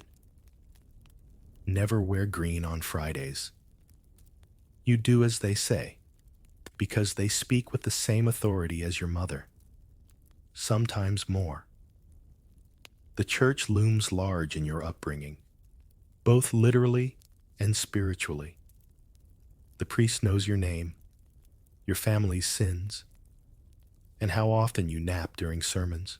You light candles every week, not because you're particularly devout yet, but because your sister says, if you don't, your toes will fall off in your sleep. You believe her. And yet, even with all these guiding hands, you start to see something else. Expectations. You're known here, not just as a child, but as that child.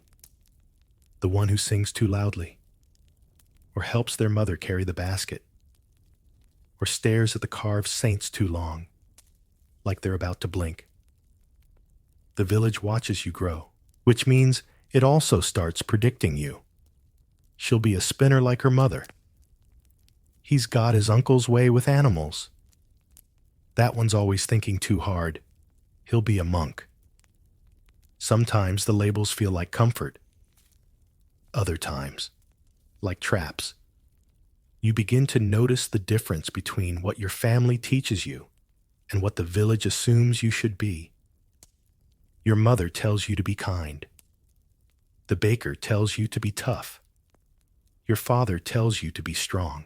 The priest tells you to be quiet. The woman who tends bees says, "Speak your truth." Your uncle says, "Not with that face." It's confusing. It's conflicting. But it's also the beginning of independence, because slowly, you start to choose whose words feel true. You start to question, just a little, carefully. You still bow, still nod, still sweep the path when told, but you start sweeping your own way. One afternoon, you correct the steward's son during a game. He glares. "Who told you that?" You hesitate, then say, "Myself." It's small. No one else notices, but you do. You're still a child, still shaped by this net of neighbors, rules, rituals, but you're learning that love and expectation can walk side by side. And sometimes, love means giving you space to trip. One night, by the fire, your mother says, "The village sees you, but I see more." She doesn't explain. She doesn't need to, because in that moment, you realize something that will stay with you forever. You are being raised by many hands, but you are slowly becoming your own. The morning is cool and full of smoke. Your satchel is packed, your best tunic dusted, and your stomach is tying little knots that not even your mother's porridge can undo. Today, you're leaving. You're being sent away, not as punishment, but as tradition. You're old enough now to begin your training elsewhere.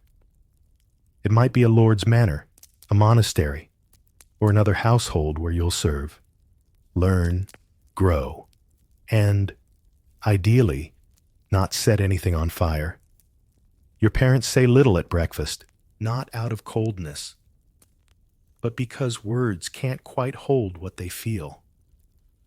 Your mother straightens your collar 3 times. Your father pats your shoulder like he's checking for loose bricks. Your sister packs a cloth bundle of dried apples into your bag. She says they're for the road, but you both know you'll eat half of them by midday. This is how medieval children grow up, not just in the home, but out of it. Many children leave between ages 7 and 10 to become apprentices, pages, or novices.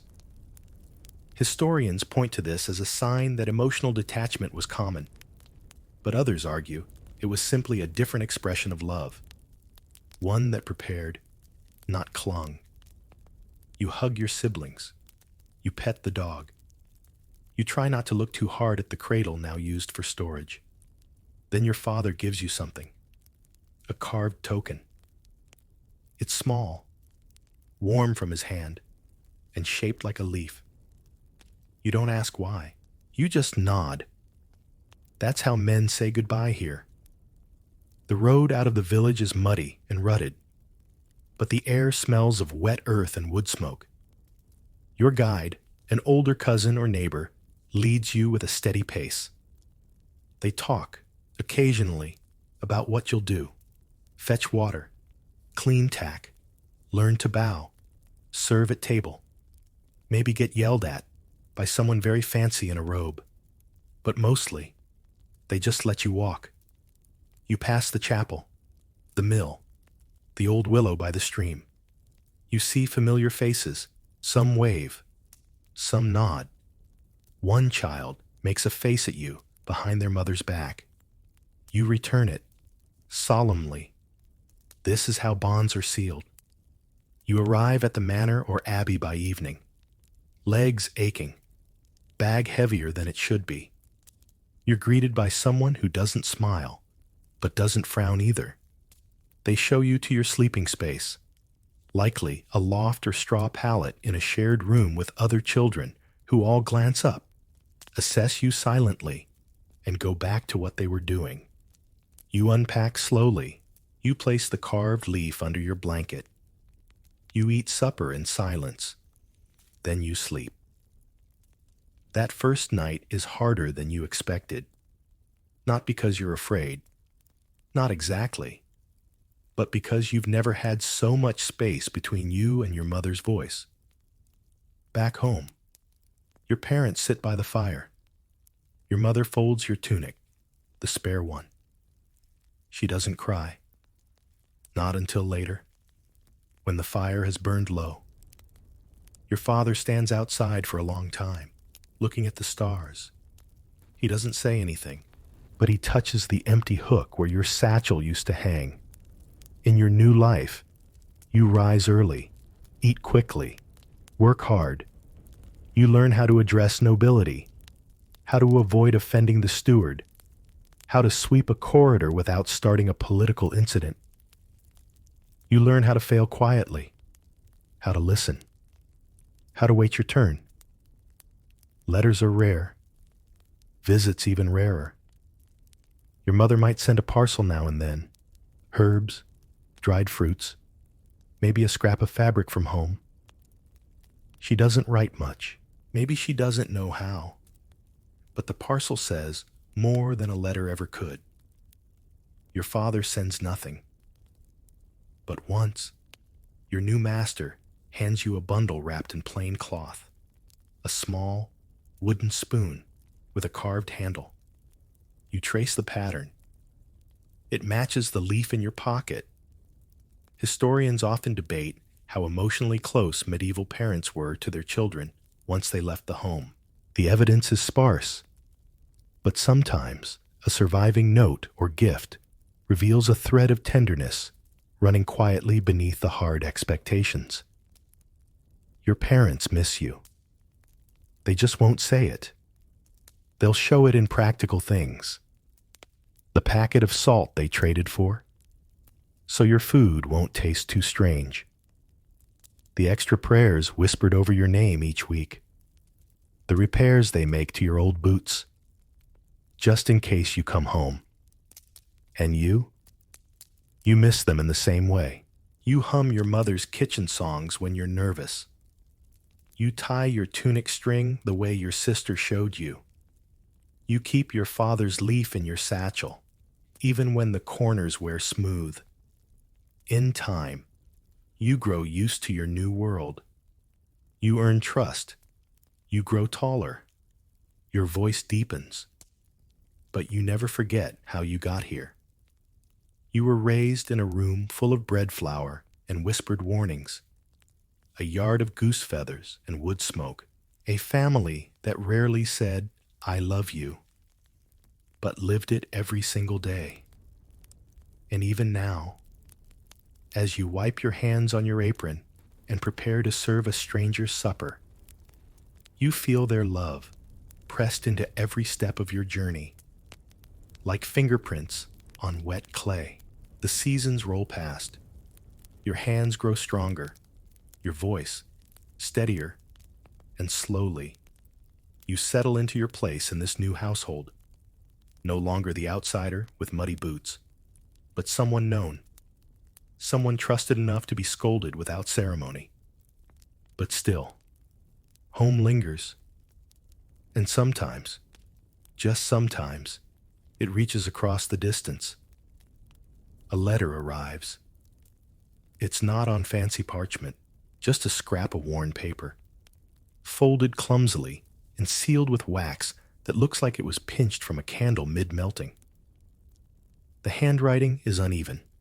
Certain words are squished, others too tall. but it's your sister's. You'd recognize it anywhere. Inside, news. The baby is walking. The goat finally calved. Your uncle tried to build a new chicken roost and was, quote, defeated by the chickens. There's a scribbled drawing of a cat with an alarming number of legs. It's perfect. At the bottom, your mother has written 2 lines. We think of you every day. Keep warm. Eat well. Pray harder. It's not, we miss you. It's not, we love you. But in her language, it's the same.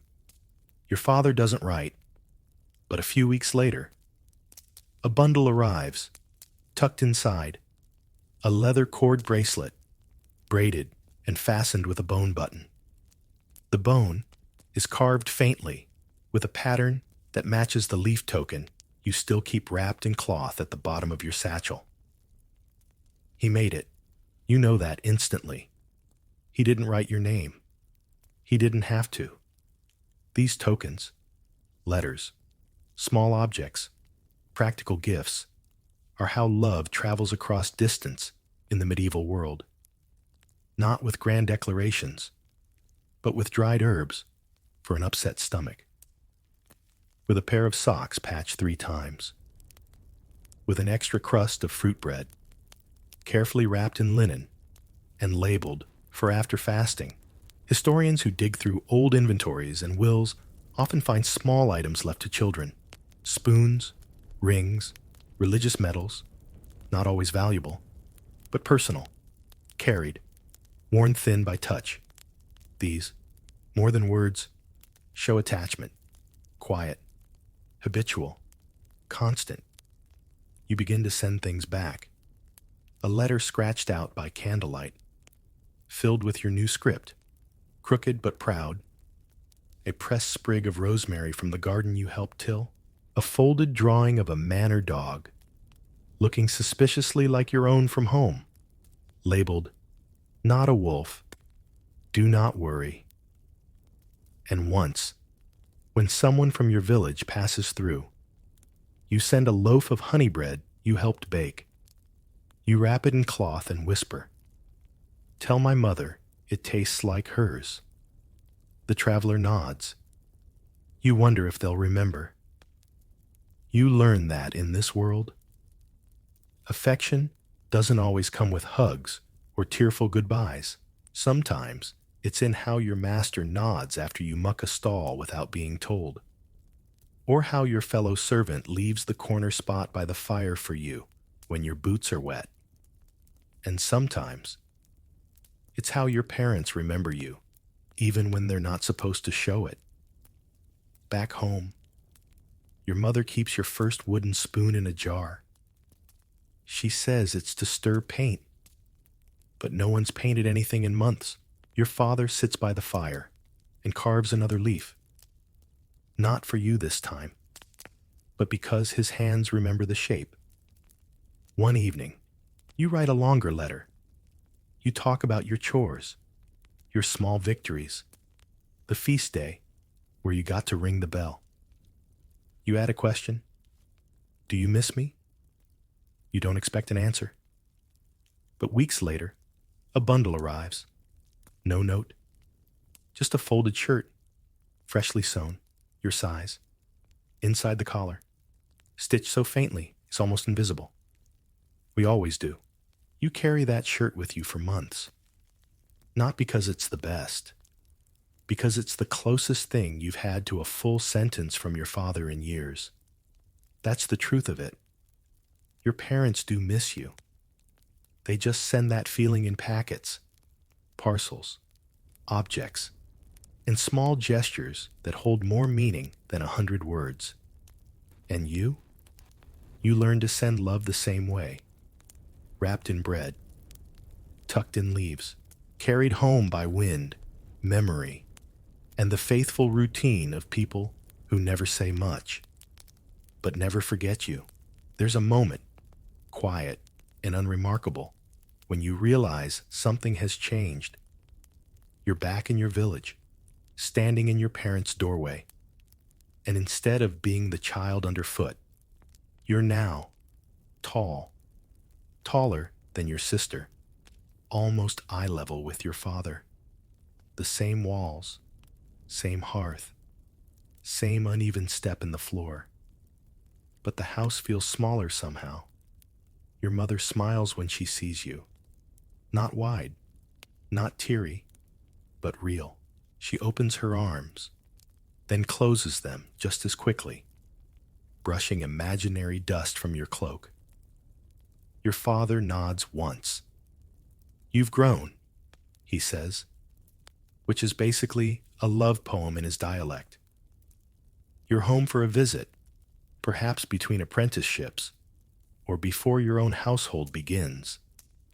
And now, you start to see your parents not just as looming figures of childhood, but as people, tired, capable, occasionally hilarious in ways they absolutely do not intend. Your mother still speaks in maxims. God helps those who help themselves. Boil rosemary if the weather's mean. Eat before you argue. Your father has begun to grunt more than he talks. But now you hear the meaning inside each one. The upward grunt means well done. The downward grunt means fix it. The sideways grunt means your uncle's here again. You realize they worry. More than you thought. You find their stash of keepsakes, tokens you sent, folded drawings, the broken bracelet you made as a joke. None of it was thrown away. All of it tucked in a box beneath your mother's sewing basket. One evening, sitting at the hearth, your sister asks what you remember of growing up. You pause. It's not a list of grand moments. It's the small things, the smell of bread rising, the scrape of your father's knife on wood, the way your mother's hands never stopped moving, even when she was listening, the feeling of being known, even without being spoken to. You glance at your parents, your father's nodding off, your mother's darning socks in a rhythm that's older than the house. They don't look like they're carrying regret. But you wonder? Historians sometimes suggest that medieval parents didn't feel guilt the way we think of it today. There was no parenting manual, no concept of quality time. Love was measured in labor, not leisure. You fed your children, clothed them, prayed for them. That was enough. And yet, you see it now. In the moments they pause before answering, in the way your mother lingers over the baby's name she never reused, in the way your father occasionally looks past you, like he's counting how many you were and how many stayed. Do they wonder if they were too strict, too quiet, too tired? Maybe. Maybe not. But you do hear the softness now.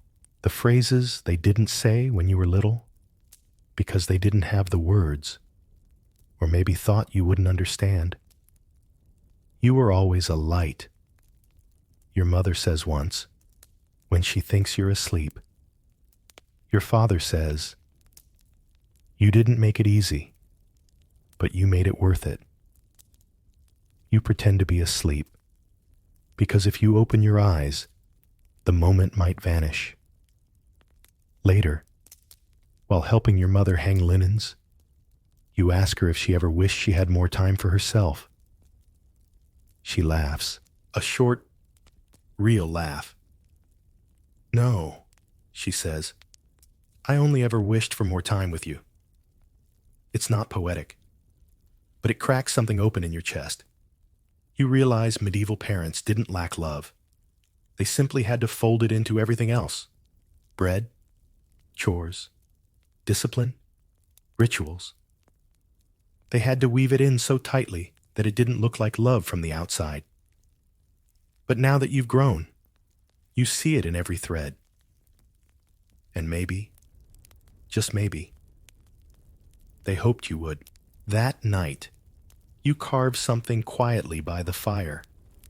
A spoon, just like the one your father once made for you. When you finish, you place it in the basket by your mother's sewing things. No note. She'll know. The air inside the house is cooler now. The fire burns lower. Outside, dusk settles across the fields in long, lazy shadows. You're home again, older, perhaps preparing to leave for good this time, or maybe just visiting between chapters of your life. But either way, this visit feels different. You no longer belong entirely to this place, and yet you're stitched into it, woven into the wood grain of the bench, the squeaky floorboard by the door, the notch on the threshold that matches the top of your head at age 6. Your parents are older, too. You notice it now. Your mother's hands shake slightly when she threads her needle. Your father sits more often than he stands, and when he does stand, it takes him just a little longer. He pretends not to notice you noticing. You sit with them at the table, just like you always did. Same cups, same bowls, same rhythm to the way they chew, measured and efficient, like everything else they do. And even though the stew is thinner than you remember, and the bread crumbles a little more than it should, you've never tasted anything more comforting. The conversation flows in familiar channels. The neighbor's cow, the weather, the newest baby born in the village. Nothing grand, nothing monumental, but it's the kind of talk that says, we are still here. And then, after supper, something unexpected. Your father asks for help. It's a small thing, fixing a latch, something he could have done alone a decade ago. But he asks you, and when you finish, he rests a hand on your shoulder. Not long, not dramatic, but with more weight than you remember, more meaning. Your mother watches from across the room. She's knitting again, though the yarn keeps slipping through her fingers. She mutters that she's losing her grip, and you both pretend she means the yarn. Later that night, you find her standing near the cradle. Yes, it's still here, still tucked in the corner, now holding folded linens and a few small things that no one's used in years. She touches the edge gently, runs her hand along the worn wood. She doesn't speak. You don't either. But in the silence, you both remember. Not all the names, not all the faces, but the weight of having loved so many, some who stayed, some who went, some whose names were reused, some who are spoken of only when the wind is right. You realize that being a parent in this world means carrying memory as much as it means carrying water or firewood. It means remembering the weight of your child's body and the sound of their voice, especially when they're no longer there to make it. You help her fold the linens. She doesn't thank you. She never had to. Outside, the stars begin to appear. The same constellations you memorized as a child. You sit on the doorstep beside your father, passing a small flask back and forth. Neither of you speaks for a long while. And then he says, "You turned out well." It's not much. It's not the speech you once imagined he'd give someday. But it's more than enough. Because in his world, in this time, that sentence carries the weight of years, of effort, of fear he never named, of love he didn't know how to show, except in bread, carved spoons, and the soft click of a door latch repaired with your help. You spend your final evening home quietly, moving through rooms like a ghost of your former self. You pause by the fire. You run a hand along the worn table. You sit where you used to watch your mother hum as she worked, where your father sharpened tools in the glow of evening. And as you prepare to leave again, you press a note, just a few lines, into your mother's hand. She won't read it while you're there, but she will read it later. Maybe to herself. Maybe out loud to your father when she thinks you won't hear. And in it, you'll have written something simple. I saw it. I knew. Even when I didn't understand. Because now, you do. They didn't say it in poems. They didn't paint it in flourishes. But they loved you. Deeply. Doggedly. Constantly. They loved you in fever and in famine. They loved you in silence and small repairs. They loved you with all they had, which, most days, was just enough. And now, grown and grateful, you carry that love with you, wherever you go. The house is quiet now. The fire has burned down to soft orange coals, glowing like sleepy embers in the dark. You're lying back on a straw-stuffed mattress, a blanket tucked under your chin, the hum of the night settling around you like a lullaby in slow motion. You can still hear the soft creak of beams overhead, the gentle clink of pottery on the shelf, the faint rustle of wind weaving its way through the shutters. It's peaceful, not silent. Nothing in this world is truly silent, but steady, like the breath of someone sleeping beside you. You think of everything you've seen tonight, of children and cradles, of distant fathers and steady mothers, of loss that lingers and love that lingers even longer. You think of laughter, of spoons carved quietly, of names repeated like blessings. You think of care disguised as chores, of discipline woven with devotion, of the quiet, persistent rhythm of people who raised you with more than words. And you let those memories hold you now. Let the softness of the dark wrap around you. Let the breath slow. Let your muscles ease. Let the world shrink to a flicker of firelight and the sound of your own heartbeat, slow and steady and safe. Because tonight, you're not just falling asleep, you're going home.